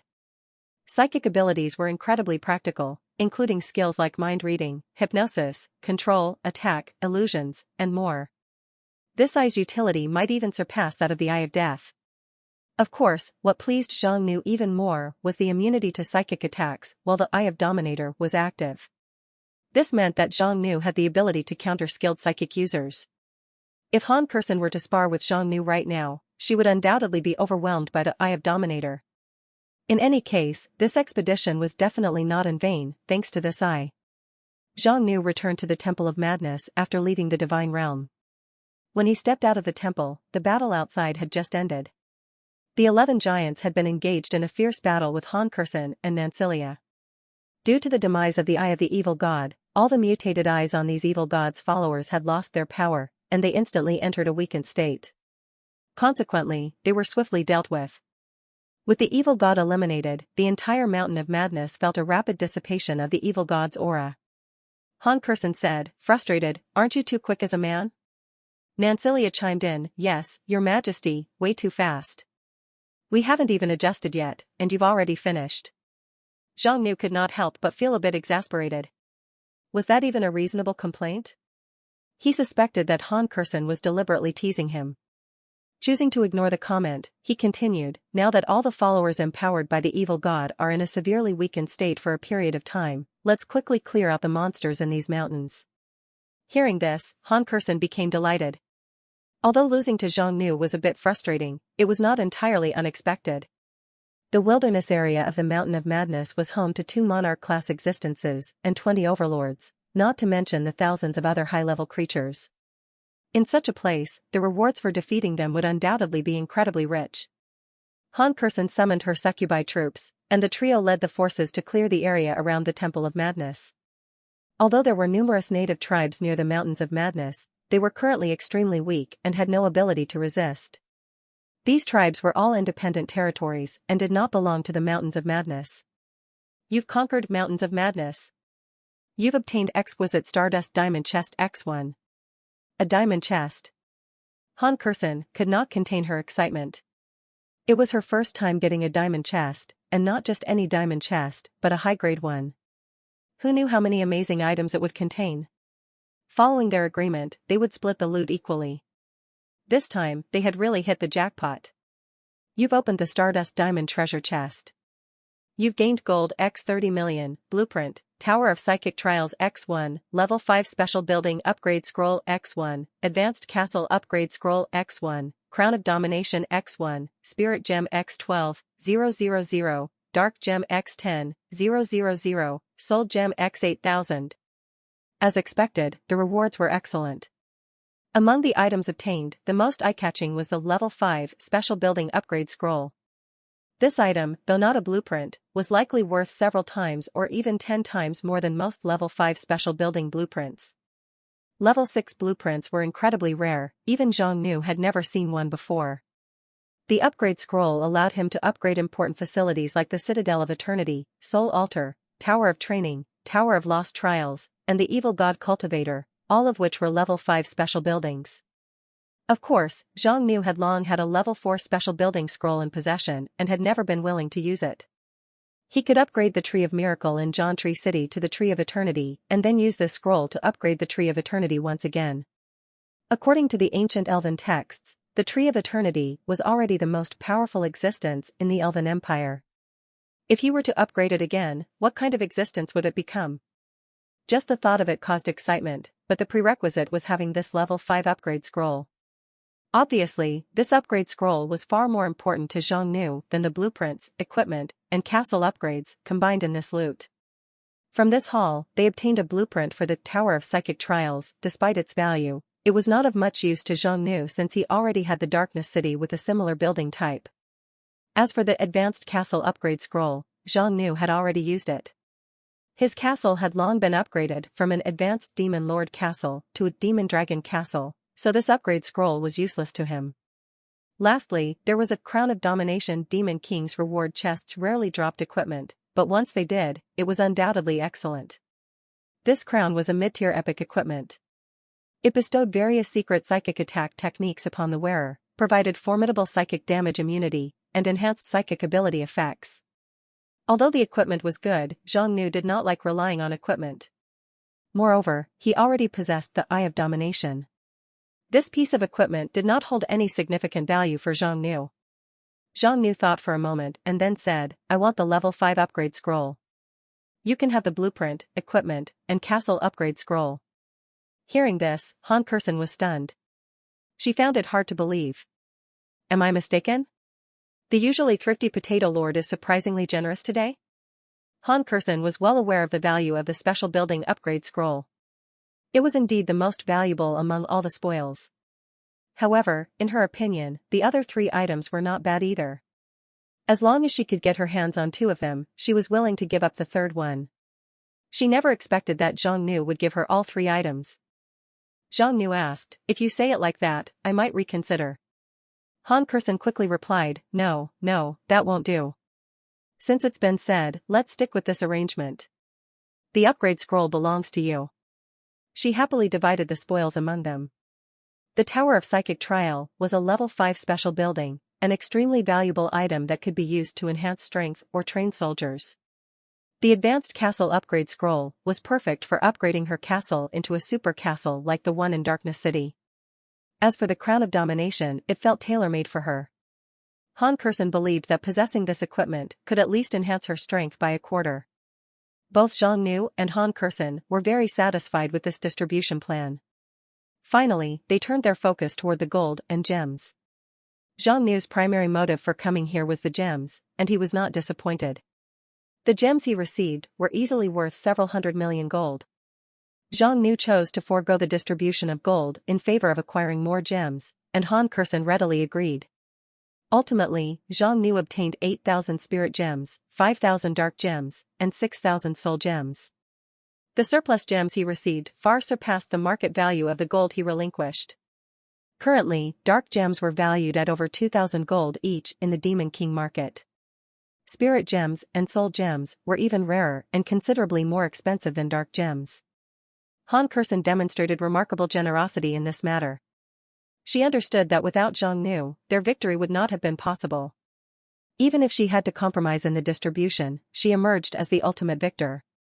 The Mountain of Madness was now devoid of any traces of the evil god's aura or psychic pollution, and the numerous tribes surrounding the area were in an extremely weakened state. When she dispatched her troops next, conquering these tribes would be a straightforward task. This not only meant complete control over the resources of the Mountain of Madness, but also the acquisition of dozens of tribal territories, promising immense rewards. As for Zhang Nu, although he was the primary contributor, he did not demand additional rewards or a larger share for the future assault on the affiliated tribes of the Mountains of Madness. His rationale was simple. Despite his role as the primary damage dealer, the entire operation, from intelligence gathering to troop deployment, was orchestrated by the Gloom City, and Han Kursen had made her own significant contributions. In a collaborative effort such as this, it was not fair to deny others their rightful share based solely on differences in damage output. Moreover, Zhang Nu had acquired the Evil God Fragment, an item he could not share with Han Kursen. Therefore, strictly speaking, he had gained a substantial advantage. In cooperative ventures, the goal should always be mutual benefit, not just individual gain.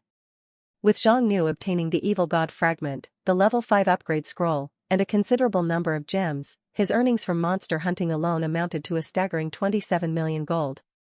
It was safe to say that his gains far surpassed his initial expectations. Han Kursen, on the other hand, was even more delighted. She had never before received such a substantial haul of gold and gem spoils.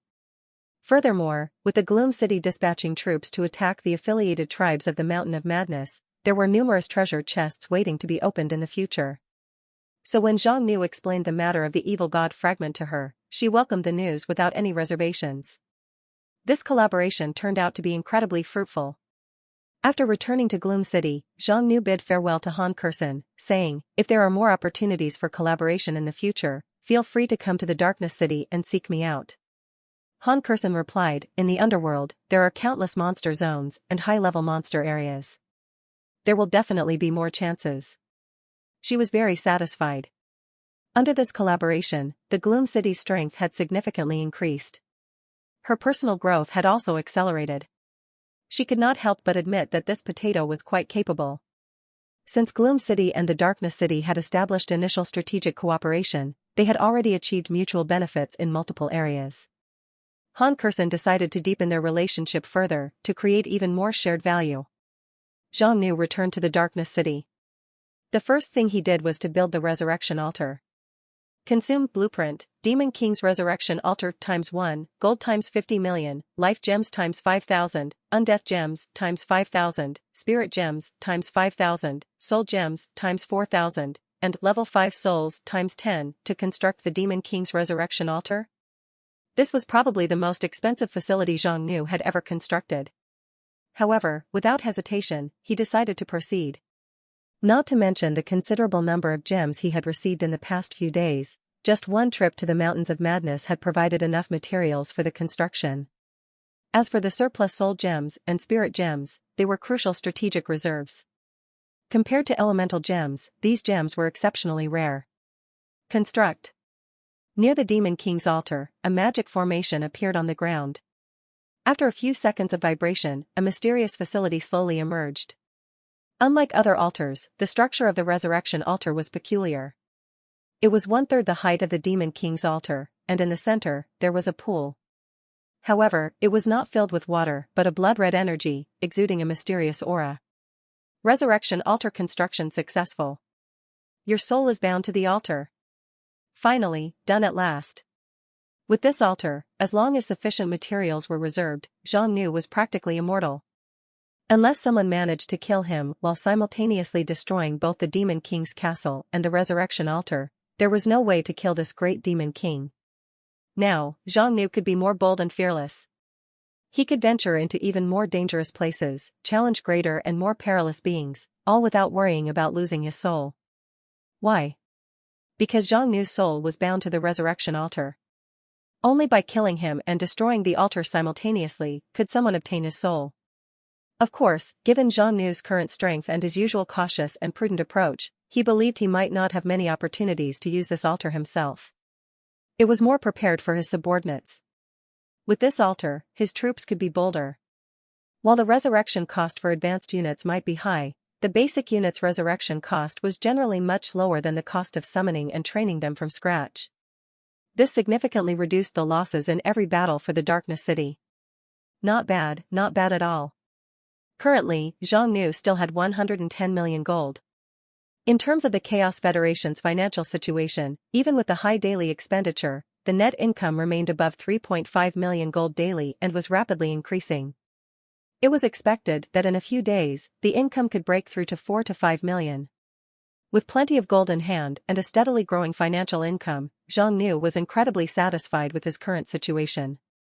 Jean Nou decided to further enhance the high-end combat power to lay the foundation for expanding the Chaos Federation's territory. In front of the Demon King's altar, he recruited 7 Abyssal dragons. Waves after waves of imposing aura swept across the area. Dragons of various colors and abilities emerged from the summoning portal, landing around the Demon King and bowing respectfully. "Hail, my master," they proclaimed in unison. Jean Nou inspected these new subordinates: 2 fiery red dragons, 2 aquatic blue dragons, a pristine white dragon, a verdant green dragon, and a sturdy yellow dragon.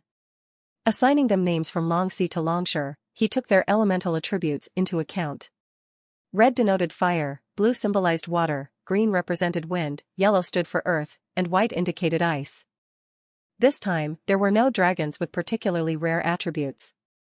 The slightly unique one was Longshore, a white dragon with an icy blue hue reminiscent of a millennia-old ice crystal. This was an ice element dragon, a subcategory of water element dragons.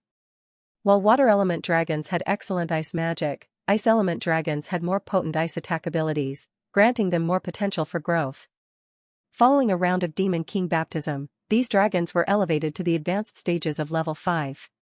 Jean Nou issued his orders with authority. "Your mission is to collaborate closely with the 3 Dragon Kings and aid the Shadow City in its conquests and territorial expansion."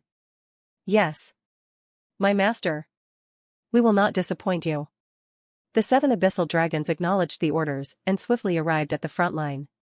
The 3 Dragon Kings were delighted to receive the support of their fellow kin. Longy spoke, "Your timing is impeccable. We are about to launch an assault on Craigie City. You newcomers will have the chance to distinguish yourselves in this battle."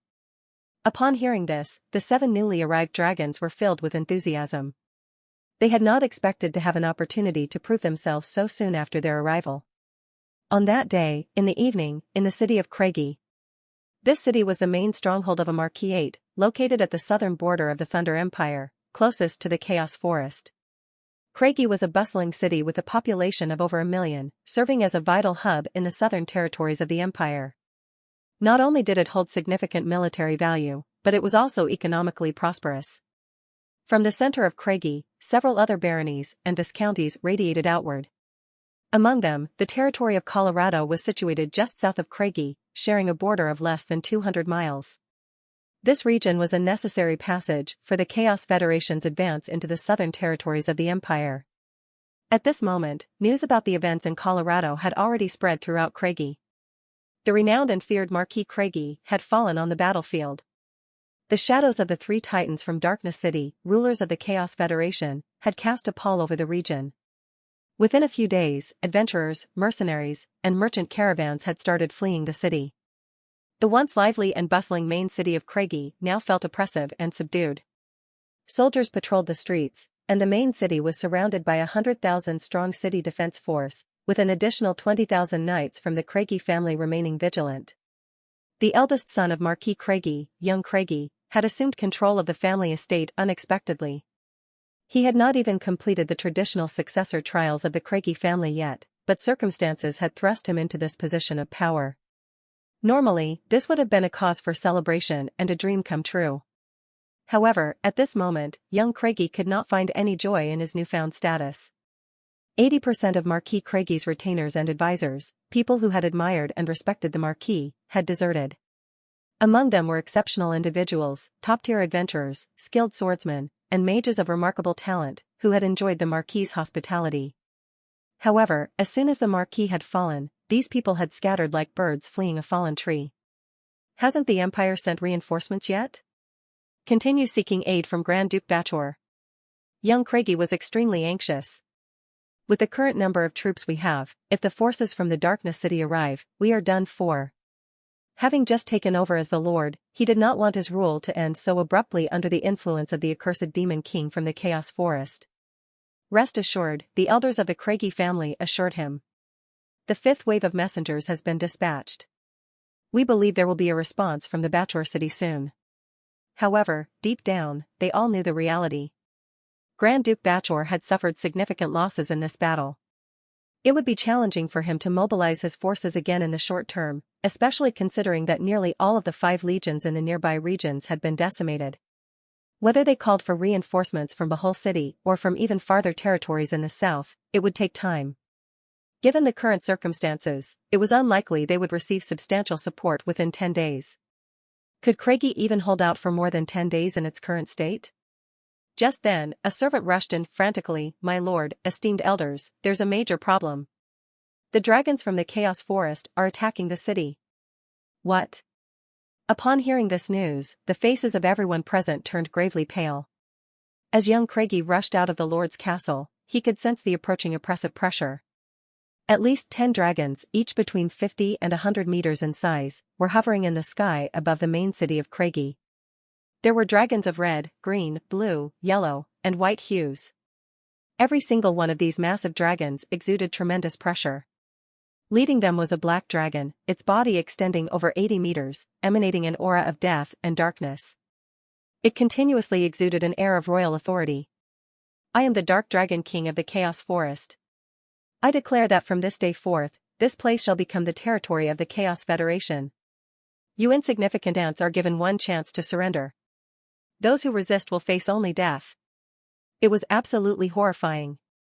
Who had ever seen so many dragons, let alone abyssal dragons?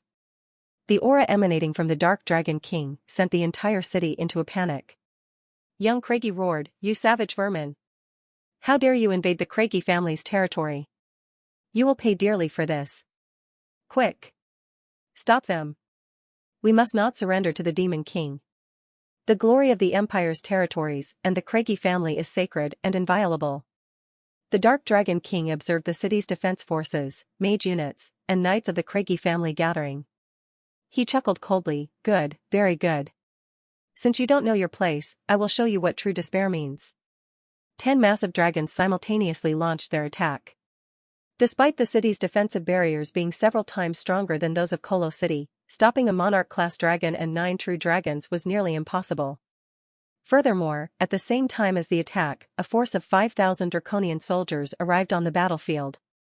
Though their numbers were small, they were all flying units. Regular infantry could not fly, but all 5,000 of these soldiers were all super soldiers, possessing formidable combat capabilities. Within moments, Craigie's protective barrier was shattered. "The dragons are here. Run, everyone! Don't kill me. We surrender willingly." Chaos engulfed the entire Craigie as its citizens trembled under the shadow. Longshore swooped down, breathing out not flames but an icy breath that froze the entire street within moments. Hundreds of mages were turned into ice sculptures. Other dragons attacked the city, breathing out flames and lightning, planting dread into Craigie's forces. It was dire. They could not hold on. The power disparity was too great. Just as young Craigie was about to flee, the Dark Dragon King teleported right before him. Young Craigie hurriedly knelt down. "I surrender, I'm willing to surrender. Spare my life, and I will offer everything, Craigie City and the entire Craigie family, to you, my lord." Too late. After killing you, all these will belong to the Darkness City. In a wail of despair, young Craigie was consumed by black flames. Amidst his screams, he was swiftly reduced to ashes by the unquenchable magical fire, leaving nothing but a few remnants. After killing this temporary lord, Longy cleaned up over 2,000 core members of the Craigie family. The entire main branch of the Craigie family was annihilated under the merciless flames of the Dark Dragon King. Then, a collateral branch was captured. Longy planned to repeat his past strategy. He intended to support this collateral branch of the Craigie family, allowing these previously neglected relatives to take control. This way, the entire Craigie family could be easily integrated into the system of the Chaos Federation. With the main city easily breached, other cities were now being attacked by random forces led by anyone. In at most 3 or 4 days, the entire Craigie territory would be fully occupied by the forces of the Chaos Federation. This would pave the way for a full-scale assault on the Empire. Numerous cities, vast territories, abundant lands, and countless people were awaiting the conquest and plunder by the Demon King. However, the Demon King did not even need to step out into the light. He only had to stay in his castle and wait for the victories to flow in. On this day, Nancilia and Marilyn received news. The great Demon King was coming to inspect Jauntry City. Without delay, the two of them immediately led the Elder Council of the Elves to welcome His Majesty's visit. "Greetings, Your Majesty." "No need for such formality," the great Demon King replied. "I'm here for a casual visit, nothing more." Quick to respond, Nancilia continued, "We didn't intend for everyone to make such elaborate preparations. Without Your Majesty's guidance, Jauntry City wouldn't be the thriving place it is today. Our people are simply eager to express their heartfelt gratitude to Your Majesty." The great Demon King nodded. "I've been closely observing Jauntry City's progress. Your people's achievements in pharmaceuticals, cultivation, and various other fields are commendable." With those words, accompanied by a retinue of over 100 esteemed elf elders, the two elf city lords embarked on a comprehensive inspection of Tree City. "Ah! It's the Demon King. The Demon King has arrived. All hail the Demon King, we pay our respects. May the Demon King's legacy endure, and may the Chaos Federation prosper." As Zhang Nu moved through the city, he experienced the adoration and awe of the elves. From the youngest ones who appeared to be only 3 or 4 years old, to elderly elves leaning on their canes, every elf regarded him with a mixture of fascination, respect, and reverence. All of them regarded him with fanaticism, awe, and worship. Most of these elves were common folk who had never seen the Demon King before, and they were extremely excited at this moment. Regarding this, Zhang Nu was very satisfied. He realized the immense respect he held within the elven community. The elven tribe stood as one of the central pillars of the Chaos Federation. When it came to the elven capital, its significance might not have matched that of the Darkness City, but it undoubtedly stood as the most vibrant city in the entire Federation. Jauntry City's total population had already surpassed 600,000, divided into 2 main regions, the Jauntry City District and the Jauntry Forest District. The forest area, known as the Jauntry Forest, was exclusively reserved for the elven community, providing a tranquil environment. In contrast, the city area encompassed a mix of elves and various other races, creating a bustling and prosperous atmosphere. For the elves, it had been a perfect place to reside. Those who enjoyed a lively, fashionable, and convenient lifestyle could settle in the city area. Meanwhile, elves who preferred a quiet, ancient, and primitive way of life could choose to live in the forest area. Regardless of their choice, all residents could benefit from the Tree of Miracle, which enhanced their abilities, thanks to the economic prosperity brought about by Jauntry City. During his tour of Jauntry City, Zhang Nu had noticed that alchemy and agriculture had been industrialized here. The city was generating a net value of no less than 10 million Demon King gold for the Demon King every day. Of course, this was merely the scale of the net value created. Whether it could be converted into gold depended on finding appropriate markets to absorb such a massive production capacity. However, with the development of the Dark Dragon Merchants Guild, this no longer posed a problem. In fact, as long as Jauntry City's current industrial output was fully utilized, it would have been enough to double the Demon King's net fiscal income. Considering the aspect of time and population, Jauntry City's potential had been far from being fully tapped. Marilyn explained, "We have not only planned for a large-scale elven workshop, but also established an elven academy. The academy is about to start its classes." Zhang Nu inquired, "Elven Academy? What is its purpose?" Marilyn replied, "We aim to educate our people in magic, martial arts, alchemy, and agriculture, systematically enhancing the abilities of the citizens and future generations of Jauntry City. Additionally, we have learned many lost magics, martial arts, alchemical formulas, and ancient formations from Your Majesty's Elven Sanctuary. We can teach these skills to our people, allowing the knowledge bestowed by Your Majesty to create better value for you." "I see," nodded Zhang Nu, pleased with the high level of awareness displayed by the elven tribe. After a brief inspection, Zhang Nu left the city and arrived before the Tree of Miracle. The elven tribe had cultivated over 10 miles of land here. The resident ancient tree elven legion was consistently engaged in farming activities when they were off duty. Moreover, there were more than 100,000 elven farmers from John Tree City, making it the primary food supplier for the Chaos Federation. As of now, John Tree City had become the main food supplier for the Chaotic Federation. Various cities and tribes could purchase food from Tree City, ensuring they could focus on developing their respective advantageous industries. Marilyn added, the farm's yield still exceeds the demand. With the help of the Dark Dragon Chamber of Commerce, we can easily sell any excess materials and food. So, we plan to further absorb more people from the Chaos Forest. By integrating more elves into John Tree City, we can increase our investments. Shaking his head, Zhang Nu remarked, it's not enough. The elven population in the Chaos Forest does not exceed 1 million. Currently, John Tree City has gathered nearly 500,000 elves. At most, we can bring in another 200,000 to 300,000 residents.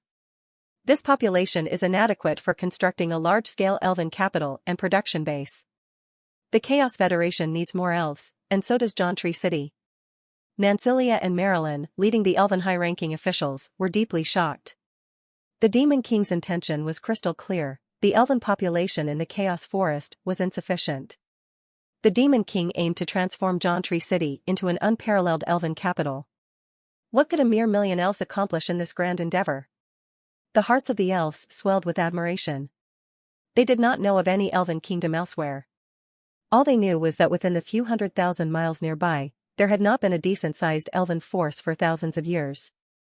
Millions of elves had to live in the cracks of other massive forces, sometimes even becoming pets in various empires.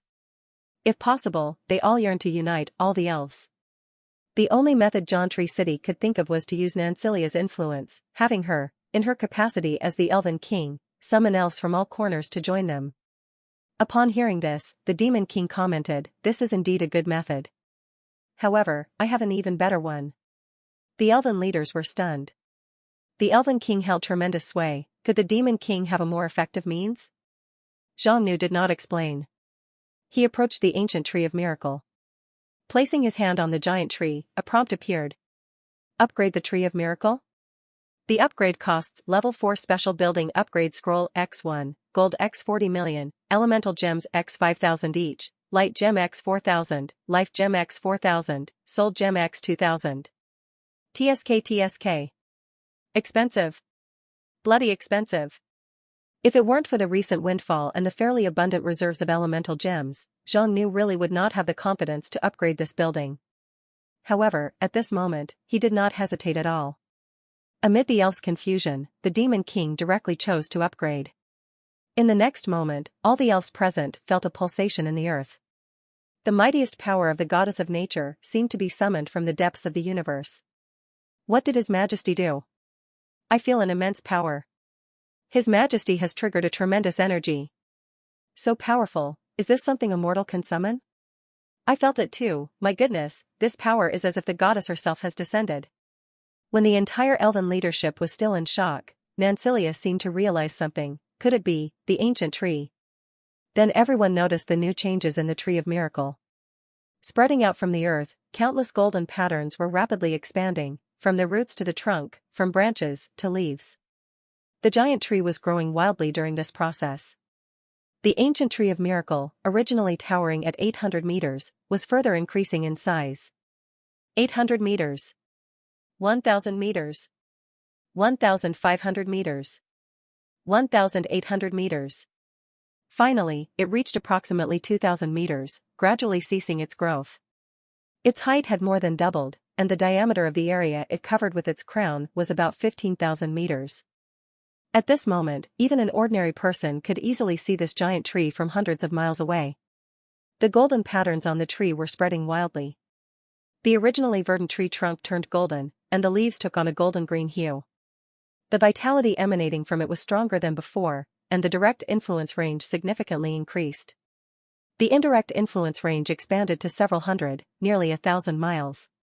Tree of Eternity, Level 5 Special Building. Within a radius of 50 kilometers, plus 120% recovery rate for all units, minus 50% aging rate for all units, plus 300% training efficiency for elves, minus 80% aging rate for elves, plus 75% attribute bonus for elves. Accelerated the growth rate of animals and plants. Unlocked new summonable elven population. Unlocked summoning of eternal barrier. Unlocked production of eternal sacred fruits. Upgrade successful. Upon upgrading from the level 4 Tree of Miracle to the level 5 Tree of Eternity, Zhang Nu noticed a significant increase in the tree's functions. Various attributes were substantially enhanced, including unlocking a total summoning population of up to 60,000. 2 additional abilities were gained. The first one was the ability to summon the Eternal Barrier. This was a powerful level 5 barrier that not only had robust protective effects, but could also promote elven life and production and weaken invading enemy units. The second ability was to produce eternal sacred fruits. The ancient Tree of Eternity's preciousness and its influence on the elven race's fortune primarily stemmed from its ability to produce these fruits. The conditions for producing eternal sacred fruits were extremely harsh. Each fruit required a cultivation period of 1,800 years. When elves with exceptional aptitude consumed an eternal sacred fruit, they had the chance to activate and strengthen their elven bloodline, thus becoming an elven king. This meant that as long as this ancient tree was protected, the elven race would not have to worry about a gap in their kingship. Therefore, the Tree of Eternity was regarded as the ultimate sacred object in the minds of the elven race. This is the Tree of Eternity. Lord Demon King has created the ancient Tree of Eternity for us. Countless elves were ecstatic.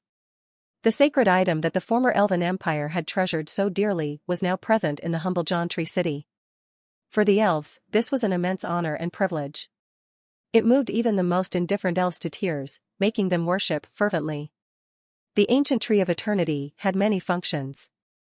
For instance, its leaves could be directly turned into valuable herbs. Its sap had the power to heal various illnesses and dispel curses and toxins. Every part of this tree was a treasure.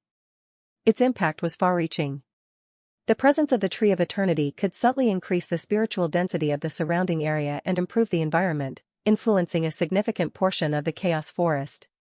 However, the Tree of Eternity could not remain hidden. Its sudden appearance would soon be sensed by various forces. Such a precious item, once known to the world, would inevitably attract covetous eyes. Once the elves from all corners of the world found out that the ancient Tree of Eternity had appeared in the Chaos Forest, even without active summoning or calling, they would brave all difficulties to come and seek refuge. Conservatively estimating, within a year or two, the elven population in the Chaos Forest would multiply at least 5-fold. In the future, more elves would arrive, making John Tree City truly a super-elven city, comparable to an elven kingdom. And the more elves there were, the greater the value they could create.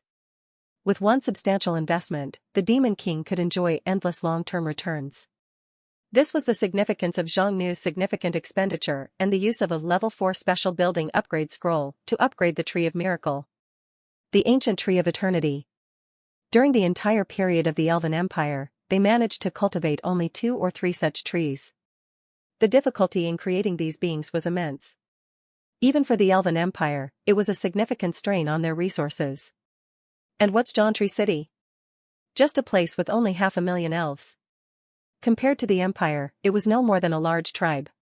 For the elves in John Tree City, the thought of having a level 3 Tree of Life in the city, let alone a level 5 Tree of Eternity, was something they would not even have dared to dream of in the past.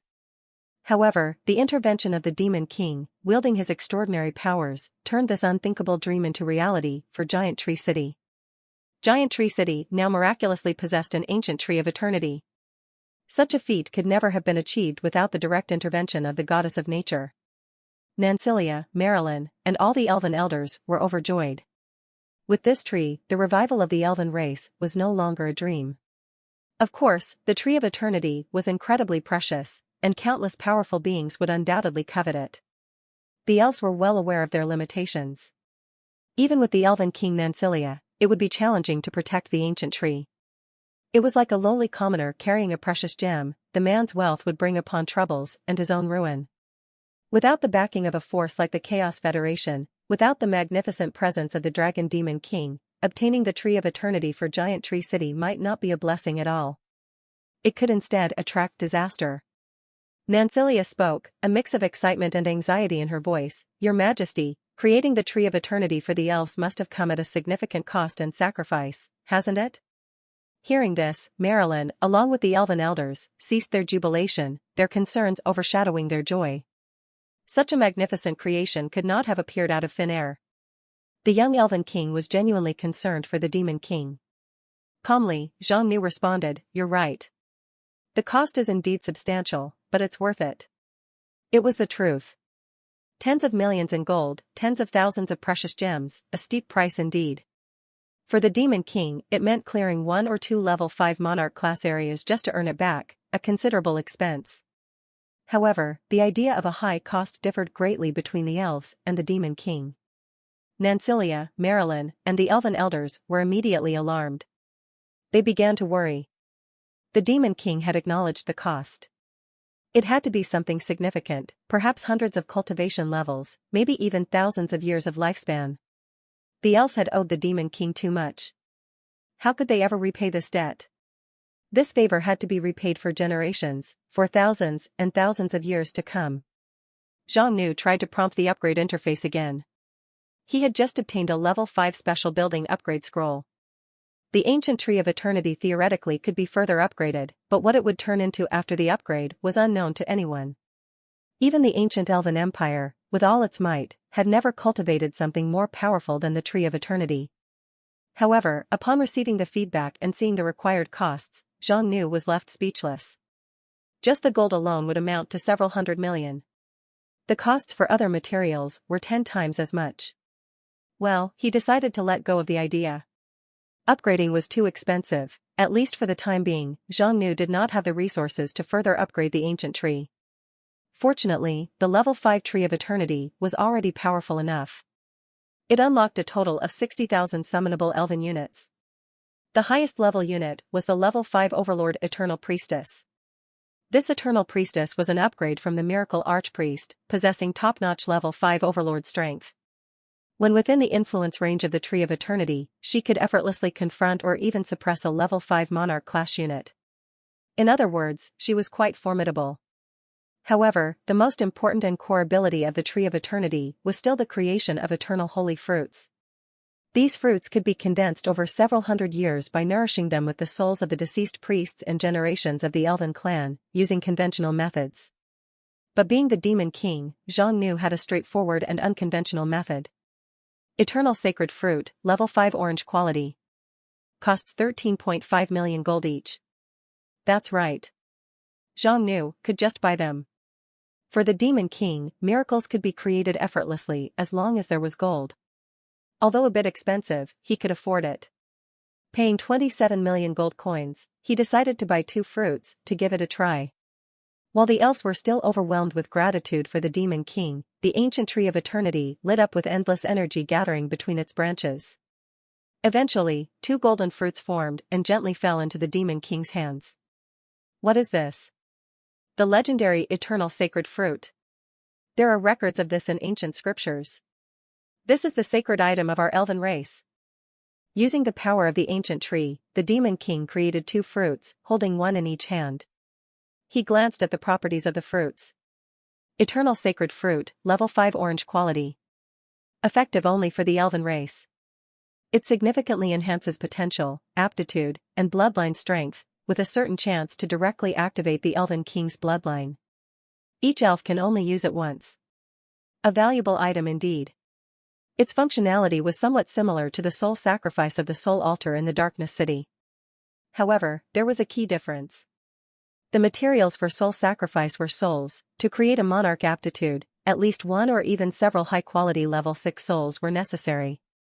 In contrast, the Eternal Sacred Fruit could be obtained with gold, something Zhang Nu found relatively easy to earn compared to souls.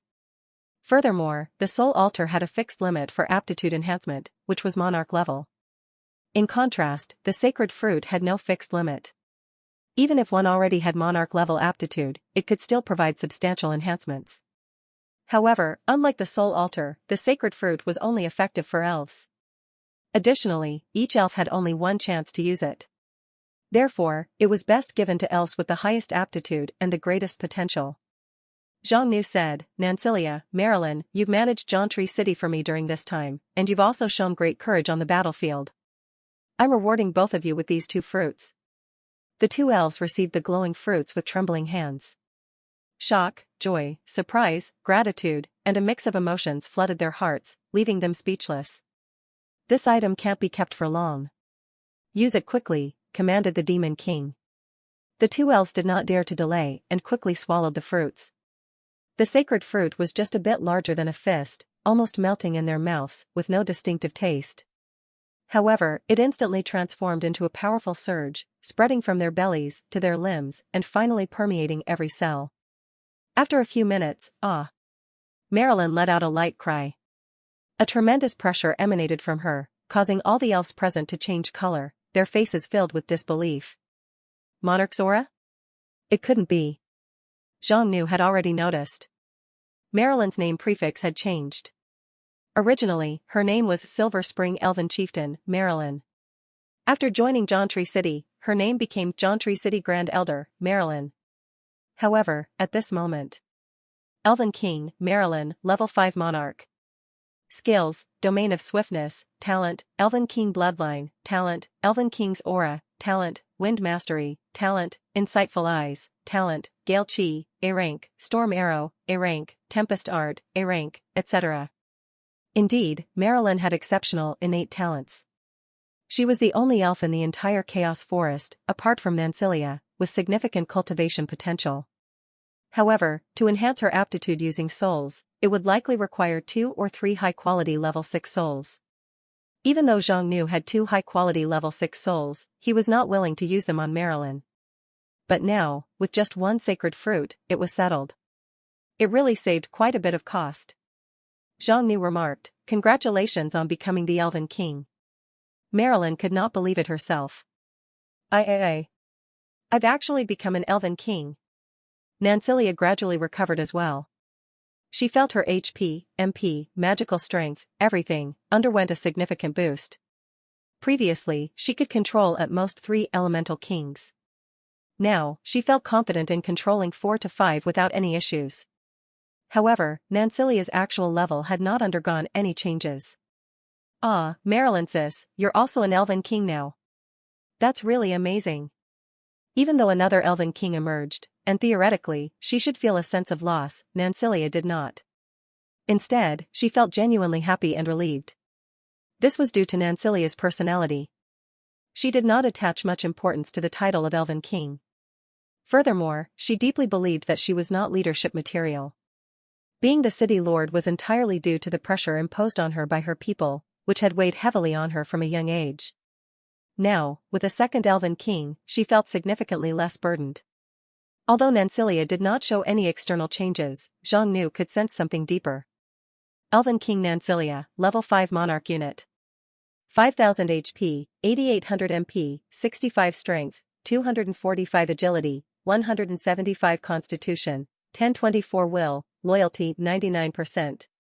Skills, Elven Empress Bloodline, Talent, Divine Tree Domain, Talent, Omni Magic, Talent, Elven King's Aura, Talent, Elven King's Elemental Covenant, Talent. Description: this is an Elven King with the potential to become an Elven Empress, possessing incomparably strong power and innate hereditary abilities. Her bloodline potential has not been fully unleashed. At first glance, the changes might not seem significant, but upon closer inspection, one would notice that Nancilia's HP and MP maximum values had increased by at least 60%. This was a massive breakthrough. The primary reason for this drastic change was the alteration in her innate talent. Elven King Bloodline had transformed into Elven Empress Bloodline. This surprised and astonished Xiangnu. Did this mean that this little Elven King might potentially become a mythic-class elf in the future? How could this be possible? Was the effect of the eternal sacred fruit so powerful? Xiangnu speculated that the main reason was still Nancilia's extraordinary innate potential. When Nancilia broke through to become an Elven King, Xiangnu sensed that her bloodline power and potential had not been fully developed. This indicated that even with natural development and without encountering any extraordinary opportunities, she still had a chance to break through the limitations of being an Elven King in 1 or 200 years. Now, after consuming the sacred fruit, her talent had further enhanced. This might enable her to advance to that level several hundred years ahead of schedule. Currently, Nancilia was unaware of her potential to become an empress. However, as time passed and her strength increased, she would awaken more and more mythic-class elven talents. At that point, the elven race would realize that Nancilia was not merely a natural elven king. "Thank you, Your Majesty. Your Majesty's great kindness. The elven clan is forever indebted." The elders were overwhelmed with gratitude and did not know how to express it. The Demon King, however, remained calm and said, "To achieve a complete revival for the elves, one elven king is not enough, and even two may not be sufficient. There might be a third or fourth one in the future." Upon hearing this, the elves were both shocked and deeply fascinated. The three dragon kings of the Darkness City had successfully made their debut and were now the most dazzling figures in the Chaos Federation. If the Jauntry City could have 3 or even 4 elven kings, wouldn't that be a grand spectacle? The Jauntry City's 3 titans, or the Elven King F4, how magnificent!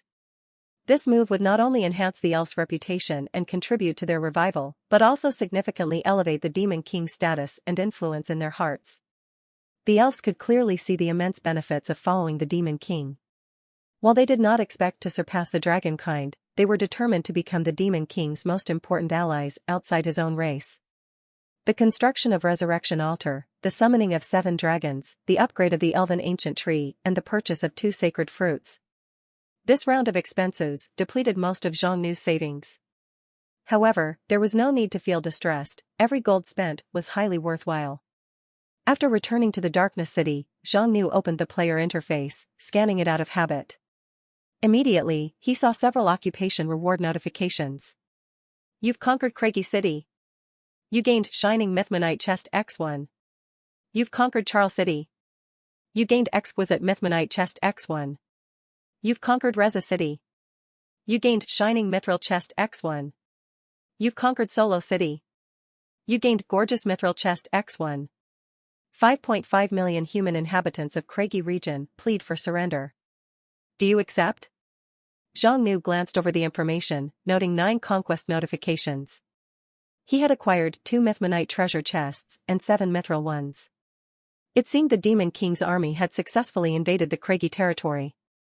Among the 3 provinces in Craigie, 2 had already been conquered.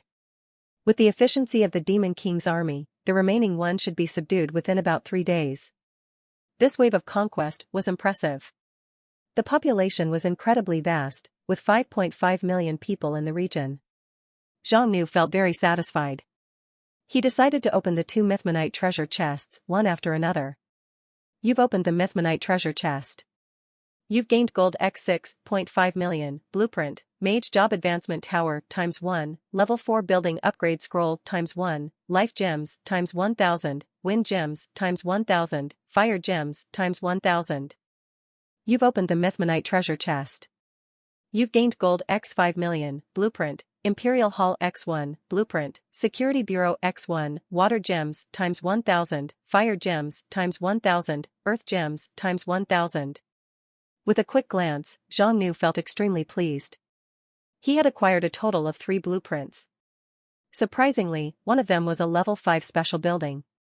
Mage Job Advancement Tower, Level 5 special building. This building essentially allows the conversion of non-magical individuals into mages for a certain fee. It can also promote lower-tier mages to higher-tier ones, ranging from the lowest Level 1 elite to the highest Level 5 elite. Imperial Hall, Level 5 building. This building offers comprehensive management of citizens' information, records merit rewards and punishments, monitors the operation of various buildings, and handles finances. It provides excellent auxiliary management functions. Security Bureau, Level 4 building. This building has recruitment capabilities and can unlock special human units to form different levels of security forces. While these forces may not be very strong in terms of combat power, they possess exceptional detective and espionage abilities. Among the 3 buildings, the latter 2 were auxiliary structures with human-specific features. The most valuable one was undoubtedly the Mage Job Advancement Tower, which was capable of mass-producing combat units. It significantly differed from ordinary barracks-type buildings. Barracks buildings directly recruited summonable units, while the Mage Job Advancement Tower transformed existing non-combat units into combat units or promoted existing low-tier combat units into higher-tier ones. Compared to buildings that summoned units out of thin air, this type of building had a major drawback: it could not create a population out of thin air. If the population in the territory was not large enough, its full potential could not be realized. However, its advantages were significant. It had no quantity limit, and the cost of units produced this way was only half to one-fourth of units summoned directly from nothing, making it very economically efficient. If he had yet to begin his assault on the Empire earlier, Zhang Nu might have hesitated about utilizing the Job Advancement Tower. After all, each person transformed into a combat unit meant one less individual available for farming, alchemy, and production. However, the situation had shifted drastically. A few days ago, he had acquired around 1.5 million people after capturing Kolo. Now, following the attack on the Craigie region, he had gained an astonishing 5.5 million population. Given this trend, the human population was increasing rapidly within his domain. Many among them lacked innate talent for cultivation. By utilizing a portion of these people, they could be transformed into potent individuals with the aid of the Job Advancement Tower. This would not only alter their destinies but also significantly contribute to the Demon King's forces. Moreover, Zhang Nu had a daring idea. Why not open the Job Advancement Tower as a paid service? Since there was no quantity limit, as long as someone was willing to pay, they could transform into a mage. Among the humans, there were countless mediocre individuals, and most of them were ambitious, far from content with a mundane life. If the Job Advancement Tower offered such a service, such as transforming into a level 1 mage for a fee of 50 gold, Zhang Nu could set an external price of 150 gold. He estimated that many people would manage to gather the money for this opportunity. Not only would the citizens in his territory line up for the job advancement, but even humans from distant lands might eagerly seize this chance. If 10,000 people underwent job advancement, Zhang Nu would earn 1 million gold. If 1 million people pay for the service, he would earn 100 million gold. And this was just for the most affordable option, the level 1 mage. The potential market was vast. This plan would not only generate substantial revenue but also empower ordinary people to alter their destinies and fortify the human cities under his rule. It was a mutually beneficial strategy. Brilliant! Zhang Nu opened the remaining 7 silver chests in one go, reaping the following rewards. Total yield, gold times 13.15 million, blueprint, Imperial Training Ground X1, blueprint, Imperial Arena X1, blueprint, Imperial Workshop X1, blueprint, Tower of Felony X1, blueprint, Arcane Arrow Tower X1, blueprint, Frost Tower X1, blueprint, Illusion Tower X1, blueprint, Barrier Tower X1, Level 2 Building Upgrade Scrolls X2, Life Gems X2200, for Elemental Gems X12000. Among these, there were 2 level 4 blueprints, while the rest were mainly level 3 ones. Some of them were quite practical. Zhang Nu pondered over his newly acquired blueprints and resources. He decided to use most of the blueprints obtained from the human territory in the human cities itself. This move served a dual purpose, enhancing the loyalty of human citizens and bolstering their strength to resist the Empire. With these blueprints, controlling the new territories would become considerably easier. As Zhang Nu hurried to renovate the newly conquered region. Within the Gloom City, the succubus Queen Han Kurson achieved a significant breakthrough. With the substantial amount of gold and resources obtained from the Mountains of Madness, she successfully elevated her 2 core subordinates to a crucial level. Han Qiuyue ascended from being a succubus archmage to becoming a succubus sage king. Han Dongxue, previously a succubus grand marshal, was upgraded to the status of succubus baroness.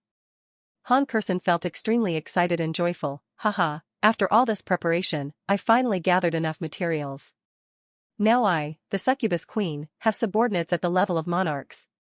Many renowned demon kings were ascending to level 5. However, not all demon kings could unlock monarch-class subordinates. Even if they could unlock them at level 5, summoning them in the current stage was quite challenging. With 2 top-tier subordinates, Han Kurson truly became a powerful and respected demon king. Each of these subordinates could dominate a region on their own. Of course, the succubus race's direct combat strength was not exceptionally high.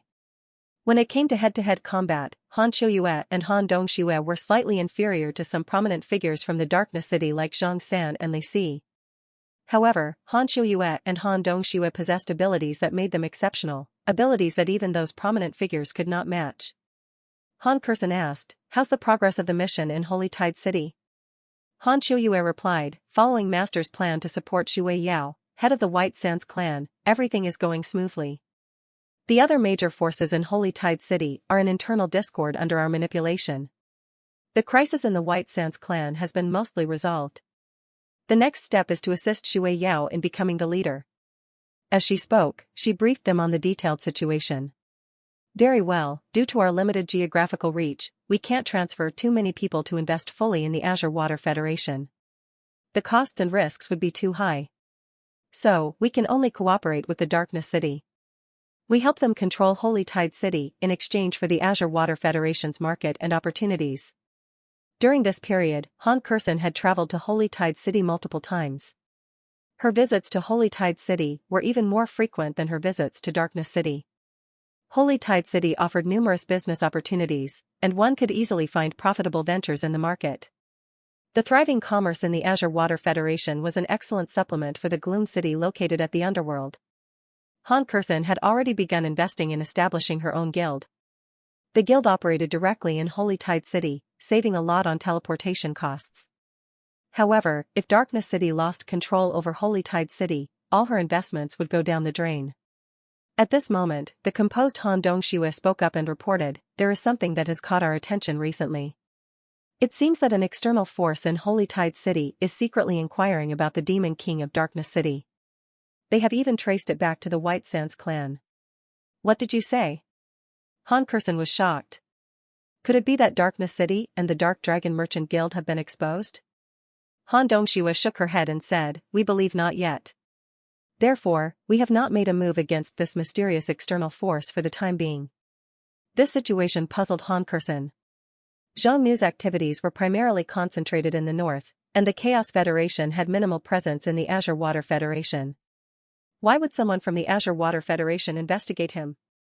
Moreover, the information revealed by Han Dongxue indicated that this force did not appear to be a local power in Holy Tide City either. This made the situation even more perplexing. The Azure Water Federation forces outside Holy Tide City should have no apparent connection with Darkness City. The Chaos Federation had completely seized control of Craigie City. Under the command of the Dark Dragon King, 9 true dragons, 5,000 super soldiers, and an additional 30,000 ground forces had successfully taken over this baronial city with nearly 1 million inhabitants. The entire baronial lineage had been wiped out. A figure from a prominent but distant branch of the Craigie family assumed the role of the new lord, leading the remnants of the Craigie family to pledge allegiance to the Demon King. The former lord was killed, and the new lord surrendered. The entire baronial family had betrayed the empire. Faced with the ruthless and brutal methods of the Dark Dragon King, what choice did the residents of Craigie City have left? Resisting to the end would inevitably result in the entire city being reduced to ashes. Therefore, the citizens quickly pledged their allegiance to the Demon King. Among these surrendered citizens was a renowned merchant named Old York. Old York was a well-known businessman in the Craigie region.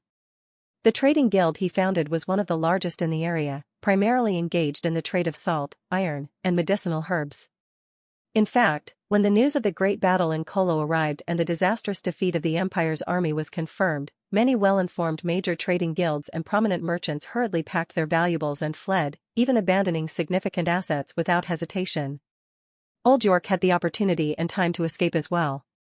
However, he chose not to. Pushing 80 years old, he had risen from the status of a peasant boy to become a tycoon worth nearly 100 million. He had spent his entire life in the Craigie region. Now in his old age, he was tired of the hustle and bustle. He owned high-quality salt mines, iron mines, and plantations that could not be moved. Instead of fleeing, he decided to voluntarily offer them to the Demon King. He had done some research. The Demon King in the Kolo region did not employ a scorched earth strategy of pillaging, plundering, and burning everything to the ground.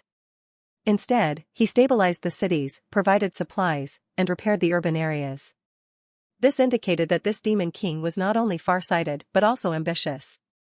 The main city of Craigie was the central hub in the southern borderlands of the Thunder Empire. If the Demon King had ambitions for a grand conquest, he would not wipe out the people here, let alone turn this place into a wasteland. So staying put seemed to be the safe choice. And as it turned out, he was right. What Old York had not anticipated was that after the Demon King breached the city, he merely looted the official wealth and resources, eliminating suspicious groups related to the Hero Guild and slave traders. Ordinary merchants and common folk, surprisingly, faced no looting. Old York's salt and iron mines, as well as his plantations, still belonged to him after a simple registration and verification process. He could continue his business without interruption. On the other hand, the fleeing merchant guilds had their immovable properties such as houses, shops, mines, and fields confiscated. Old York was deeply shocked. As the capital city of Craigie, the people and merchants here were quite affluent. A casual raid by the Demon King or forcing the citizens to surrender their wealth in exchange for their lives would have yielded hundreds of millions in universal gold coins, not a trifling sum. As the victor, as the conqueror, such actions would have been entirely expected. The fact that the Demon King refrained from these actions could only mean one thing: he had grander ambitions. This Demon King's scope of goal was even larger than Old York had imagined. Next, something even more unbelievable happened. Just as the Demon King officially accepted the surrender of the humans, an immense power enveloped the entire city, including Old York. He could feel his aged body rejuvenate, as if he had regained the vitality of his youth. This power was divine magic. It was the divine magic bestowed by the goddess of nature and the goddess of war. Old York realized that the Demon King was far from simple. Otherwise, how could both his territory and his people receive blessings from two goddesses simultaneously? However, at that moment, his granddaughter, Daphne, came running back. "Grandpa, it's amazing. The Demon King has summoned a magical tower that can grant anyone magical abilities and magical knowledge." "That's impossible." Old York clearly did not believe it. Only 1 in 100 individuals have the magical talent, and magic training is incredibly difficult. Even the Demon King can't easily bestow such powers. Speaking of which, Old York had been quite successful in life, transforming from a peasant's son into a wealthy merchant. Yet, he always had a lingering regret. Despite his financial success, he could not change his inherently humble lineage and poor magical aptitude. He deeply admired magicians and had spent vast sums trying various methods, such as using potions to enhance talents or experimenting with unique training techniques. Unfortunately, all his efforts had been in vain. His aptitude was simply too poor. Neither he nor his children or grandchildren possessed magical talent. It was undoubtedly York's biggest regret. Now, in the twilight of his life, he had long given up hope of ever becoming a magician. What he desired most was to find highly talented mages or warriors for his third generation to marry, preventing his descendants from continuing this tragic legacy. Yet, his granddaughter ran up to him, claiming that the Demon King had created a magical tower that could instantly bestow magical abilities and knowledge. This seemed utterly impossible, like a fantasy from a different world. Old York spoke with deep concern. "It's precisely because I've tried it myself that I understand better than anyone. Turning someone without any aptitude into a noble magician is no less difficult than turning a piece of dung in a pit into gold. Daphne, I know you, like me back then, feel discontented about not being able to practice magic. But this is the harsh reality. There are methods in this world to completely reverse and improve one's physique, but even with our family's abilities, those methods are incredibly hard to obtain. You need to learn to accept reality." Before Old York could finish speaking, Daphne interrupted. "Grandpa, it's true. I've already tried it." Daphne chanted a spell proficiently, and a ball of magical flames instantly ignited in her palm. Old York was utterly stunned. This. His dream of becoming a magician for decades had miraculously come true through his granddaughter? He found it hard to believe.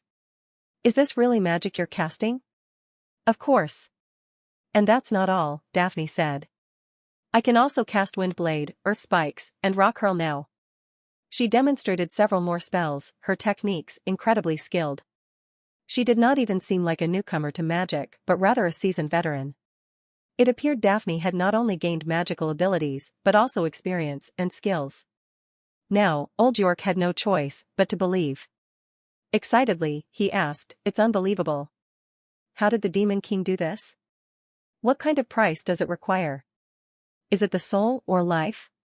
Clearly, this kind of power could not just come out of thin air. Even if it required sacrificing the soul or a portion of one's life, as long as it was not too much, it would be worth it. "Daphne, not the soul. Not even life. Just money will do." She explained, "This level 1 mage advancement cost me 1,500 standard gold coins. The more money you spend, the stronger the power you can be endowed with. 1,500 of the standard currency? While it might sound like a lot, it was not as much as one might think. In this world where copper and silver were not used as currency, gold was the only universal currency. 1,500 standard gold coins were not a fortune. An ordinary imperial family could save up that amount in 5 years by living frugally. What could this amount of money do? Perhaps it would not even cover the price of a slightly better quality potion. Old York immediately rushed to the scene with his 8 sons, 5 daughters, and dozens of grandchildren in a specially arranged carriage. At this moment, a crowd had gathered in the city square. A tower imbued with magical and mystical energy stood tall among them. Daphne pointed to the tower and said, "Grandpa, this is it. As long as you pay, anyone can use it, anyone can become an outstanding mage. This is a gift from the Demon King to us." This tower was no ordinary tower, it was the newly constructed Level 5 Mage Job Advancement Tower. It was restricted for human use only, available to anyone over the age of 15 who could afford the fee. Calculated in Demon King gold, the conversion fees were as follows. Level 1 Elite Mage, Job Advancement fee of 50 gold.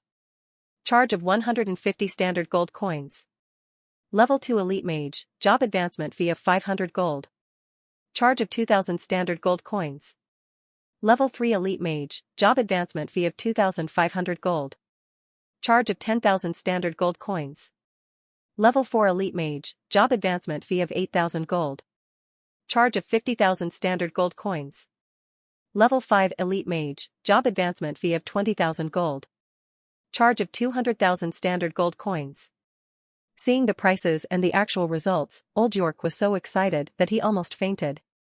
Even for the highest tier, a Level 5 Elite Mage, one would only need 2 million standard gold coins. While this was undoubtedly an astronomical sum for an average person, for Old York, it was manageable. He was willing to do whatever it took, even if it meant selling the last bit of their belongings.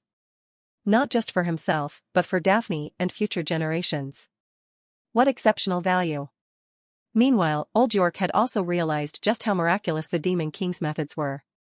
Similar methods did exist in the world, such as specific legacies, special baptisms, and church miracles, all of which could grant extraordinary powers to ordinary people. However, the cost was usually astronomical, making it a distant dream for commoners like Old York. Now, the Demon King was offering such an opportunity at an unbelievably low price. Even for an average family, saving for 5 or 8 years could add a Level 1 mage to their household.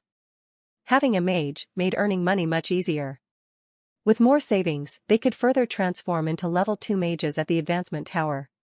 These human mages who transformed at the tower would be deeply bound to the Demon King because their power came from him. If the Demon King vanished, so would their powers. For individuals like Old York, losing this power was more painful than death. Therefore, they would fight to maintain the Demon King's interests and defend the Chaos Federation's territories. This Mage Job Advancement Tower served multiple purposes. Firstly, it increased the number of human mages, significantly boosting the strength of human territories. Secondly, it allowed the Demon King to amass wealth rapidly and exploit the riches of the human world in a reliable manner. These individuals willingly gave their money to the Demon King and felt gratitude toward him. Thirdly, it deepened the foundation of his rule and support. The tower could even be opened to humans in other regions, creating a network of mages who had transformed. They would undoubtedly stand by the Demon King, becoming guides for his future army. In essence, this tower accomplished 3 goals with one stroke. It not only bolstered the strength of human mages, but also ensured a steady flow of wealth into the Demon King's coffers. Furthermore, it solidified his support base, potentially paving the way for the Advancement Tower to open up to other regions, creating a loyal cadre of mages who would support the Demon King's cause. The Mage Job Advancement Tower, just finished being constructed for a day, had already become the talk of the town. People lined up in front of the tower, eager to experience the transformation process. The great Demon King was present at the scene, disguised in a cloak, no one could recognize him. Watching the bustling activity, he felt extremely satisfied and pleased. After a rough calculation, within less than a day, the net profit in Demon King gold was 12.4 million. Judging by this trend, the popularity showed no signs of waning. It was bound to remain in high demand for the foreseeable future. Job Advancement Tower? It was more like a money-making tower. Forget about forceful pillaging, that was too crude. The great Demon King was now not only consolidating the wealth and gold of the human world through legal means, but also strengthening his rule in the new territories, winning the hearts of the people, and enhancing his power. This was perfect. The potential market for job advancement was enormous. With a controlled population of 6 to 7 million, the majority of humans, about 80 to 90%, were mediocre. They were all potential customers. They would work tirelessly to earn money for the Demon King in their quest for power. What was this called? This was the equivalent of sheep willingly walking into the slaughterhouse, willingly offering themselves to be harvested. And afterwards, they would protect the Demon King and defend the Chaos Federation. Aside from the advancement tower, Xiongnu possessed a plethora of other blueprints. Most of them were intended for human territories. Apart from several magical defense towers, there were also several functional buildings. While they might not surpass the advancement tower, each had its own purpose. Xiongnu believed they were capable of significant value and impact. They could further solidify the Federation's control over human cities, ensuring complete submission from the region's population, numbering in the tens of millions.